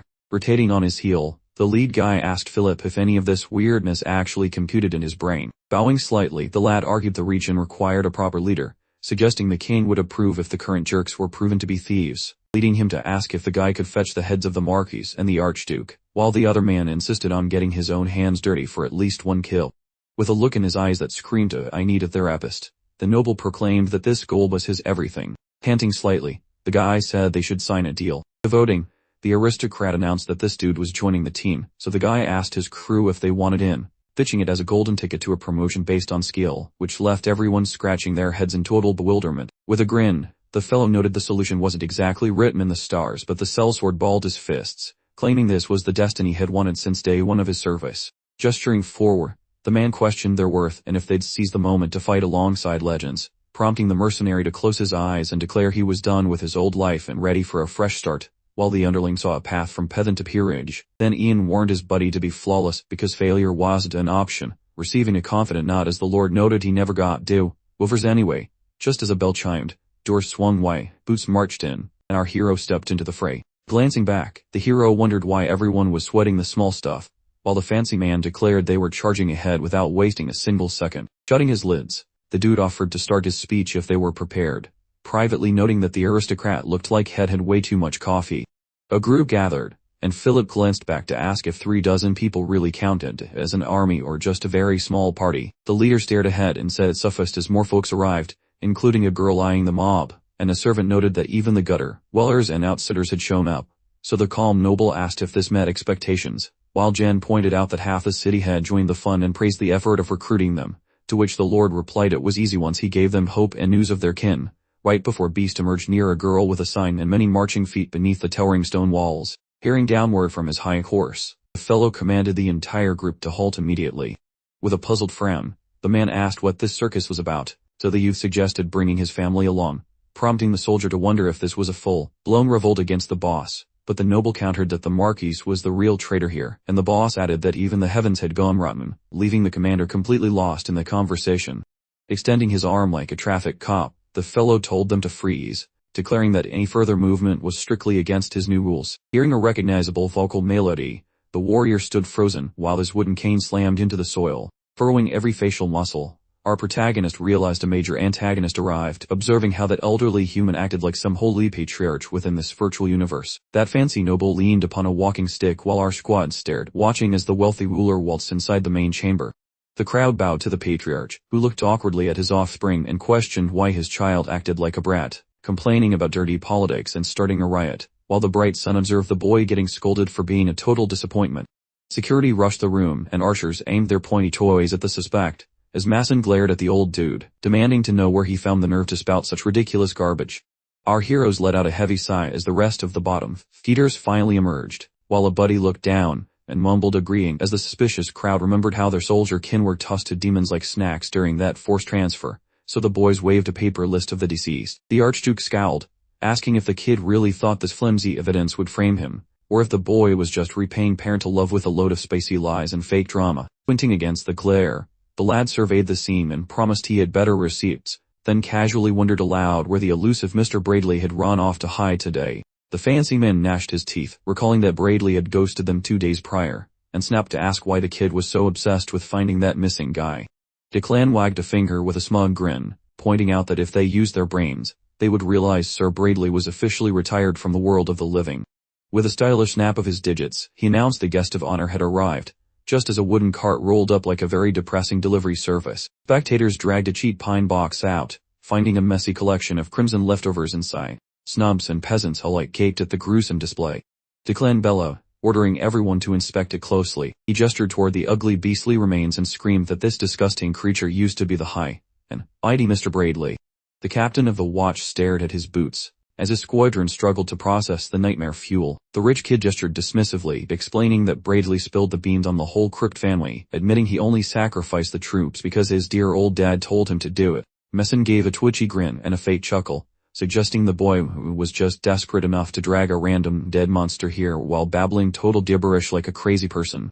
A young lady piped up, wringing her hands and asking about her sibling while holding a name tag, wondering why a brother supposedly chilling in HLN was currently being used as fertilizer in the forest. The mob turned sour and started demanding answers about their missing kin, making Masson grind his molars as spicy accusations rained down on him from every single angle. The big priest hollered and banged his walking stick against the floor. He glared forward and claimed to feel their pain, putting on a puppy dog face and apologizing for not realizing sooner how much their lives currently sucked. The silent mob watched the patriarch promise an investigation into the dead soldiers, while he asked the king to look into the treason and silly bribery rumors, leaving the final verdict to the church, then finally asked if all the posturing was enough to stop them from writing. The onlookers gave shaky nods. Folks exchanged puzzled looks while leaning on the old man's prestige. So Masson told them to beat it if they were satisfied, as archers pointed weapons at them and the Duke threatened to label everyone a rebel. Our protagonist let out a long breath, noting that shady politicians use the same tired scripts in every universe, which was exactly the part of the plan that annoyed him the most. A glowing energy flared around him as he realized this one mission was his only chance to use this massive audience before they all scattered like cats. He spotted his foes glaring like angry parrots, knowing that if they tried this talking game again, things would turn into a red-tinted slaughterhouse with heads rolling everywhere. Ian glanced at his buddy with a cocky smirk, making it pretty clear that this show was far from over. The noble stared at the priest, and noted he was fine with a royal probe and church trial, so the geezer asked the lad what point he was still trying to make. Scowling, Declan replied that he just happened to have the perfect guy for the job, prompting the clergyman to repeat his question. That fellow spun about and summoned Philip along with Ian, inquiring if they might repeat their previous little performance for everyone. He offered a cheeky wink, suggesting they do it with all their shiny medals and fancy gear. Philip and Ian stared blankly while the sentries shared looks of pure bewilderment, and the sellsword marched ahead, instantly pegged as the champion who gutted the dungeon beast, while Masson let out a rough cackle into his palm, questioning if Declan truly believed this hired blade was a legitimate saint or just a thirsty gold digger. The man shut his lids, gave his noggin a wobble, then requested a formal announcement for our grand protagonist. He hacked up some flame and bellowed the names of Apostle Terran, the legendary protector of the dusty southern outskirts. Onlookers inhaled sharply when told the fellow carrying Maeve Laurel's precious Aegelon blade was her sole legal agent. Then every soldier's pupils dilated as Philip added that he was also the darling magistrate of the grumpy goddess herself. His finger jabbed toward a raven-haired lad called Ian Hope, and while the savior looked rather miserable, his buddy performed a polite curtsy. The companion grinned while presenting his own identity as the champion's loyal handler. The youth peeked at his pal with a hint of embarrassment, yet his friend beamed with arrogance, making him wonder internally if his mouth had perhaps written a check his body couldn't cash. Declan gestured wildly and noted that Lord Ian watched Bradley rot first, and, being the very judge who sent him to his doom, this fellow figured the legendary champion possessed sufficient skills to manage such a messy situation. That angry lord hollered that such a scenario was physically impossible. The nobleman's head turned purple, and he demanded to know how on earth a kid like Ian could possibly be a holy paladin. The fellow gripped his scabbard without a word, smirking, because he knew his pointy stick would do all the loud talking for him. The peaking steel started to sparkle, making the sellsword realize the metal was having a massive temper tantrum. Then the savior drew the whole thing to reveal a toothpick brimming with pure celestial juice rather than regular iron. The radiance surrounding the steel grew blinding, making a sentry tremble, and admit the boy was truly a holy knight, while a maiden nearby collapsed in awe as the duke and monk swapped worried looks and the hare murmured about the hero's divine status. So the lad paced forward before suddenly zooming like a grazed pig, causing the master to gesture for a volley because he was baffled by his paralyzed troops, who refused to pelt a god's favorite with arrows. Then Masson pulled his own toothpick and screamed that any coward ignoring orders would lose their noggin instantly, as Ian reached the rampart, prompting the archers to finally release a hail of pointy sticks toward the paladin. His eyes flashed blue as he summoned a spinning magical shield using some basic lower-level tricks. A boot met the stone, launching our lad over every obstacle and soaring past those sentries toward the pair of fancy lords. Masson stared in terror, watching the savior swing his blade, and announced that the divine lady had officially scheduled his funeral for today. Then he pivoted and gave the duke a very sharp, very unwanted haircut. That appendage got sliced away, leaving the noble standing still with pure panic written across his features. Red juice spurted from the empty wrist, painting the scenery while the holy knight balanced on the wall like a scary acrobat, and he bit his glove with an annoyed scowl because he was grumpy about the mess. Masson doubled over in agony, labeling the savior a total weirdo, then snarled at his stunned troops to arrest the uninvited guests. The archers shared confused glances, so Ian rested his steel and commanded a ceasefire, deciding that only the flews of slimy traitors should touch its edge today, which made the captain shiver. The clan tossed those arms skyward quite grumpily, demanding that the commander pull back all the troops. That fellow signaled while facing the sentries and standard infantry, commanding a withdrawal since this scrap wasn't on their agenda. Pikes and bows hit the dirt instantly as the holy warrior watched the quitting army with a quiet, judgmental stare. Masson shot a look at his old men, suggesting they should probably scurry back into the safety of their big stone house. He eyed the fortress at his back, knowing his fan club was waiting inside, and he just needed to stall for a few minutes. The master presented a single questionable buddy. Right then, the holy man started acting weird, as the pipes in his neck turned into bulging, inky black snakes of doom. His face immediately turned the color of a ripe tomato. His entire physique convulsed and jittered, and Masson stared at the clergyman in sheer terror, demanding an explanation for this bizarre spectacle. The dignified father slowly pivoted, querying if his offspring hadn't noticed that this was merely a divine endorsement from the soldier's shimmering deity. A gaggle of troops, clutching spears that practically glowed with inner light, fixed their gaze upon the pair, prompting the duke to inquire if every single spear and bow wasn't already imbued with some holiness. Young Ian quietly observed the escalating pandemonium unfolding before him. He smirked slightly and peered down at his own appendage, from which a violet luminescence was currently emanating, and he dramatically produced the enchanted circlet from its hiding place. He mused that perhaps provoking his adversary into a tantrum might be entertaining, but he wondered if such a flimsy tactic would actually succeed. That serpentine creature regarded the shiny ring with unmistakable scorn, and then promptly clamped its jaws down hard upon his fingers. A plume of shadowy vapor began to ascend directly from the surface of his flesh. He lunged with alarming speed toward the aged man's throat, and promptly sank his teeth into the vulnerable area. That, my friends, is the precise moment the contamination process commences. The priest sneered dismissively at everyone present, loudly commanding them to retreat, asserting dominion over his very own stronghold, while Ian stood by in silent contemplation. The onlookers questioned the master's sanity, wondering if he had truly succumbed to depravity, noting that the swamp curse skill, while seemingly feeble, was proving quite effective, causing the father to look fearfully at the paladin and insult him as a mere youngster. His features and frame continued their grotesque transformation at an accelerating rate, yet now he grasped that the hero wasn't merely some run of the ill-holy warrior, but rather the prophesied figure, the apostle Tauron, the very physical manifestation of that cursed goddess. A purple fluid started oozing into his eye sockets, and through waves of agony he shrieked for them to stop making him laugh, as he wouldn't accept any future judgment, just as a violet nimbus started forcefully erupting from his torso. The assembled crowd watched their leader in horror, murmuring that he was undeniably corrupted, while Masson awkwardly backed away, clutching his throbbing arm, completely baffled as to why his progenitor had suddenly morphed. The old man's body was now violently expelling that energetic field. The castle guards cautiously pulled back, nervously inquiring about the strange atmospheric disturbance, as the purple miasma started affecting them too, causing their forms to twist unnaturally. The now monstrous soldiers glared malevolently in the direction of the celebrated hero. Following this transformation, the infected lot began charging the remaining uninfected and weaponless soldiers, plunging everything into gloomy anarchy.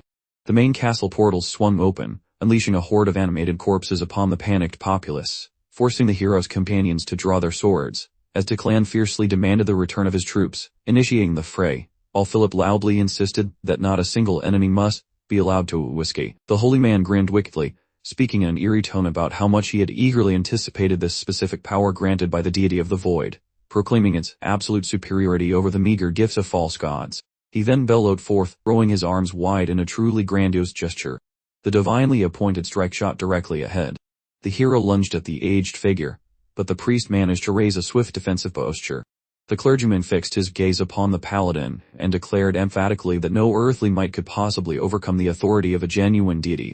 His eyes bulged wide as he announced that since the whole elaborate scheme had been initiated earlier, if they had proceeded with the plan swiftly, steadily building their influence, they would have successfully mutated every single person, starting with Port Wendell. Ian sadly lowered his head, remarking that regardless of the situation, conversation would surely prove difficult when trying to locate a single corrupted soul. He then propelled himself forward, slicing off the old man's limb with a powerful vacuum-based energy blast. The cursed individual stared in stunned disbelief at the limb that had just detached, and before he could even process the event, Ian materialized directly behind him. Only text and bright flashes consumed his vision, while he muttered that flapping his gums was far less productive than actually doing something useful. Steel stopped inches from that geezer's nose while he spun around trembling, wondering if our kid represented some bull, bowed in human skin, though Jan merely glared, denying such rumors with a terrifying look before performing a fancy slash and charging ahead. Pops was suddenly a jigsaw puzzle of anatomy as crimson geezer shows erupted everywhere, and our warrior paused his sprint, snapped his steel into its scabbard, mentioned a preference for tight finishes, just as Philip scaled the masonry to shout for his boss. Drenched with crimson syrup, this fellow gazed at our main man, questioning whether those festivities had finally concluded. That hired gun casually tossed over a bag containing a nobleman's noggin, advising against losing such a prize during transit, so our lad focused on the horizon, promising to assist troops, and the duo parted ways once more. Ian peeked toward his sidekick, observing with a smirk how that little squirt finally learned various ways of being moderately useful.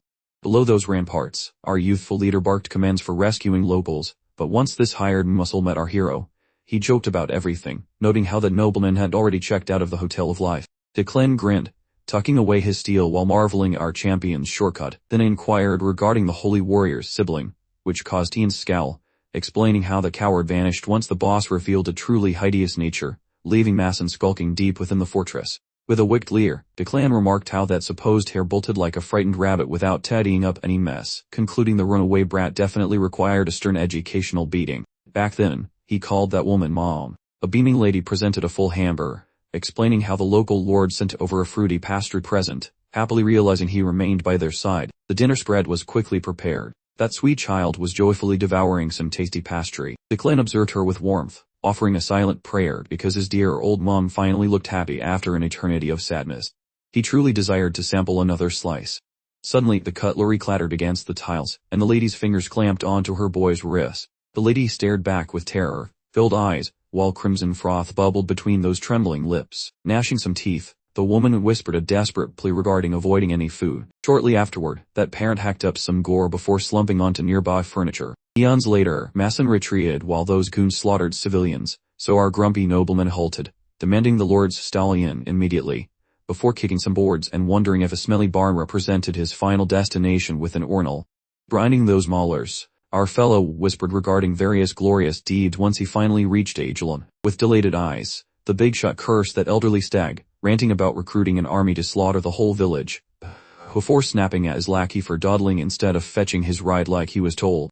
Suddenly, that minion vomited liquid life onto himself. That youth skewered the man's gut using a sharp saber. Abandoning a dying servant on those floorboards, our protagonist inquired regarding that elderly stag once more with a devious grin, expressing interest in Masson's secrets, though the holy man just glared and spat insults while his sibling dispatched another mook further back. Declan gave a friendly smirk, mentioning the search was finally over, which prompted Masson to scream insults about family loyalty and impending consequences, though the lad simply questioned if the traitor felt secure after ditching the Almighty. Scanning the area twitchily, Masson attempted some explanation. All at once, he charged the protagonist using his functioning limb. Weaponry clashed while Masson scowled at our warrior, complaining regarding such ridiculous haste and vowing that our protagonist wouldn't be departing without some prize today. Peering downward, Jan remarked how this fancy noble dropped exactly like rotten produce off a branch, then delivered a swift strike relieving the fellow of his left-handed mitt. Masson ground his chompers together and bellowed. He flopped onto the grass and twitched, while Ian laughed, saying the Duke was late for his monster makeover and talk was chi. With a lunatic's grin he wondered if guys like him lost their touch without focus, making the noble's neck veins pop. As the transformation began and curses flew, the hero sliced a leg off, leaving the man to groan on his knees. Declan observed everything with total chill, leaning against his sharp steel. Masson stared forward like a deer in headlights, while Jen leaned in and noted that although he preferred decapitation, he might play nice if Masson gave him the right answers, leading the man to see his own sweaty face in the blade. The Holy Knight gave him a grave look, asking which elderly forest animal the Duke was actually talking about. The guy looked back in total confusion, refusing to provide any fast answers. In that split second, the warrior drove his steel deep into the leg. The beast wailed like a banshee. Jan's pupils grew large upon hearing Duke Regis Brandt's name, while Declan stared at his sibling in shock, and asked for a repeat, since that guy was the king's own uncle. A scary vibe started leaking out of Jin as his actual name finally came to light. Masson cackled and claimed the realm was already theirs, stating the monarch was just a puppet who wrongly thought he could win the fight. The hired sword put a hand on his shoulder, and thanked him for the chat, but noted that he wouldn't be needing his tum anymore. Declan sat on the floor nearby, and asked if he could bother the hero with a quick question. With a sad smirk, he said he would take his brother's tum, an offer Ian thought was pretty solid with a nod. The prisoner looked terrified, but the knight just smiled and mentioned he kept his cool as promised, unlike his more hot-headed brother. Just then, a hand grabbed the Duke's face, and Declan glared at him, mentioning he had been waiting a very long time for this chance. Masson quivered with pure, paralyzing terror. The sibling smirked while mentioning how long it had been since his relative gave them the traumatizing present involving their mother. The vision of her passing flickered through his mind. The young fellow grinned peacefully, noting his mother nearly bit off her own tongue just to stay conscious during the chaos. He pulled out his knife, while Masson caught a glimpse of his reflection. The kid brother smiled quite sweetly. The terrified Duke begged for mercy, asking his brother to just listen, but the blade cut through his plea as the rain started falling. Declan walked into the fresh air, leaving a dead body behind while the silent crowd watched him with wide eyes. Holding a sword and a head, he explained that by Torrhen's decree, he was executing a man who had abandoned the gods. Masson, barely clinging to his life, looked up just before Declan used one final blow to knock his block off. He watched the head fly through the air, while a local peasant celebrated the master's victory over the slimy villains. The crowd slowly erupted into cheers, while Declan let the rain hit his face as the people chanted for His Excellency Marquis Declan Bochard. Yun decided to stay hidden in the shadows during the commotion. Eventually, the sovereign called a meeting and asked the group for their opinions while resting his head on his hand. He was specifically asking about the recent chat with Lady Maeve Laurel.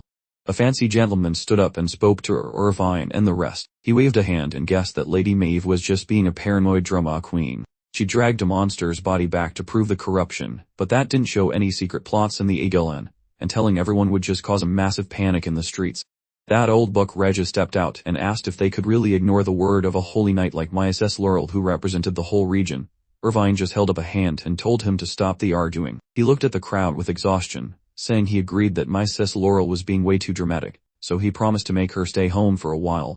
The Duke made a thinking noise while the king realized they had handled the Laurel lady, though a bit of snooping was still on the menu. He looked at Regis and mentioned the man must see the logic, and a day later, Clan Botchard officially took over the Marquis's title and land. He and the mercenaries caught the bad guys hiding among the old Duke's staff, and punished them, essentially doing a bit of aggressive spring cleaning. Philip came up to the hero, mentioning that even here it smelled like a butcher shop. Ian turned and said to focus on the hunt, because if they didn't find dirt on Regis in the basement, they would be crawling through the sewers next. They kept moving, knowing that without proof, no one would believe that Regis, who basically acted as the king's substitute, was actually a filthy traitor.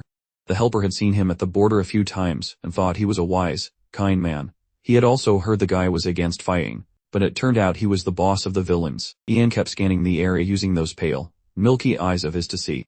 He noticed a stand for armor ahead, and his hand hit a hidden latch, causing a secret door to swing open loudly. The young apprentice rubbed his temple with a sigh, for predictably, his eccentric master had sniffed out trouble yet again. A candle's warm glow pierced the gloom as the two brave souls ventured into the chilling, incredibly moist passage.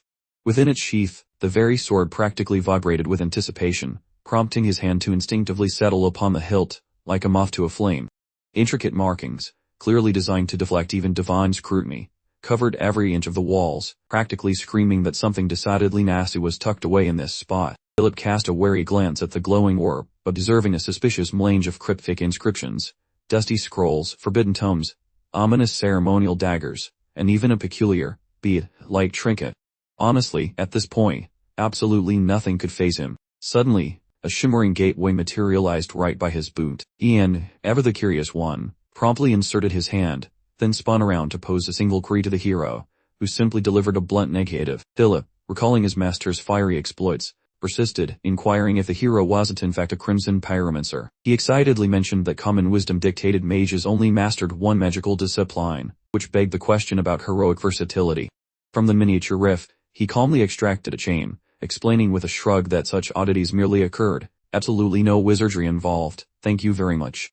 Turning to his companion, he inquired if the looming fate of the realm was causing him some significant concern. It appeared his friend couldn't care less if Regis turned the entire nation into a giant ash pit, the casual indifference evident in his momentary pause. Philip jumped up and declared, perhaps a bit too loudly, that he wasn't worried in the slightest. The mercenary, with a smirk, simply noted that in that case, he'd just claim all the loot for himself. This sparkly junk might serve as proof, and the relic radiated like a neon sign, making the warrior ponder deeply.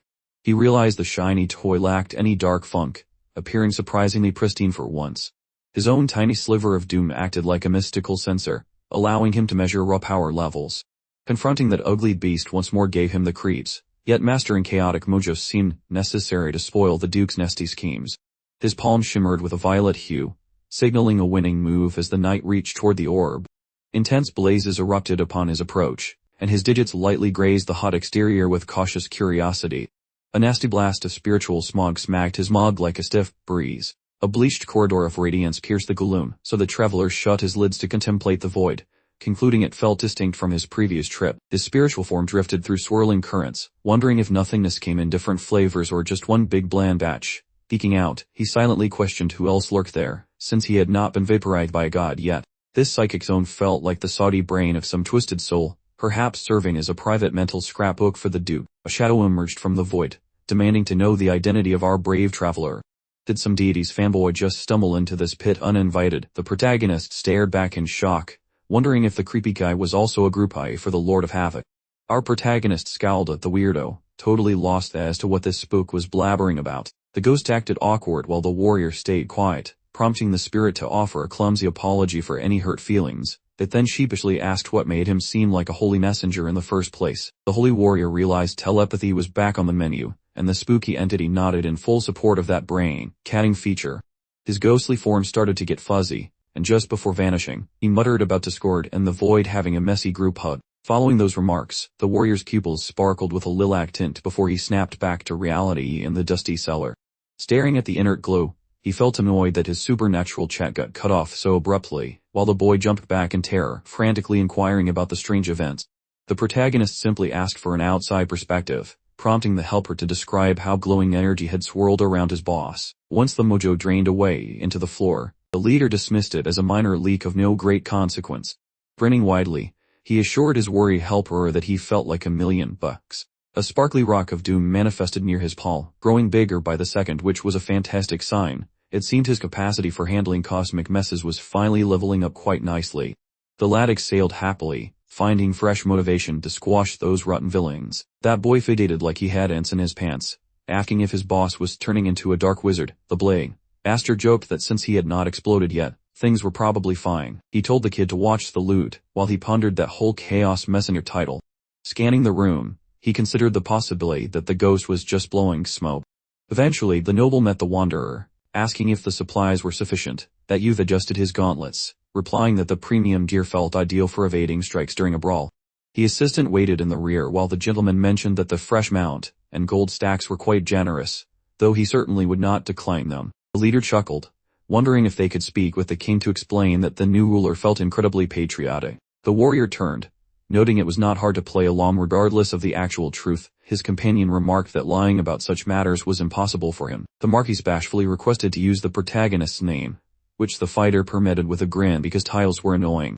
Leaping onto the stallion, the hero heard the man ask if he might stay as a right-hand advisor.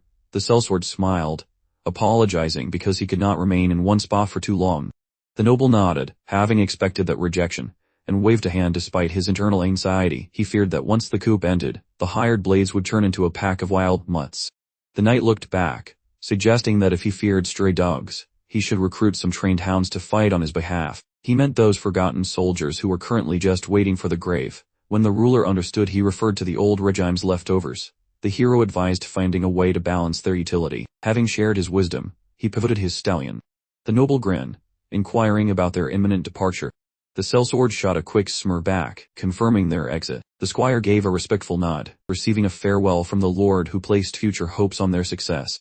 As the pair trotted off, the new Marquis watched them fade into the distance. A confused officer walked up, surprised to find his leader standing alone in the dirt. The man gestured for him to hurry, since the whole crowd was waiting by the fortifications for a grand victory rant. The noble trailed after his aide, stealing one final look at the enigmatic warrior who was still a total puzzle.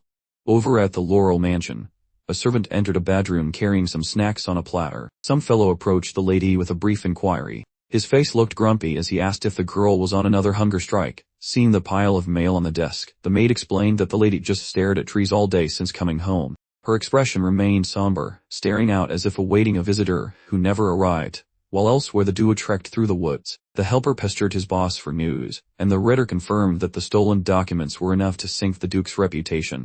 The lad cheered, eager to see the traitor get his comeuppance for being a royal jerk, but the warrior glared until the boy took the hint to stay quiet. It seemed the local high society was clueless about the villain's actual endgame. The hero stared at the horizon, frustrated that the current scenario did not match his secret knowledge of the game's mechanics. Those idiots are merely the traitors' dancing dolls, lured into ruin by lies and shiny promises of power. Soon they will be deleted from history like they were never even born. While these lunatics play hide and seek across the land, the world somehow keeps spinning despite various nations wanting to punch each other's lights out. The warrior focused forward, until the assistant yelled out. A split path loomed right before the pair. The left fork pointed toward Balkh, while the right path led straight to the Aegilan kingdom. The fighter snapped his manual closed, deciding that skipping town to expose the Duke was the primary goal. He stashed the tum in his magical storage, while his companion wondered why they were changing destinations on a whim. Telling the kid to pipe down, he checked the map for a specific landmark, knowing from his past life that this region would be locked soon if he did not hurry. That warrior rotated a stallion. With a stern expression, the rider pointed toward the horizon, and chose the road to Aegilan. Ordinary folks wandered the noisy bazaar, looking for snacks. One fellow was in a massive rush, while the gaped guy paused to scope the place out. His vision snagged a shay. Tossing back his hedger, Mule hollered for Philip, who sprinted over, shouting that the boring wait nearly drove him into a mental asylum. Phil lunged to embrace the sellsword, nearly knocking him over. Young smirked, wondering if entry was allowed, as the guy slapped the squire's back, mentioning they looked quite different now, and the main man saw his own cheeks had expanded significantly, jokingly asking if the local grub was actually edible, which made the guide admit the food was dangerously delicious. This group shuffled deeper into town, knowing their trick was not over despite the miles already covered, since another massive wall blocked their way. Their leader pointed forward, explaining that Lore Mansion sat right in the city center, while Phil noted Mule acted like a mayor, greeting guards with excessive familiarity. Meanwhile, Ian scanned the perimeter while the hired blade chuckled, remarking how the lad clearly recognized his own talent for blending in everywhere. Despite the tranquil vibes, the holy warrior envisioned gruesome sights, seeing the path before him drowning in guts and rivers of deep red liquid. The pal strolled along nonchalantly, as Philip questioned why the lady had not appeared personally, though Mule signaled for silence with a raised digit. He whispered that the noblewoman was currently grounded, and soon the avenues emptied, leaving only nosy neighbors whispering behind their shutters, while Young scowled at the spectators while his helper asked if the king planned to ignore the evidence against the crooks, seemingly refusing to hunt down those dirty politicians. Spinning around, Mule confirmed the situation, having testified himself, though he remained skeptical, claiming that with the wizard pushing up daisies, the main headache should be gone forever. Random citizens bad-mouthed the lady, grumbling that the team should bring actual proof instead of ruining everyone's lunch with such depressing social scandals. The dude smacked his own forehead, his memory failing him, and frankly, he felt pretty terrified. Everyone blamed that holy man, drowning him in insults, yet his mistress stayed quiet, hiding any fact those heroes even existed. That guide guessed she feared messing up legal proceedings, as their group neared a gateway, and their king merely listened to brown-nosed advisors, slapping her with punishments which lasted until this very moment. Worried, Philip asked if she was surviving, since she had governed that clan brilliantly since taking charge, but Mule admitted his ignorance with a sigh, noting he was not as expressive as before, as they reached Allure Estate's entrance. His palm met metal, revealing a stunning botanical paradise beyond those gates, where grooms hurried to take their steeds while Jen gloomily observed those pristine gardens, noting an eerie silence of that place. Mule explained how a previous patriarch died and was returned home like a rotting mess, but that lineage ended there, and finally, those warriors asked where she was hiding. The guide looked away awkwardly, mentioning she was in her second-floor office, while the sellsword thought the man was getting way too emotional for his own good. He marveled at the guy's survival before a ginger head popped out from some bushes. Lucia gawked at those visitors with shock, then Mule eyed the woman, wondering if she stayed hidden throughout the entire duration. Miss Lucia retreated, looking rattled, while Ian watched her with intense focus. Then the man chuckled, introducing his friends as official guests of the house lady.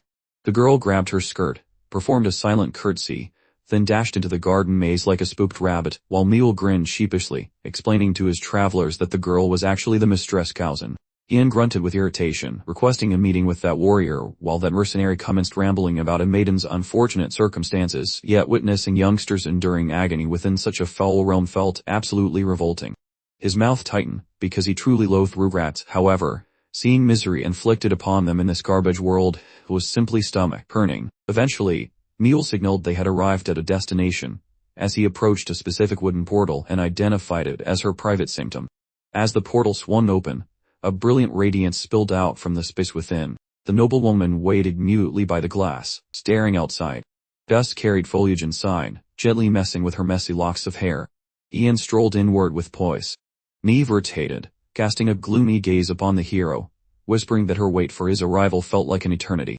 The fellow remained mute at first, but eventually noted that their last encounter was basically ages ago. Phil scrambled toward Maeve, horrified by her skeletal looks, while the guys stayed back as the assistant vowed to remain with the lady, inquiring if she was even swallowing any nutrients.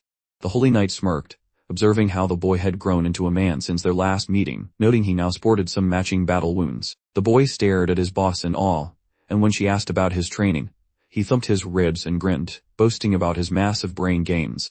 After pivoting, that combatant proclaimed himself far above being a lowly guffer used for basic tasks. Ian slumped into a seat, and shut his eyelids tight. That warrior kept silent. She gazed at her longtime pal eagerly, offering gratitude for returning the boy in one piece. The container held 2 rotting skulls, and the hero identified Masson Bochard, the firstborn heir, as the jerk behind that old timber disaster. Mule stared at the holy man in shock, remarking that he had somehow pulled off another impossible feat. Reviewing the parchment from Declan's new ruler, the lady realized the adventurers actually exerted themselves for once, but the man dismissed the thought, claiming the main task was still pending. Before summoning a tome from the void, scaring the wits out of the guide. Philip grabbed his chest in terror despite having seen it before, questioning the sheer impossibility of the trick, and he asked if the book belonged to the late nobleman, baffled by the empty sheets inside. Then the exhausted team requested a moment, allowing the master to use his sorcery to pull the hidden text into the light. The trainee trembled, noticing the magical notebook. Mule glanced at the youngster nervously to inquire about the text, only for the man to mention the list contained various names, including one Regis. That youngster's vision grew. He spun toward the grinning noble, who confirmed that this specific document contained every single name of those rotting traitors they were hunting. The lady recoiled. Mule did a facepalm so hard it echoed, wondering if the paladin was insane, and as they scanned the endless roster of names, it became clear the rut had spread across every corner of the realm, meaning a royal visit was mandatory to sway the king. While the two helpers stood there speechless, then the hero nonchalantly mentioned half the list was already buried, leaving his helper to ask which ones had already met their maker. A weird heavy quietness filled the room. The sellsword and trainee bounced up like idiots, demanding to know if their hero was a mass murderer, but the man looked away with a groan, explaining these deaths were mostly accidents caused by people trying to stiff him on his fees, and he only realized they were villains right as they were expiring, prompting a serious nod from Mule, while Philip gushed that the hero was the true savior of the realm. But the guy snapped that he was not interested in fancy titles or charity work. Then he scowled while Philip insisted that fate clearly wanted his boss to be a professional garbage man for corrupt officials. The lady rose and reiterated that the hero had performed brilliantly, then she grimaced, noting that since his full explanation would take forever, they should probably start preparing a meal. That scarlet shimmer lit her gaze. The man kept quiet and gave a grumpy nod. Then after a while, he dropped onto the plush mattress with a satisfied groan, his weary lids dropping as he finally enjoyed some high-class comfort after an eternity of roughing it. Our protagonist knew this comfort was a fleeting dream, so he soaked it up before the inevitable chaos returned, while his next move involved requesting a secondary sit-down with the higher-ups.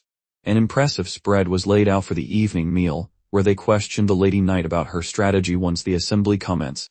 Looking at the floor with a pensive expression, the woman insisted they had to expose every single one of those slimy bastards mentioned in the journal. Turning to the adventurer, she remembered his claim about a method to force those hidden traitors to reveal their hideous, true selves to the world. The girl's strategy was straightforward: unmask the villains during the grand assembly when the monarch and all his cronies were watching. Her eyes burned with pure rage as she declared her intent to personally end his miserable life. Both Mule and Philip recoiled, arguing that such a stunt was practically a suicide mission. The warrior stared forward sternly, and gave a refusal. Scowling, he argued that unless they forced the issue, the king would just stay in denial like usual, and only by shoving a literal monster in the monarch's face would the old man finally wake up and face reality. The hero stayed quiet. Past events flashed through his mind, reminding him that the lady's eventual demise would turn her into a phantom, which was the only way to whack the first chapter's big bad. Was there truly no path to dodge this tragedy? He wondered, feeling like absolute garbage inside. Then a sudden thumping on the wood interrupted his thoughts, and he went to see who was bothering him at such an ungodly hour, finding Lucia standing there looking lost. So the man groaned internally as he opened up, asking what her business was, as the girl shook, offered another bow, and was told to skip the pleasantries and get to the point. Then she stared at the fighter, questioning if he was the legend Mule had mentioned, which prompted the hero to ask what gossip was being spread. So the little miss started counting on her fingers, listing his victories over Marsh Dragon, a Nuggin, Les Rider, and that possessed oak, claiming he was a mythical warrior who also toasted an evil warlock. But the man cut her off with a facepalm, clarifying that he was just a guy who killed a drake, not a dragon. Lucia was stunned, but the young man just leaned against the doorframe, impatiently asking if she had more to say. Then she shook her head, explaining she only wanted to express gratitude, hinting that he might be mightier than the hacks haunting her life. And when the hero prodded for details, she tapped her heart and whispered that everyone she held dear eventually kicked the bucket. So the man stiffened up, watching as the polite lady gave a final bow and departed, and after staring at the empty hall, he scratched his scalp and muttered that this entire bloodline was clearly lacking a single sane individual. Ruminating on her talk of a jinx, he gave his hair another rub, noting that his gut instincts about bad vibes were usually spot on, so it seemed like a good time to start planning for the upcoming disaster. Sunrise brought a fresh start. Maeve assembled the group, seeking permission to trot out the champion, the very sidekick she had previously mentioned, and she introduced this hero to the Royal Guard members, who all gave him suspicious glares, these chaps being her most dependable puss, whom she had personally handpicked and briefed on the whole shebang, while Ian intently studied every face, mentally tallying the vast reserves of doubt present. Then he started pacing around the table proclaiming their mission was trivially easy. Just keep the sovereign safe should mayhem erupt, and that was the extent of it. He also sternly requested they keep this entire chinwag strictly under wraps. A visible shiver ran through the room when the hired muscle warned them, with a wink to their continued existence, of course, prompting one of the guardsmen to bellow indignantly, calling Jan a truly despicable upstart. The grizzled veteran placed a comforting hand on the young man's shoulder, and inquired if it was genuinely true that so many rotters were lurking within Egeland's walls. Jan met his gaze and confirmed the grim assessment, saying they were indeed keeping their true natures closely guarded secrets. He took a stride forward, and declared that any one of them might be one of the hidden villains, then clapped a hand onto a warrior's shoulder, fixed him with a piercing stare, and announced that even within this very chamber lurked a mole, after which dramatic flourish he smacked his own face onto the table atop. Every soul present stared at him, completely flabbergasted. The interloper's visage was already smudged and streaked with crimson, as he promptly reintroduced his fist to the table, right where the spy's face resided. He then backed away, leaving the crumpled figure slumped there, utterly knocked out cold. Following that little demonstration, the fellow strode back, planted a boot firmly on the man's spine, and snatched up his blade, just as one of the guardsmen charged him full tilt, colliding squarely with the newcomer against the stone wall. The fiery, aired youth shrieked, winging up his arm for a hefty punch. Ian sidestepped that swing with effortless grace, then deftly navigated a further barrage of attacks. Genuinely puzzled if the redhead intended to get himself skewered on the sword, he looked at him with serious intent and executed a sharp lunge, causing the man to drop to the floor, clutching his midsection and bellowing curses after the now raging guard. The poor chap doubled over, rubbing his gut and spewing forth a stream of colorful imprecations. He turned back to his retinue, attempting to crow about his prowess, saying, "Look here, I told you so."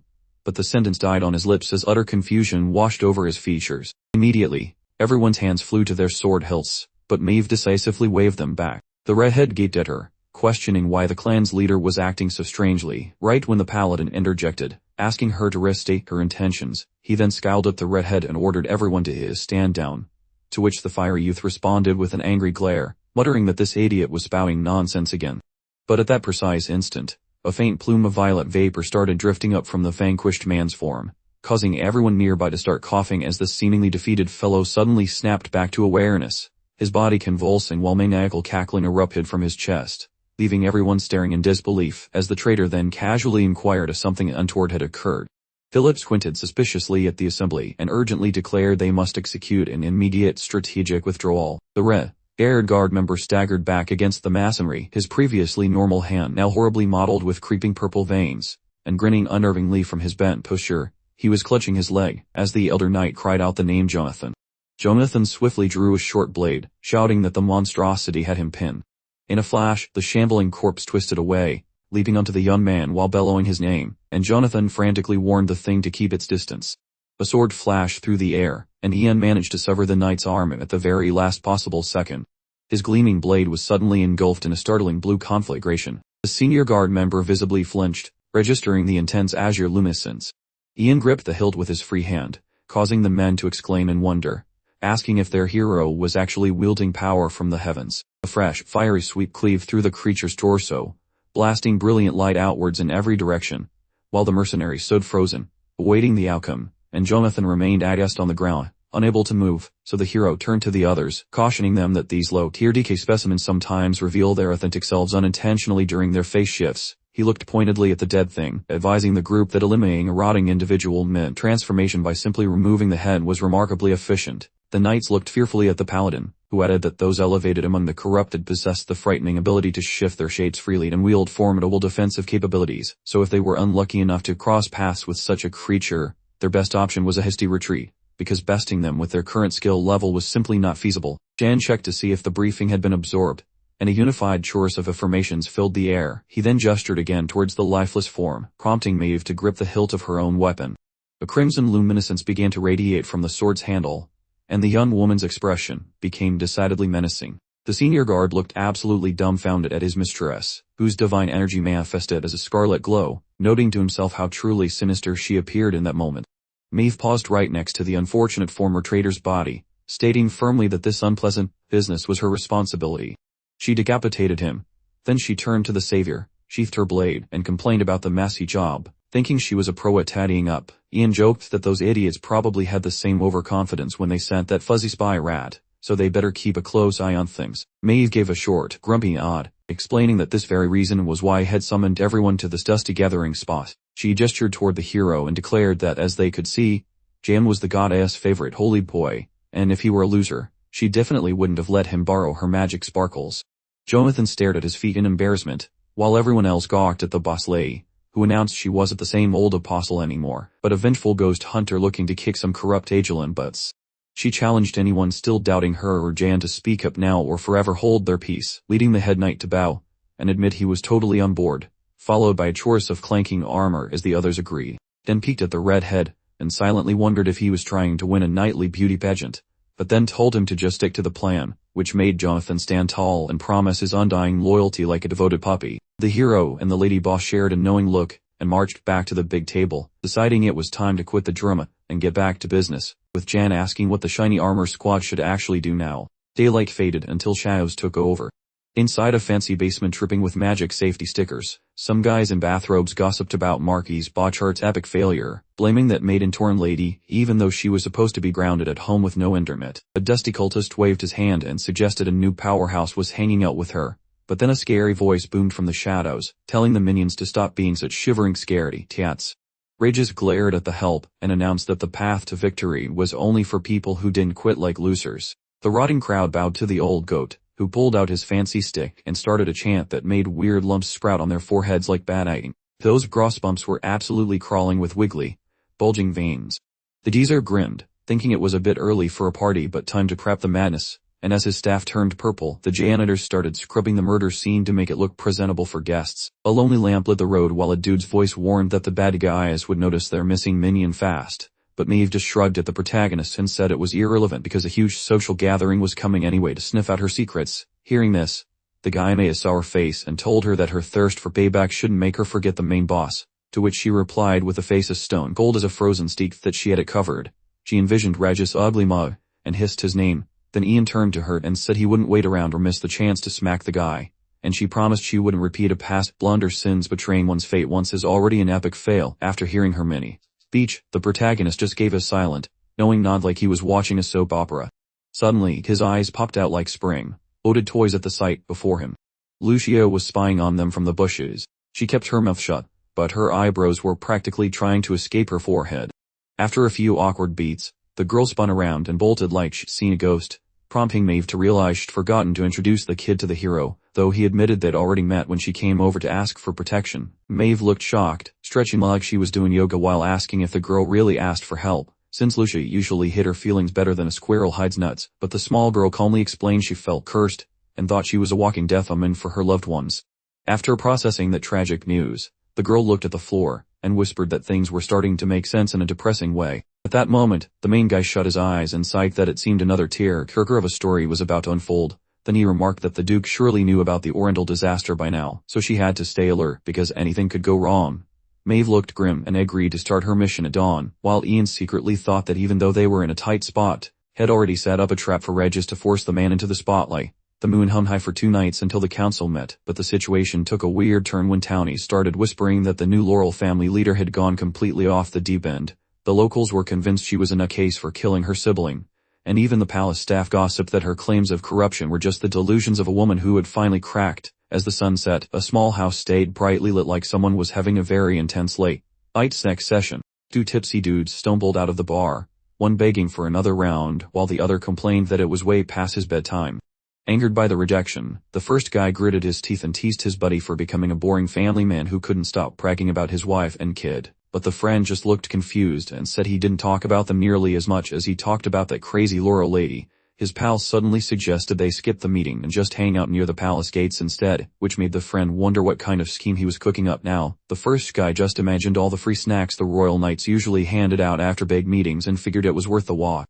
He looked up at the clouds and hoped for some free jerky this time, but then he blinked and wondered if he was hallucinating something weird in the sky, prompting his friend to look up and ask if the moon was having a mid-life crisis. The moon suddenly grew massive and turned a creepy shade of tomato juice red.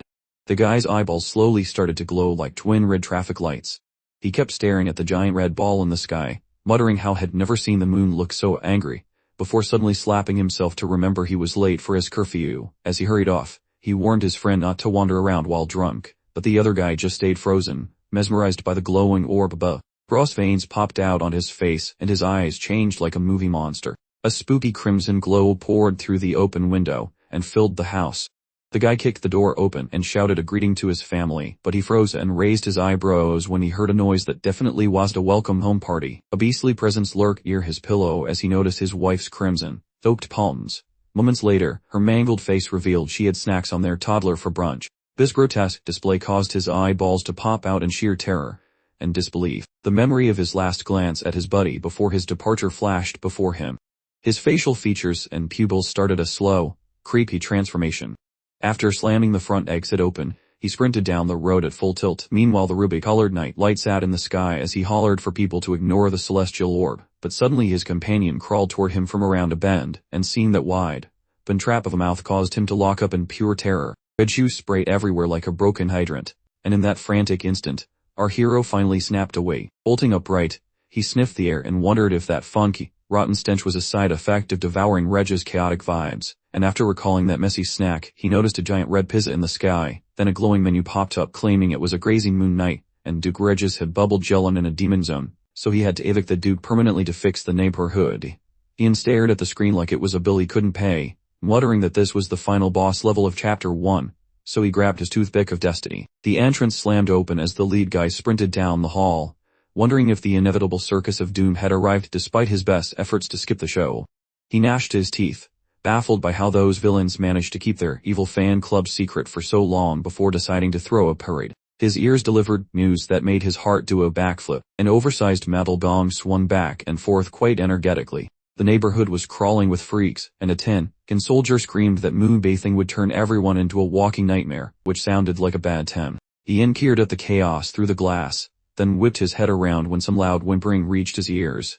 He leaped out the window like a stuntman, found the source of the noise, and gave the door a sturdy boot. The visual before him was enough to give a ghost a heart attack. That beast gnawed through a large chunk of the victim's throat, then immediately spun its attention toward Ian. The freak charged forward like a sale at the mall, but a heavy blow landed on its neck instantly. With a single, elegant slice of his blade, the hero sent that head pecking. The rolling head stopped at his feet, and he recognized the poor guy as a former servant who probably should have stuck to tending stables and gardens. Suddenly, a high-pitched shriek made him spin around, and he dashed out of the room faster than a cat hearing a tunican open. The spectacle waiting for him was quite a plot twist. The beast was playing tug-of-war with a sword, while Maeve tried not to get squashed. As the critter gnashed on the steel, our protagonist prepared to jump in, but Maeve barked that she was handling things just fine. She promptly delivered a five-finger sandwich to the monster's ugly mug. Following up with a massive kick to the ribs, she sent the creature flying like a discarded soda can. Maeve teleported behind the airborne monster with impressive speed. She unleashed a rapid, devastating slash that meant business. The dice, a monstrosity, hit the floor with a wet thud. While gasping for breath, Maeve whispered about the oddity of her calmness compared to her previous emotional breakdown over Varen. Staring at the floor, the girl mentioned her grief had evaporated. Then she eyed our hero, and claimed she only desired to pummel the masterminds behind this mess, and Yun promised the retaliation would arrive shortly. Then he pivoted his eyes toward a new distraction. That fellow mule shrieked like a banshee, his complexion becoming as white as a bleached ghost. Carrying a lady like a sack of potatoes, he bolted from those freaks while hollering for such beasts to cease their pursuit. Lucia gripped the fellow's collarbone like it was the last life preserver at sea. Maeve and our hero spotted the target simultaneously, then they launched themselves forward like caffeine-fueled cheetahs. Brandishing their weapons, they executed a speedy offensive, turning the grotesque creatures into swiftly dispatched confetti. Pilot burst from his quarters, sword waving dangerously, loudly demanding to know the drama unfolding and volunteering his dubious assistance immediately. However, in a twist nobody saw coming, he found Mule standing right where he intended to run. The oblivious gentleman completely missed the young lad and immediately executed a spectacular face plant over his outstretched limb. Hitting the deck, he somehow managed to keep the damsel secured in his grasp, a feat of dedication, while panting dramatically about his near-death experience, with Lucia perched patiently observing the theatrics. Philip arched an eyebrow in bewildered surprise at the nasty gash marring Mule's spine, then immediately reverted to screaming, demanding to know what catastrophic injury was decorating his backside. The wounded fellow stroked his beard thoughtfully, declaring weakly, with the conviction of a dying man, that the massive laceration was totally negligible. Lucia gazed at her gallant protector, admiration shining brightly in her stare. Moments later, Maeve materialized behind them, softly thanking Mule for safeguarding the youngster, prompting him to humbly state it was no big deal, though he added they might still locate other living victims. The protagonist, overhearing this mission update, scowled and announced he would conduct the search solo, instructing the others to don their battle gear and meet him promptly, an order the young woman eyed suspiciously. With a resolute nod and a determined expression, she internally vowed never again to function as inconvenient luggage for the group.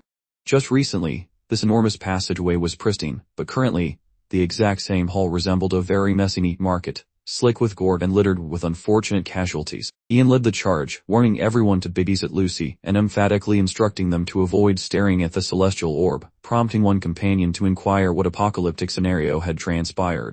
Our hero grimaced, explaining that Aegelund was now completely saturated by a demonic influence, eerily similar to the infamous Forest of Insanity.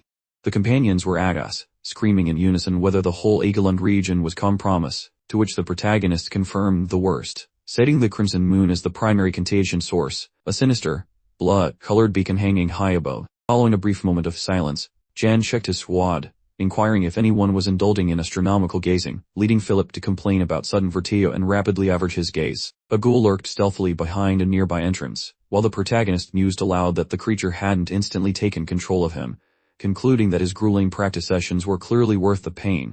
However, before his triumphant speech was complete, the lurking beast pounced violently.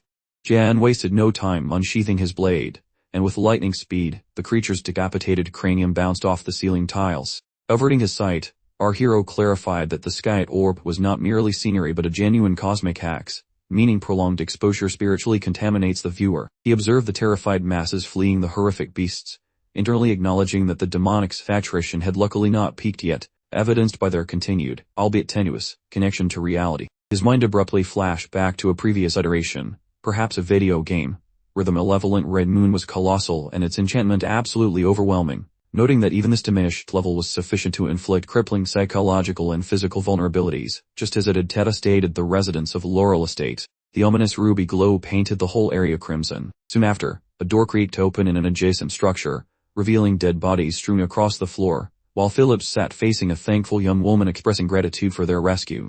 Mule, Lucia, and Ian watched the scene unfold, silently astonished that only one solitary domestic servant had managed to escape oblivion. They abruptly snapped their attention towards the window and the commotion outside, where panicked, high-volume shrieks echoed. Phillips rose deliberately, voicing his utter confusion regarding the Duke's thought process in authorizing such a colossal act of reckless insanity. The protagonist shut his eyes, explaining that in genuinely dire circumstances, the optimal escape route occasionally involves resetting the board via total annihilation, prompting the other man to demand if this destruction was the sole purpose, emphasizing that such behavior simply cannot be excused. Ian gave his conversation partner a sidelong glance, responding coolly that they already had the perfect designated scapegoat ready to absorb all the blame. The space was crowded with storage containers and wooden casks, leading Phillips to inquire who most vexed a powerful disruptor like Regis, and the protagonist responded placidly that if Regis was indeed undoing things, his role must surely be that of an apostle. The implications hit the young man with visible shock, making him yell at maximum volume, confirming if they were actually discussing the mistress herself. Jan then briefly closed his eyes, recalling the widespread gossip, and affirmed that current rumors painted her as unhinged, plus her brother was a known villain, making this a golden chance to permanently sideline her. Throwing his arms wide in disbelief, Phillips countered that she was the one who exposed the wicked individuals in the first place, but his companion countered smoothly that objective facts are irrelevant because collective consensus determines the accepted reality. He offered his acquaintance another quick sigh and dryly elaborated, stating, or perhaps merely what they felt like convincing themselves of. Phillips gnashed his teeth in simmering rage, his tightly balled fists visibly trembling with suppressed fury. The protagonist mentioned a valiant knight dedicated to shielding citizens from the abominations, noting that this individual would be given ample time to galvanize the masses. The apostle of righteousness simply cannot turn a blind eye to moral imbalance, the protagonist mused privately, affirming that he understood this principle deeply, having endured sufficient hardship to recognize the true nature of their sinister era. Mule stared vacantly ahead, then dropped the bombshell, suggesting the Duke might secretly desire the mistress to perish battling the Finns, adding that even if she lived, popular sentiment would favor the Duke, leaving her utterly powerless. Jan gazed intently at the speaker, and confirmed this assessment, explaining that the apostle dedicated to equity simply cannot execute the undeserving. Scowling deeply, Phillips realized aloud that they were exploiting the limitations imposed upon the mistress, prompting Mule to observe wryly that this was profoundly sneaky behavior. The men exchanged sudden, piercing glances, then bellowed a collective accusation, demanding if he was actually the renowned champion of fairness. The main character, upon witnessing their realization, offered a smug, self-satisfied grin. At that moment, Maeve strode in fully armored, inquiring if they implied he was unaware that she had become the alternative apostle. Everyone stared, startled, and with eyes literally blazing, she volunteered that in that scenario they clearly failed to anticipate her showing up personally to relieve them of their heads.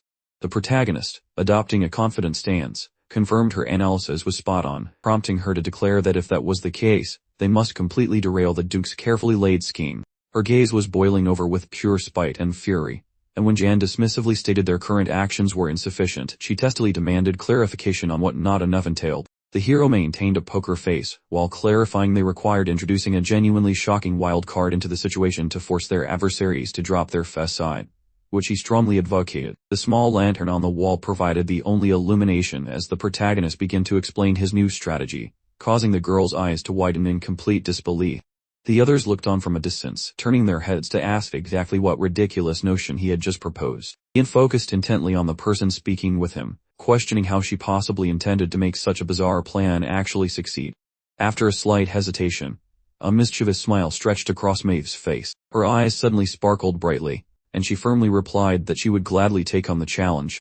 Receiving that enthusiastic response, the protagonist couldn't help but let out a satisfied grin. He glanced over his shoulder, and declared it was high time to start, wondering aloud about the look on that jerk Reg's face when he realized what was happening. At that moment, the Duke stood on the roof of a colossal building, watching the ominous, blood-red moon drift across the night sky. The terrified surviving townspeople pounded on the city gates, shouting frantically and begging for entry, explaining that the monsters were right behind them. The monstrous creatures roared with fury, opening their mouths wide to reveal terrifying rows of teeth. In the very next moment, they launched themselves at the small group of survivors. The citizens spun around, their eyes filled with utter terror at the sight of the approaching monsters. Immediately after that, a deluge of blood exploded in all directions, painting the surroundings crimson. Regis observed the entire bloody spectacle unfold from his high perch on the tall building. He clutched his staff tightly in his hand, his eyes remaining closed, revealing a strange swelling on his forehead. With this unusual feature, the Duke could perceive every single monster rampaging through the city. Feeling the surging dark magical energy, he thought to himself that he still couldn't get used to this extrasensory perception that had manifested after activating the demonic field. His subordinates stood behind him, assuring him everything was proceeding according to plan.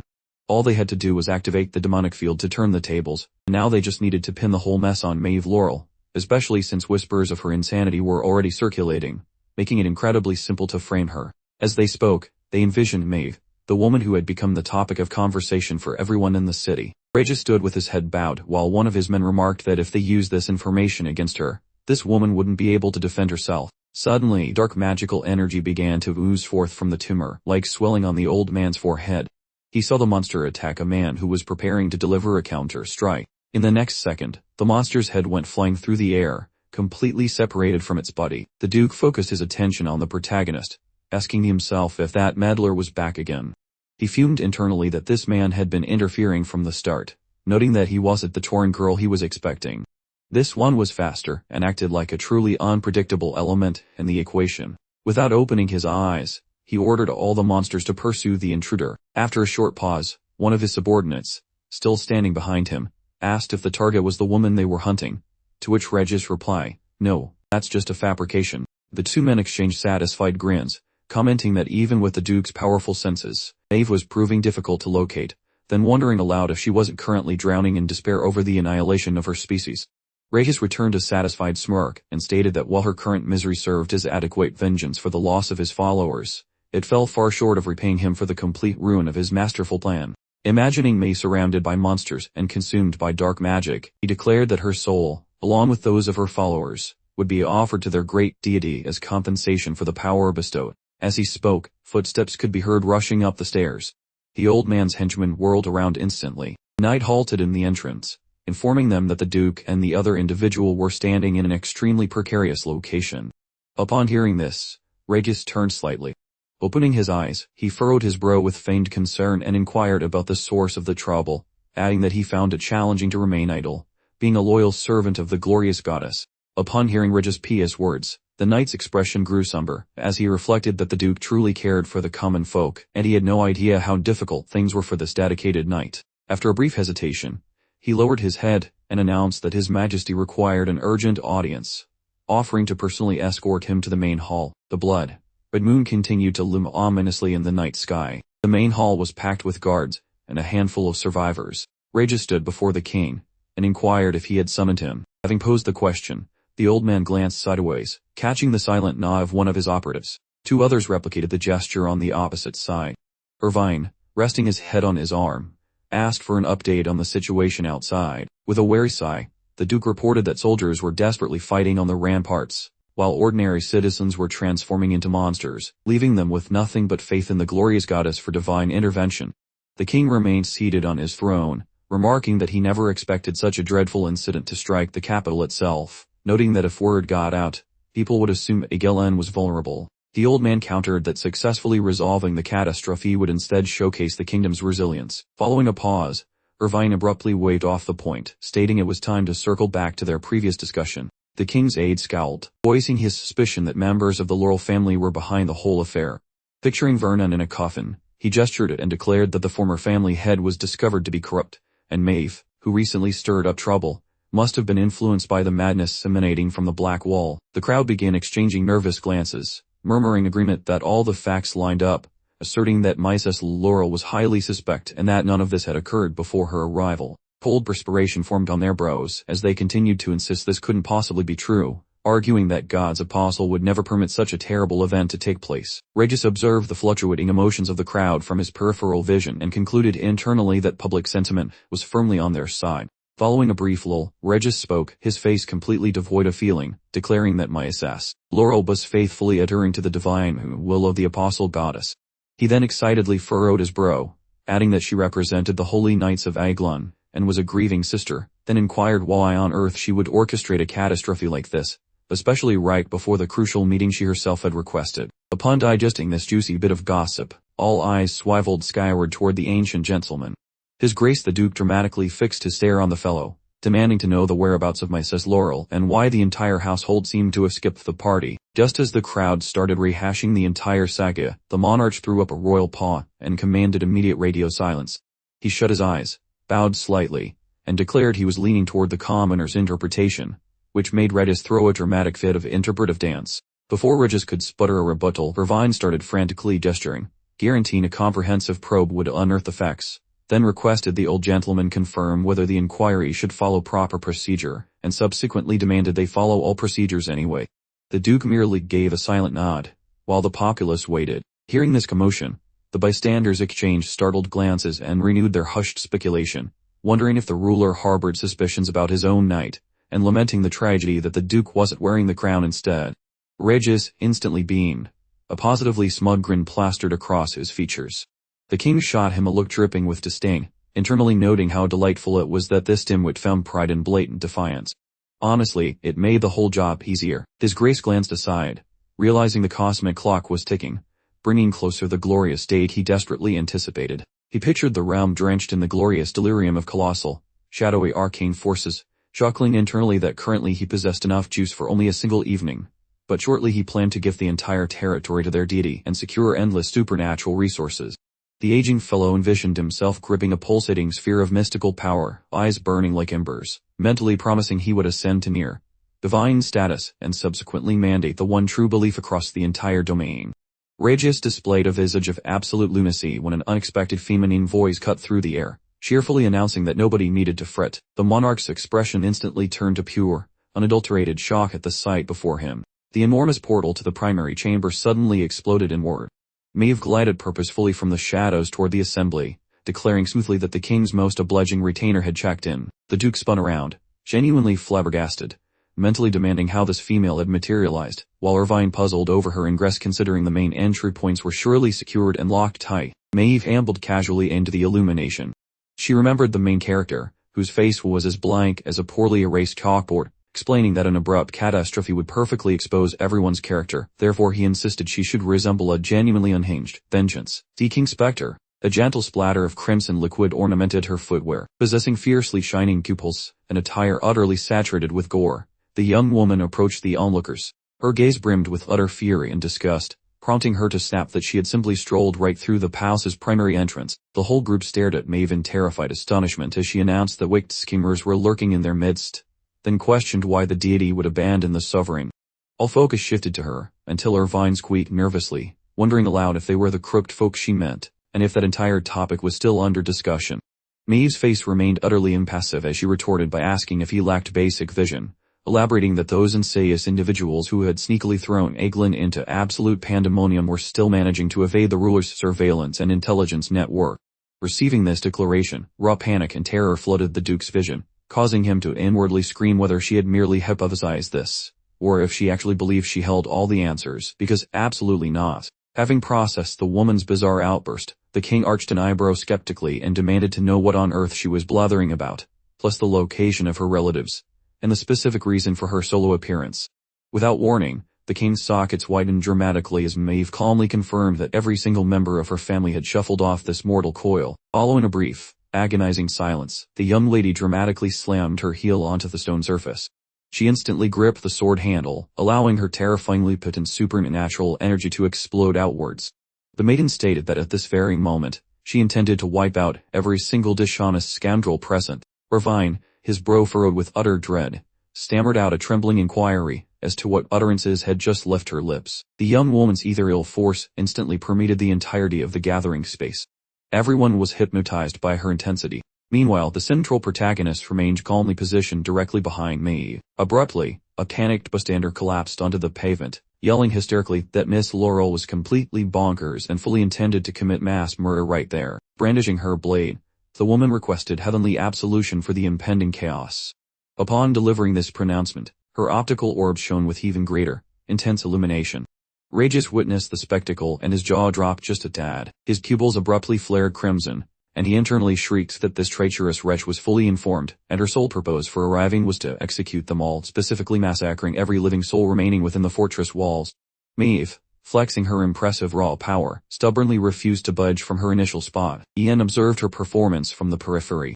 He knitted his brows and decided privately that it was officially time to launch Volume 1, featuring the spectacular showdown against Regis. Not a single soul risked twitching during this bizarre standoff. The entire cohort of armored guards present in the great chamber swiftly encircled Maeve, yelling frantically that her supposed holy might was radiating an alarmingly sinister shade of crimson, therefore they absolutely must subdue and neutralize her immediately. The key player watched the chaotic scene unfold from the sidelines, musing that she seemed totally oblivious to their presence, though honestly it made zero difference since she was simply the perfect manifestation of the vengeful, gore-splattered crusader he distinctly recalled. As moments ticked past, the young lady's energetic field intensified dramatically. Scarlet blazes wrapped around the girl like a demonic fashion choice. Elite sentries hemmed her in while Ian realized her lethal intent was genuine. She certainly wasn't bluffing about that suicide mission, but he refused to let her perish before collecting his bounty. Consequently, the fellow grimaced and signaled with his palm. At that moment, the lady lunged her leg ahead. She drifted toward the sovereign while the military yelled for her to halt. Meanwhile, the lead male zipped through the chamber at lightning velocity, nearing the noble's henchman as a vision of Lucia surfaced. She clutched her heart while claiming her spirit surpassed her jinx, though all her kin were buried. Escaping the daydream, the boy clenched his jaw and remarked that such brats were why he avoided fatherhood. Upon speaking, he pressed a glowing palm against the victim's skull, and dark mystical fumes immediately leaked from the person. The hero prepared to ditch the elder's lackey, assuming a tiny dose of messy energy would suffice, and the fellow tumbled before the armored guards, clutching his cranium while they asked if he was okay, but shockingly for the crowd, the aristocrat's anatomy began a rapid and grotesque mutation. Panic and dread filled the children's sight, leading them to scream about whether the guy had truly transformed. Moments later the man adjusted, lifting his gaze to emit a savage and thunderous growl. Terrified residents scrambled away while screeching that a genuine monstrosity had arrived. During this, the main man kept darting across the palace floor, recalling a past event where he unmasked villains similarly. He noted that low-tier freaks simply cannot handle unstable mutations.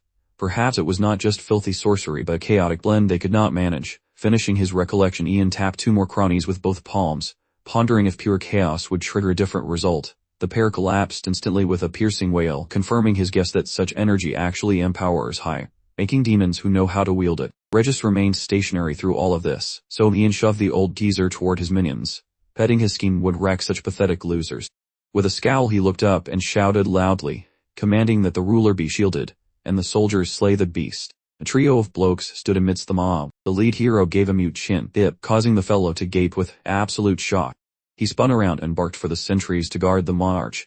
Then he and his pals rushed to Irvine and told him he must flee, promising to guide him out safely. And while the lads moved him, the king kept asking what the hell was happening, while the palace guard stayed glued to the ruler's side. Without warning, the forms of the leader's minions started mutating. The lady's energy remained quite powerful. The warriors staying in the room lifted their blades and asked with trembling voices if these were genuine corrupted fiends. A pair of massive and incredibly over-caffeinated beasts surfaced before the crowd, charging instantly with a wild battle cry, and these monstrosities flew toward Maeve, so the lady gripped her blade's handle with both hands. That same moment she sliced the entities in half with a swift stroke, but a blade suddenly cut through the air and struck a knight's limb, letting chaos juice leak into his circulatory system. Spears were aimed at the hero while the crowd demanded to know his identity and his duration at the scene. Young brushed the points away and suggested a swift exit for those enjoying survival, but a sentry sought more detail just as a massive silhouette darkened the ground. The knight who was stabbed by the steel turned into a huge freak, and the protagonist immediately delivered a massive kick. From that strike the beast tumbled toward Maeve, who was busy butchering the other monsters. Ian lunged forward again, muttering that this was basically like training with very grubby hounds. Seconds later he appeared behind his next target, thinking that giving the spotlight to Maeve was more than just taking the easy way out. The lady ground her teeth and slaughtered every creature that came near, while the guy mused that aside from their business arrangement, she was the most trustworthy and sweet person he had met here. Thus he refused to let her be insulted by such trashy demons after she finished her task, and thinking this he envisioned beasts and common folk trapping her with unseen wires. Right then the girl grabbed a monster by its throat, and with a single jerk she shredded it. The lead man abruptly halted. The lad recollected getting drenched in a beverage because someone ordered a fancy frothy drink. Our hero remained hushed while bowing his noggin, absorbing the verbal abuse. Presently the woman was huffing for air, while soaked in creature guts. The floor was covered in crimson viscera, and littered with unfortunate casualties. Ian observed that it was likely due to the painful memories of the past. A few seconds later, the girl stepped right over the monster's severed head, immediately using her foot to turn it into a grisly pancake. During the entire bloody affair, her physical strength never once seemed to diminish. Maeve abruptly whipped her gaze to the side, having heard a man's voice declare loudly that he genuinely had no idea what was happening. The Duke sat on their thrones, silently regarding one another. After a brief pause, the old man, completely devoid of fear or doubt, stated that he previously thought her actions were utterly predictable, before asking how she had possibly become so wildly erratic. With eyes that seemed to glow, the girl shot Regis a look that could char building, replying that his assessment would have been accurate if she were still working alone. The moment she finished speaking, the main character approached from behind, folding his arms across his chest in a show of arrogance. The old man immediately understood he was behind everything, identifying him as the Holy Knight who organized the Orendal Rebellion, adding that he thought it was only a rumor. The guy then smiled smugly and sarcastically inquired whether any traitors were left after he had thoroughly disinfected Orendal, marveling at their ability to multiply like cockroaches. The Duke, hearing this, smiled slyly and said it was a critical error to view him as a mere mercenary, promising not to overlook such minor factors next time. But before the Duke could elaborate, Maeve gripped the hilt of her sword tightly with both hands and screamed that he wouldn't get it next time.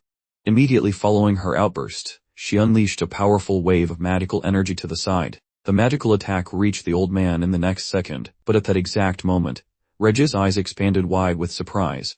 A staggeringly powerful explosion of chaotic energy suddenly erupted. The sight caused surprise to appear in the girl's eyes, while the main character frowned in concentration, noting to himself that he could feel the immense power of the chaos energy. Monsters started sprinting rapidly across the floor toward them.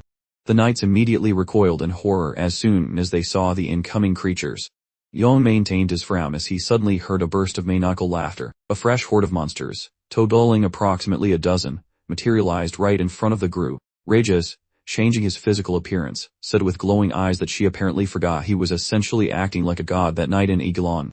The knights were completely shocked by what they witnessed, with one asking if they were seriously saying the Duke was corrupt, claiming it was impossible. Immediately afterward, Bran waved his hand, creating a potent blast of dark magical energy. Maeve was hit by the resulting shockwave. She was sent hurtling backward at incredible speed into the wall. Stones and debris showered onto the floor, while everyone stared at the Duke who sat on his throne, declaring that absolutely no one else would learn about his new true god. His eyes flared brighter than before, and he explained this was because there wouldn't be any witnesses left, especially the knights. The knights, with terror-stricken expressions, stumbled backward, asking in shaking voices how this could have happened. At that moment, the main character seized his sword, drawing the weapon from its scabbard in one swift motion, grinning broadly as he called the Duke a scheming scoundrel who had fooled him twice already. With burning eyes, the old man shot the guy a scathing look, commanding him to shut his filthy mouth. In the very next second, the monsters lunged forward to attack. Dan's eyes suddenly lit up at the sight of the impending battle. He released his magical aura, focusing intently while activating his specialized sixth sense. At that exact moment, he launched himself forward. The guy propelled himself forward by kicking off the body of a decomposed man. The main character then began slicing and dissing every enemy in his path.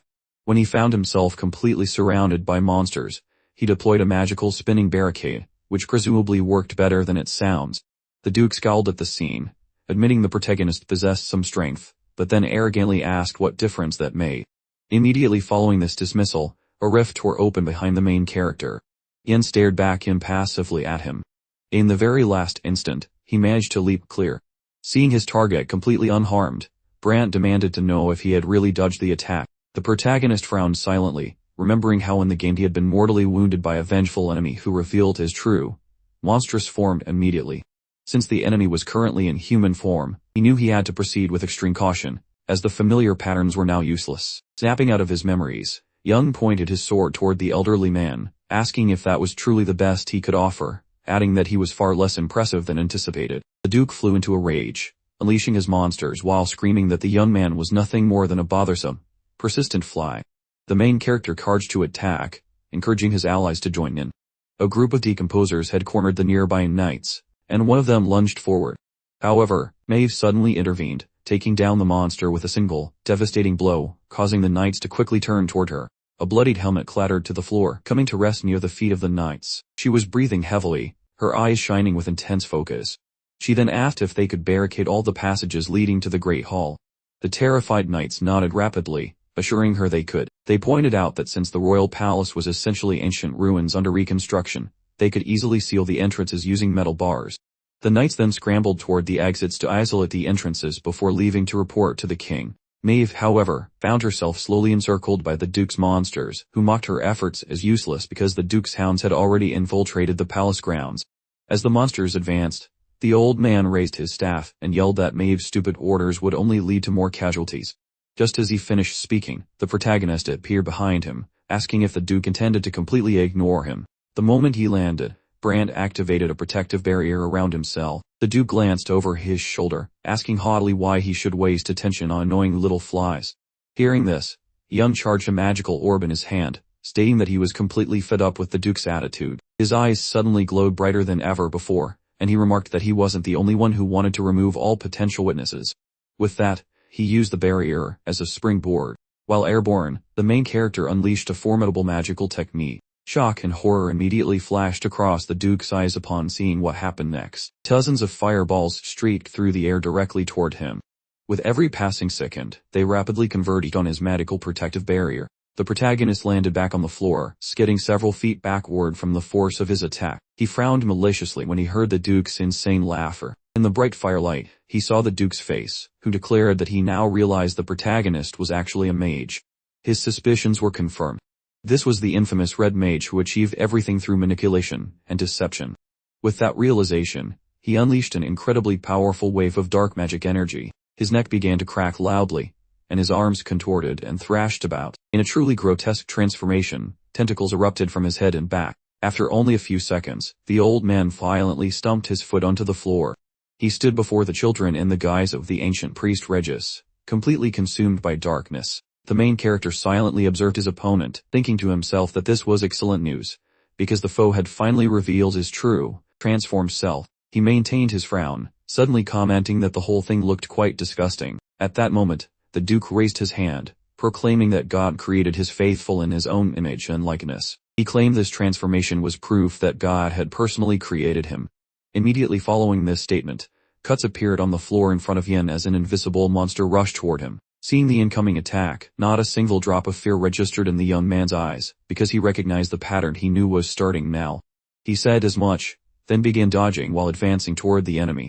The old man, watching with glowing eyes, boasted that the Nether Hound was a true void demon from deep space, far superior to mere mutated creatures. While the Duke was still talking, the protagonist easily evaded the monster's rapid attack. Holding out his hand with the redstone, he apologized, stating that he simply couldn't care less about these freaks. With that, he unleashed the lower red magic dancing flames, resulting in a massive explosion. Brant, safely hidden behind his protective barrier, began laughing, claiming the protagonist could only offer cheap entertainment with his fire. He boasted that a weak attack like this would never breach his force field. At that precise moment, Yen tapped into the power of the stone in his hand once more. A brilliant flash of light illuminated the scene. The young man used the lowest red magic flamethrower, which immediately slammed directly into the protective barrier. The protective barrier instantly imploded, causing the elderly sorcerer to roar about how this whole mess could have been avoided. The protagonist assumed a combat stance, musing that the biggest upgrade over the game version was definitely this sort of condemnation, which significantly improved his survival rate and ensured the fight would be mercifully brief. While he was lost in this thought process, he felt the Duke's burning gaze, and the old man abruptly announced that he was about to personally deliver the hero to the next world. In that precise instant, a tremendously powerful magical discharge erupted from the sword, propelling the hero forward in a single, high-speed leap toward the Duke. Meanwhile, the grumpy old man had been comfortably seated on his throne throughout the entire confrontation. A sudden, smug grin spread across his features as he internally gloated that his opponent had completely lost track of his position. Raising his staff, Brant tore open a convenient, yet ominous, hole in reality right in front of him. The protagonist's eyes widened in disbelief as a massive, monstrous appendage began to emerge rather rudely from the interdimensional portal. Yin continued his inner monologue, noting that all the previous game deviations meant enemy behaviors were probably different too, making his strategies completely unreliable. The ominous, blood-red moon maintained its vigil in the night sky, when abruptly an arrow sliced through the air with a high-pitched whine. The projectile embedded itself precisely in the monster's neck. Simultaneously, the archer launched himself into the air, landing directly on top of the creature. With one brutal chop, he bisected the beast, then proceeded to chop the remaining pieces with remarkable enthusiasm. The creature's head, now detached, traveled a respectable distance before landing with a swishy thud. Having completed his butchery, the guy decided to use the monster's corpse as a convenient stepping stool. He abruptly pivoted and let out a roar, asking Mule what exactly he was playing at, reminding him pointedly that he had been instructed to simply decapitate the monsters, and then demanding why he was being so unnecessarily slow about it. The man gripping the crossbow hollered in response, questioning if Philip genuinely believed anyone could possibly evade those flailing tentacles on their own, and suggesting that Philip should perhaps stop criticizing and start contributing. The earth itself was stained crimson and dyed with lifeless husks, prompting Philip to suddenly point out that a fresh contingent of void hounds was approaching rapidly, seemingly making a calculated run straight toward the royal residence. Lucia and the remaining laborer watched the unfolding events from a safe distance, as the laborer yelled out, demanding clarification since he was fairly certain Ian and Maeve were nowhere near the royal palace. Lucia stared up at the sky, imagining May, and the protagonist in her mind, gripping her dress tightly as she wished desperately that they would both remain unscathed. Meanwhile, the protagonist himself launched himself at the truly colossal monster with reckless abandon and not a shred of common sense or fear. With his jaw clenched tightly, he executed a quick sword strike, which was accompanied by an explosive flash of light. The boy's attack neatly severed the monster's massive arm and, as an added bonus, managed to graze the dupe. Regis, wincing dramatically from the newly acquired injury, managed to elevate his staff. Ian watched the reaction, grimacing internally as he concluded that his strike had been disappointingly shallow. He immediately started speculating whether Regis was employing this particular ability for purely defensive purposes. He specifically recalled the hand that had popped out of the interdimensional hole, noting to himself that this particular maneuver was only ever used aggressively in the game. Just as Ian finished his thoughts, a chaotic and violent aura began forming around the old man, who then remarked that the damage from a surprise attack was quite remarkable, suggesting the protagonist must be favored by the Tauren for such power. Abruptly, the old man's eyes flared, and he shrieked at maximum volume that this specific situation was perfectly clear to him now. That scream was instantly followed by a powerful, outward spreading shockwave. The protagonist managed to brace himself against it, straining his jaw muscles from the effort. Yet after a few tense seconds, he smirked, just before a truly catastrophic explosion completely engulfed them both. Ian was sent soaring backward like a rag doll, covering several meters before violently colliding with the solid wall of the Great Hall. The sheer force of the collision resulted in a rather unpleasant fountain of blood erupting from his mouth. The protagonist collapsed into a heap on the ground. He looked down and recalled crossing his arms just before the Duke's devastating blow, concluding internally that even boosting his power to the chaotic level wasn't sufficient. His hand, resting on the hard floor, began to violently twitch. He gathered his last reserves of energy, forcing his hand upward, and asked himself if he was experiencing a concussion. He then plunged into a vivid and untimely mental montage of Philip, Naive, monster dungeons, and recent events, concluding that he had acted recklessly. He realized that even though he had noted numerous departures from the game's original logic, he had still managed to commit a foolish error. As he ruminated on his poor life choices, enormous scratches began to spontaneously appear across the floor. An unseen entity was running toward him at high speed, leaving visible gouges on the floor and walls. The protagonist recognized the invisible beast as a void hound, which was now rushing at him with sinister glowing eyes. Shaking off his disorientation, the young man gripped his sword hilt, thinking he only needed to evade this one attack. He tried desperately to get to his feet, reasoning that even a glancing blow wouldn't be fatal, as long as he could just stall for a moment until his dizziness passed. However, before he could fully formulate a plan, the void hound arrived right above him, at which exact moment Maeve suddenly appeared to block its path. He peered at the scene, his eyeballs practically popping out with sheer disbelief. That lady parried a heavy strike from a see-through beastie, somehow. Slashes manifested on her limbs despite the metal gear, yet healed faster than bad choices, while Maeve's pupils glowed like neon signs as she instantly unleashed a whirlwind of steel that would make a blender jealous. Red juice sprayed everywhere as the critter got punted, then the last sent a sparkly ripple of doom right toward that fancy Dukai. The elderly fellow looked like he just saw a ghost, right before a massive boom rocked the place harder than a heavy metal concert. Once the smog vanished, Regis had pulled a disappearing act better than most stage magicians. Dead bodies and ketchup-colored puddles covered the floor, leading our guy to think she somehow handled all those bitey mutts when he was not looking. Maeve spun around, giving him a sigh that could freeze coffee, and told him to go babysit the rest of the survivors pronto. Wheezing for oxygen, the fellow questioned what on earth she was blabbering about, so she immediately retorted that being a mercenary for hire, one tiny favor would surely not be enough to satisfy his greed. Facing Ian, she promised him her job, her bank account, and even her snacks. Basically the whole kitchen sink for his help. The grand hallway looked like a demolition site filled with funky purple sty. Staring daggers at our lead man, she insisted that if he ceased his actions, the reward would suffice, promising not to force his residence in the realm, if only he stayed by their side, but clenching his jaw hard enough to crack an anvil, the dude gave a solid refusal. Out of nowhere, massive gashes opened on Maeve's spine as the ghost freak delivered a wallop to her rear side. Her peepers flashed like high beams. She snatched Ian's shirt collar instantly, then chucked him toward the door like he was a sack of moldy potatoes. The fellow hit the dirt, biting back a scream from the agony. Upon standing, he saw the main lobby doors slam shut, so he peered through the metal grates to see the brave lass. Maeve glanced over her shoulder, offering a quick thanks. Moments afterward, she pivoted with extreme speed. She smacked the ugly creature right in its face with a very snappy, lethal strike. The slice of remains of the spooky doggo hit the ground while the Duke, safe inside his magic bubble, watched the whole show. Then he bugged his eyes out, whispering that she possessed a heavenly vibe, proving she was definitely on the payroll of that torn deity. Our protagonist clutched those metal bars, whispering to himself that she was a leaky messenger of vengeance, and the more crimson she leaked, the more buff she became, knowing well that once this angry spirit reaches the absolute peak of her power, she finds herself staring directly into the cold eyes of death.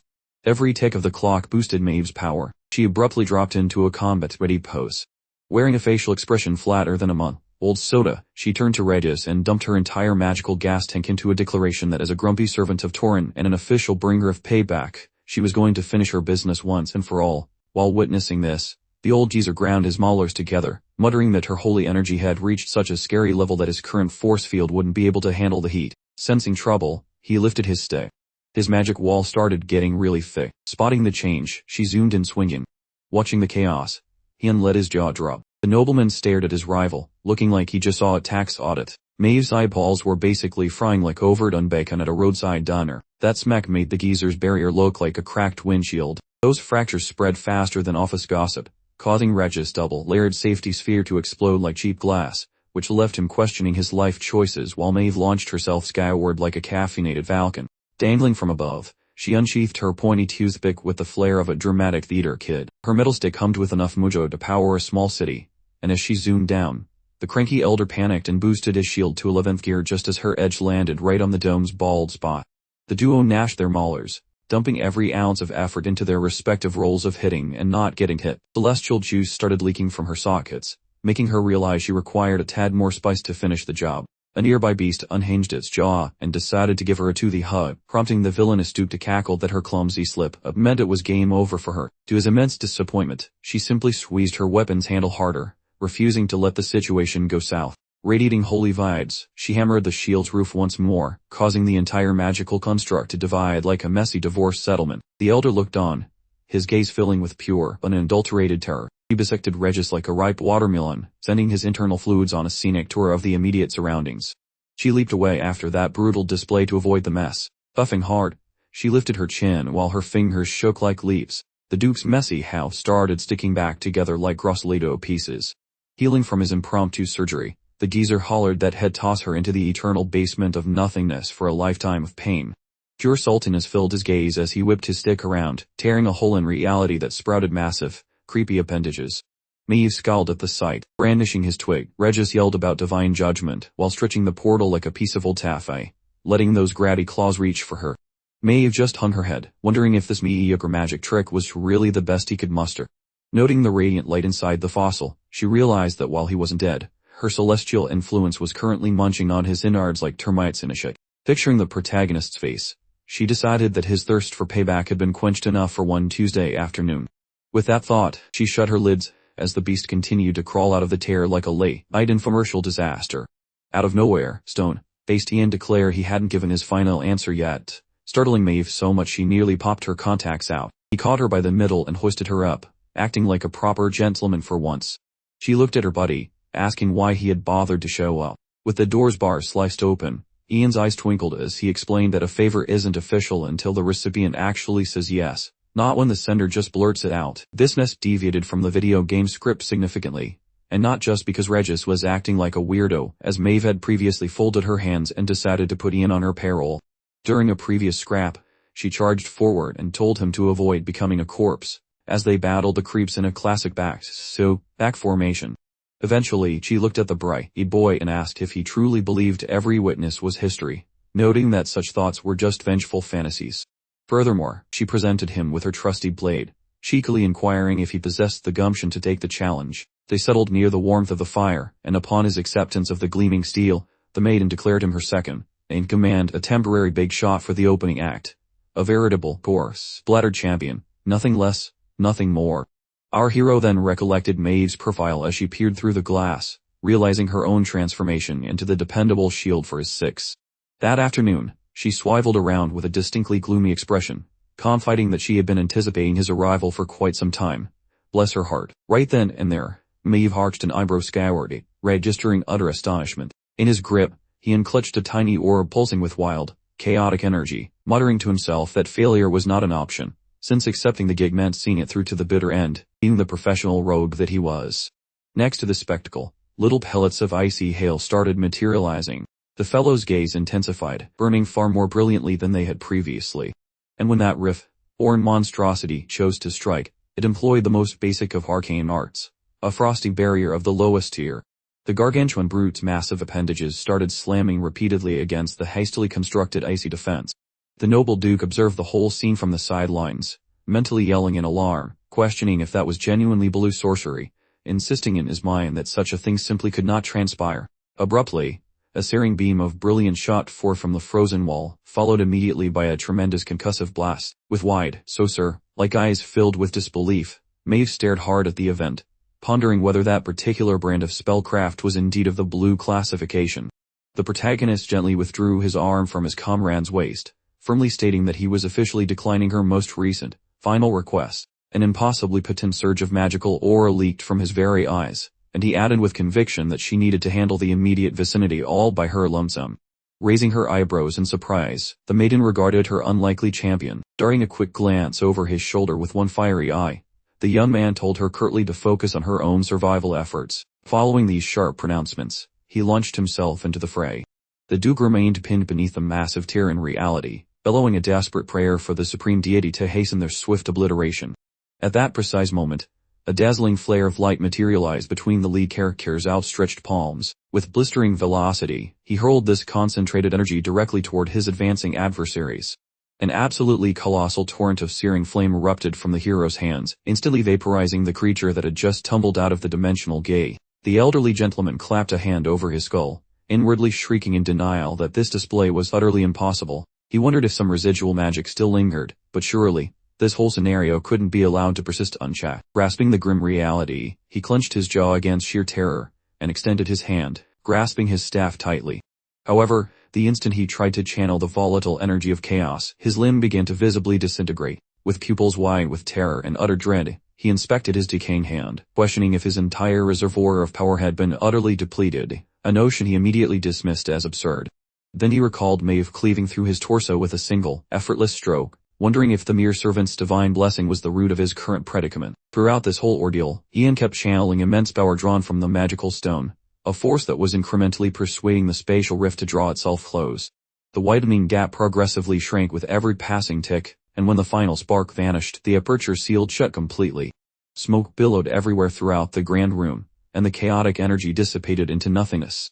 Witnessing this, Regis dropped heavily to his knees, plaintively asking if his supposed deity had utterly abandoned him in his moment of need. The main character pulled his sword from its sheath, glancing at the blood-stained edge. He observed that his apostle had nearly died, and then demanded to know if the opponent planned to simply watch the chaos unfold. The blade began to shimmer, quickly enveloped by a powerful and intimidating magical aura. Ian, now glowing intensely, walked with purpose toward the ancient man. Without hesitation or mercy, he brought his sword down quickly and forcefully against the old man's body. The Count's fragmented form immediately crumpled onto the cold stone floor. His eyes burning with power, the hero charged forward to deliver another round of pain.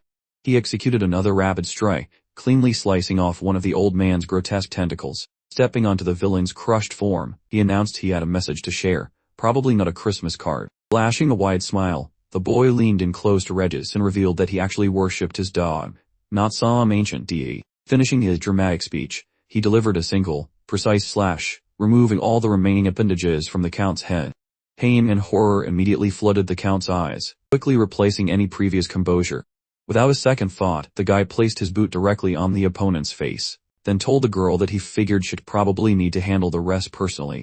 Upon hearing this suggestion, Maeve's smile grew warmer, as she cheerfully confirmed she would be absolutely delighted to help out. Regis managed a slow turn of his head, watching as the girl, sword in hand, began her deliberate, ominous approach toward him. Mere moments passed before a sharp blade zipped through the old man's neck, ending his part in the story.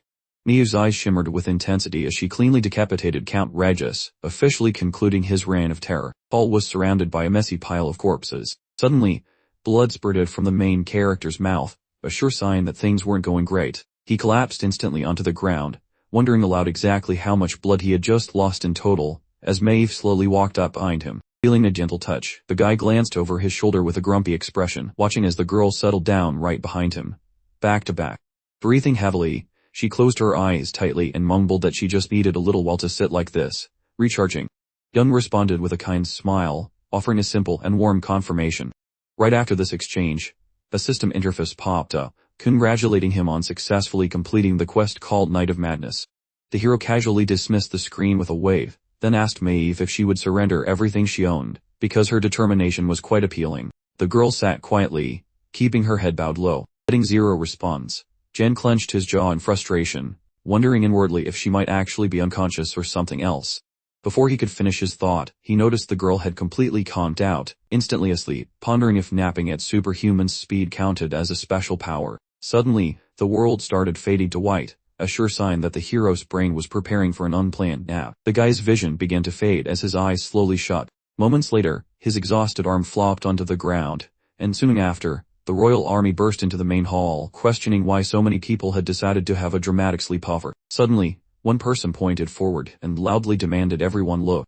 There, lying among the defeated monsters in the hall's center, were Jan and Maeve, sleeping peacefully beneath the bright light. The very next day, the sky cleared, and bright clouds floated by. Citizens entered the city through the gate, which now featured the gruesome decoration of Radya's severed head. Upon seeing this, Lucy raised her eyebrows in surprise.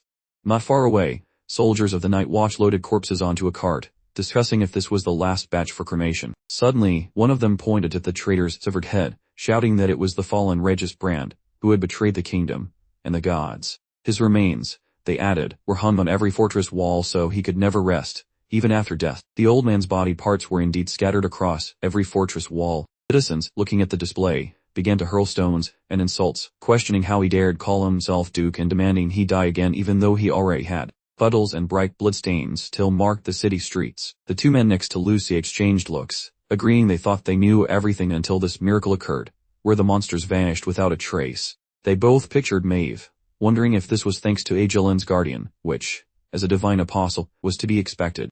A comrade approached them suddenly, raising his hand to silence them, stating he refused to believe such a hero had fallen into madness, calling it a ridiculous rumor. He added that had heard a man, in addition to Mrs. Laurel, was responsible for defeating the fallen. Lucia, standing nearby, listened intently. The men continued, picturing the protagonist in their minds, adding that he was known as the Master of the Sword, equal in strength to Mrs. Laurel.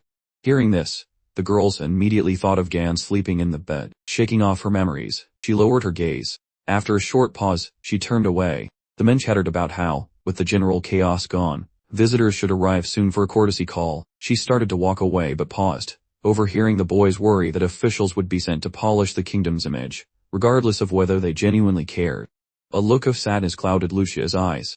The morning sun illuminated the large house. Servants were actively sweeping the floor in one of the bedrooms.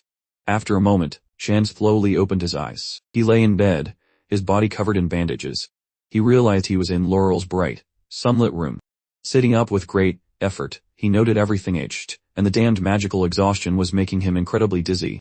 He sensed the stored shard of chaos within him, realizing his power had been reduced by more than half after he had spent nearly everything in the final battle. Beale, who was in the room, noticed Ian's awakening immediately. He suddenly rushed forward, shouting loudly that Jan hadn't woken up for 2 days, and had thought he was gone forever. Jan, gritting his teeth, asked him to be quiet, because his ears were ringing terribly. At that exact moment, a tray of water fell to the floor, as Philip burst into the room. Philip, with tears streaming down his face, stood by the bed and began to shout about his great relief. Jan calmly replied that he shouldn't exaggerate, adding that he'd die from the noise, and asked them to stop yelling. The guy continued to shout about how he thought Jan would never wake up again. The protagonist responded with a warm smile, simultaneously thinking to himself that he was still far from becoming a true mercenary. At that moment, Lucia was walking down the corridor. She suddenly stopped when she heard a loud cry asking if she was heading to the master's room. A few seconds later, she hugged the main character tightly, and thanked him. Jan frowned in surprise at the embrace. After a short pause, he patted the girl gently on the head. After that, Lucia pulled away and clarified that the hug absolutely did not mean she liked him. Having stated her position, she started to leave. The protagonist watched her go, commenting that she still hadn't changed. He wondered if he remembered correctly that she'd said this behavior was because of a curse. Emil and Philip looked at Jan wide-eyed, stating they couldn't believe the young lady had actually hugged someone. The guy with glowing eyes suddenly turned to them and asked what they were looking at, to which they shouted in horror that they weren't looking at anything. After a short while, the main character left his room, and slowly walked down the long corridor. The guy frowned, thinking to himself that he finally understood why Maeve was so desperate to discard her life. He imagined the girl standing alone in the garden of her estate, concluding that being isolated in a place once full of loving memories must be worse than death itself. Shaking off his ruminations, the main character opened the door and stopped at the entrance to the room, but Maeve's bedroom was empty. A maid suddenly approached Jan from behind. She raised her eyebrows in surprise when he asked where the mistress was. After a few seconds, she replied that Maeve was probably at the training ground next to the estate. Maeve was indeed standing on the training ground, her hand resting on a target riddled with numerous deep cuts. The girl was suddenly reminded of her brother. Her face remained perfectly blank, devoid of any expression. Her peepers sparkled when a familiar voice chirped nearby, wondering if she finally figured it was time to get sweaty and practice. Our hero strolled over casually while mentioning he caught wind of her current sword-handling disability, making Maeve whip around to see who spilled the tea. A gusty breeze tossed shredded emerald foliage around in the air. Spotting Ian, she grinned and noted his return to the living, mentioning she felt like an old lady waiting for him. He beamed, shut his lids, and joked they only missed each other by a nap. Later, the throne room packed out, where King Irvine of Aeglon thanked them for being the most useful humans ever. A duo stood before the monarch, specifically Maeve and Ian, whom the crown labeled as the legendary duo that stopped the realm from imploding. Standing with a hand on his hip, the lead guy confirmed with a confident nod that he indeed answered to the name Jan. Irvine popped open a parchment and excitedly declared that the messy battles in Aeglon were a playground for gifted folks like him, then waited to see if he was down for the job. Squinting his eyes shut, he gave a polite grin and promised to ponder it, though internally he knew better than to annoy the boss while freeloading during recovery. The king looked shocked when Maeve interrupted to say things just got way more urgent. Clutching a tone, she insisted they hunt the remaining Rawers, eventually leading Irvine to the walls where he rambled about local tragedies. Thanks to a grumpy guys, they survived and sniffed out the hiding traitors. Some tied-up dudes begged for their lives, claiming they were just following bad management, but a sharp blade quickly cut their excuses, and their heads short. Suddenly, a crimson fountain erupted. Grinning like he won the lottery, the king yelled that Eaglelun was getting a major upgrade into a top-tier realm. Punching the air, he hollered that they were destined for constant winning and enough glory to drown in.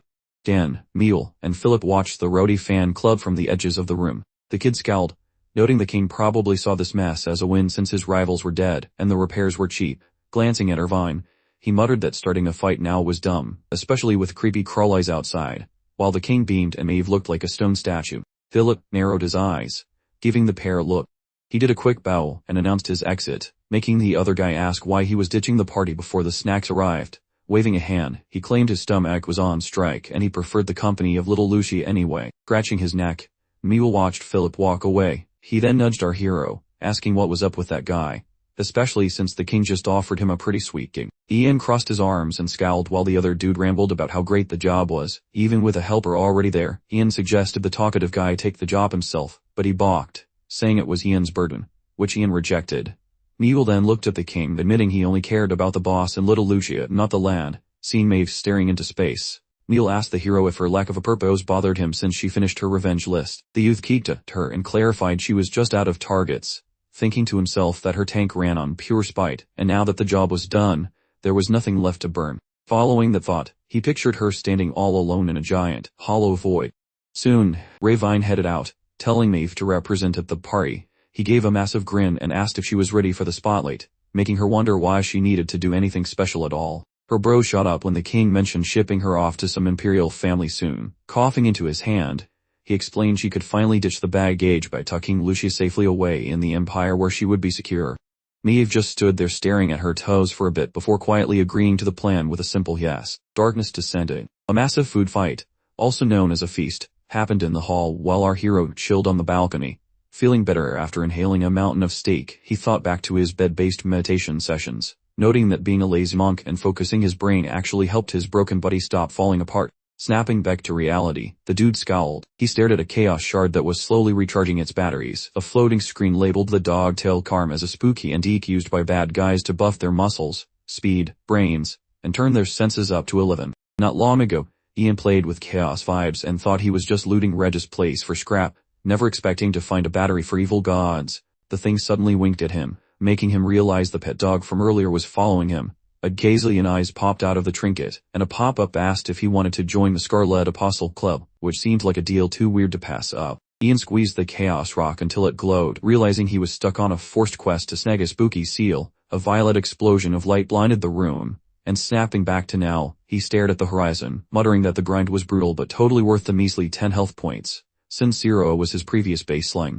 Maeve barged onto the balcony and found him, but he joked she looked like she swallowed a lemon for someone supposed to be the party star. She shut her eyes and moped, making him panic and ask if the sky was falling or something. Maeve squinted at him and apologized for being a total downer and failing to keep her poker face together. Eventually, our lead hero scrunched his face and questioned whether the girl Lucia was slated for a swift deportation to the Imperial lands. The person standing nearby kept a tight distance and confirmed his suspicions, noting that while the paperwork shouted adoption, she was actually just a fancy sacrifice being held for ransom. The youth kept his gaze on Emmy V, remarking that the big bad empire usually ignores provincial backwaters, though he silently doubted those big shots would bother bullying a tiny nation without a weirdly specific reason, envisioning a massive midnight battalion loitering outside a giant gate as he spoke. All at once he envisioned a gargantuan dark barrier, figuring that shiny wall was their only true obsession.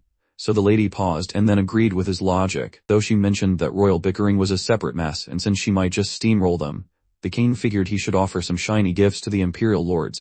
She pictured Irvine chatting with some diplomat, suggesting that even if Aegelon required a buddy inside the empire, Ian, after processing her words, gripped the balcony edge, and demanded to know why they picked Lucia specifically. Maeve visualized the little girl for a second, and then answered that the kid simply possessed that fancy, blue-blooded royal ancestry. Recalling the birth date, she mentioned the kid's late mother was the king's sister, which made Jan realize this was just a boring political union. Yet the woman added that while normally they could skip it, the noble family specifically craved Lucia. A glowing orb drifted through the dark heavens, and when our hero suggested the girl herself was the prize, his companion nodded and explained that the child was blessed by that deity Ruenter. While speaking, she envisioned the youngster glowing with holy radiance, effectively nuking all those nasty chaotic vibes. Hearing that bombshell, the dude looked absolutely stunned, thinking about a bunch of sorcerers and whispering to himself that people with magic skills were basically trying to role-play as minor gods. Common folks generally assumed that anyone with weird talents had been kissed by a deity. Reincarnator was the chief deity of zeal and insanity, and getting his divine approval meant coming out with spicy crimson mana.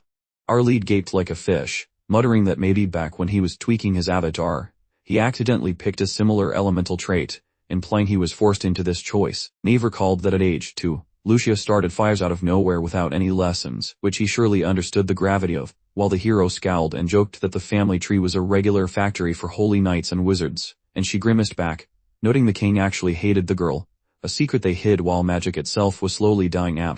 Jan listened to the news, his jaw dropping as the realization hit him like a sack of heavy bricks.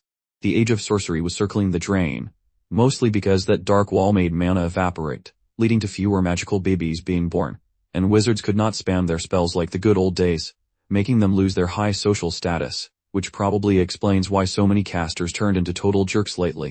Following a brief silence, Maeve tilted her face down and whispered her reasoning.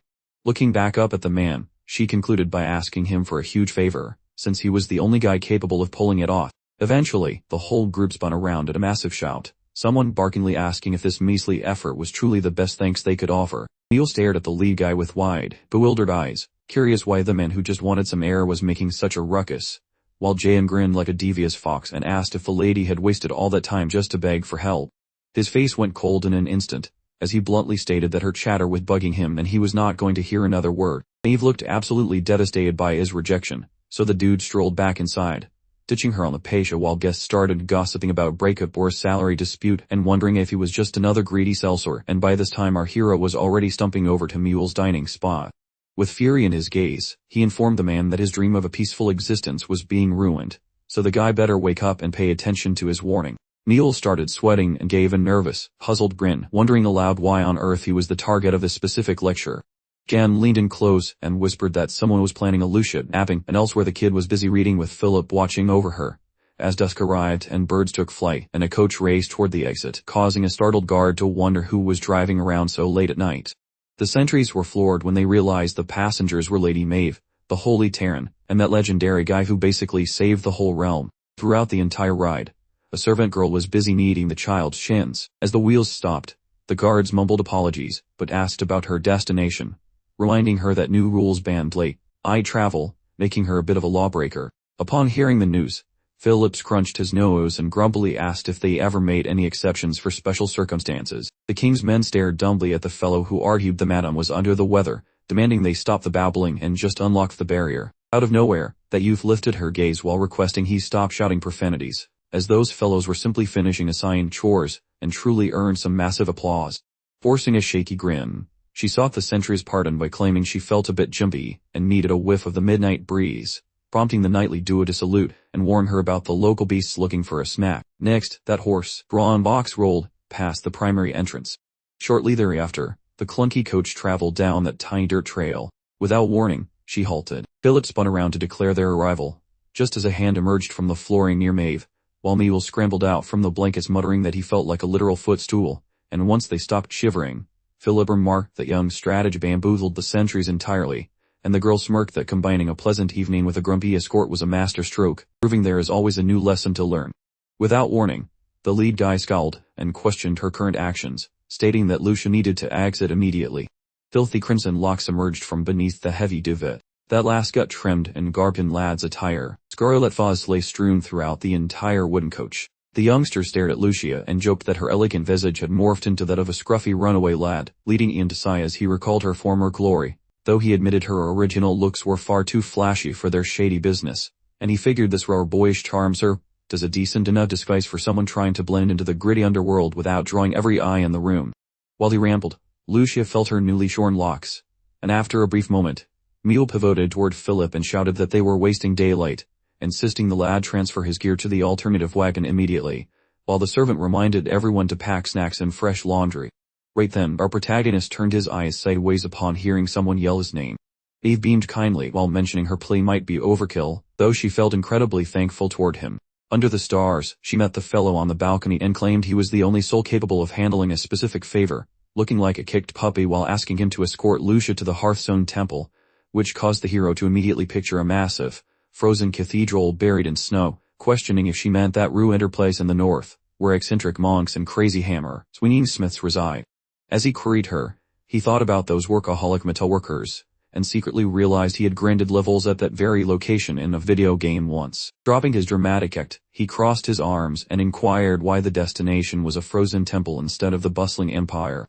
At that moment, his companion recalled the discovery of a certain paper, explaining its connection to the noble house that was dead set on claiming Lucia. Mentioning her deceased sibling, she noted that Vermin had scrutinized the files out of concern for the girl's safety, and she further explained that this particular clan was famous for arcane mastery and frequently scouted gifted youngsters, maintaining a very cozy relationship with the legendary Great Tower. Listening to that, Yang scowled with immense irritation.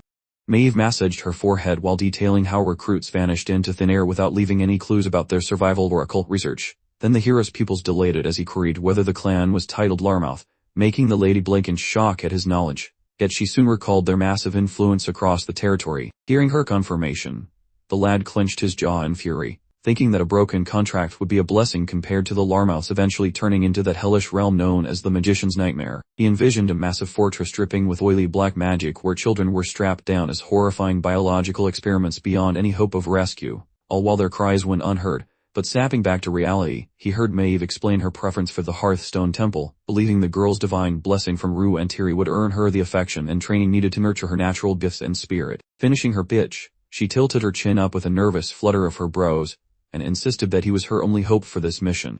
A look of genuine shock crossed his face when a glowing holographic window materialized, offering him a quest titled Heartspark, causing Jan to scowl as he weighed his options.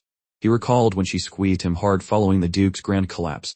He visualized the grim destiny awaiting every youth entering that Larmouth household. Noticing his hesitation, Mei stared at the horizon and sighed that she had asked too much, telling him it was perfectly fine to just say no. Unexpectedly, her eyes darted toward the man, who strongly stated his total compliance. He kept staring at his companion, noting he would simply join provided the compensation proved sufficient. Following that witty remark, he grinned like a prankster, and inquired whether her theatrical skills were up to par. Right then the hero gripped the guy's shoulder and mentioned the festive chaos from the previous night, so everyone would assume he and Mule snatched Lucia away since she vanished, while he recalled stumping back from the terrace into the palace ballroom after hollering like a lunatic. Shaking off the past, Ian glanced aside and suggested the ruse worked because folks believed they felt snubbed by the prizes and intended to sell the girl, keeping suspicion off the rest, and Maeve gave a tender grin and started thanking him. But her words died when they spotted Mule frantically waving from the wagon, hollering that the luggage was finally secure.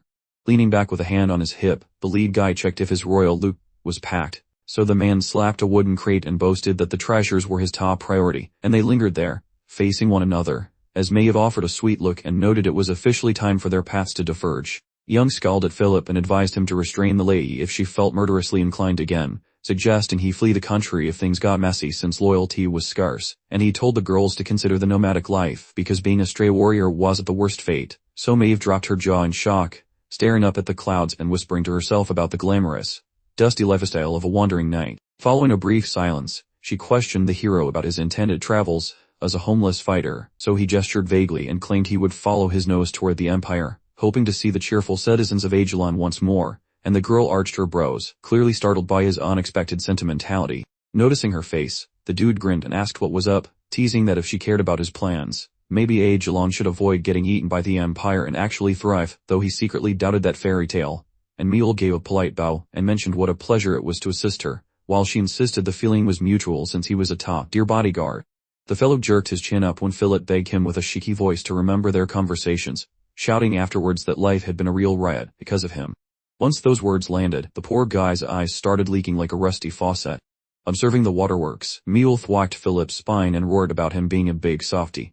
But the lad insisted some phantom dust had just invaded his eyelid. Mule looked at the lass and announced their departure, hinting this might be their final goodbye. Yet a stoic Lucia claimed otherwise because a book promised she could return after finishing her temple drills, and she lunged at Maeve for a tight embrace, promising that their paths would inevitably cross once more in the future.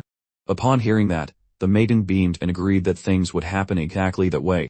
She crouched down to squeeze the small girl, but a tall shadow soon loomed over them, as the protagonist predicted a reunion was written in the stars, and crossing his arms, he added that he still needed to come back eventually to pick up his fat paycheck. Rising to her feet, Maeve wondered aloud if he really wanted to claim her as a prize, privately suspecting his priorities were currently elsewhere.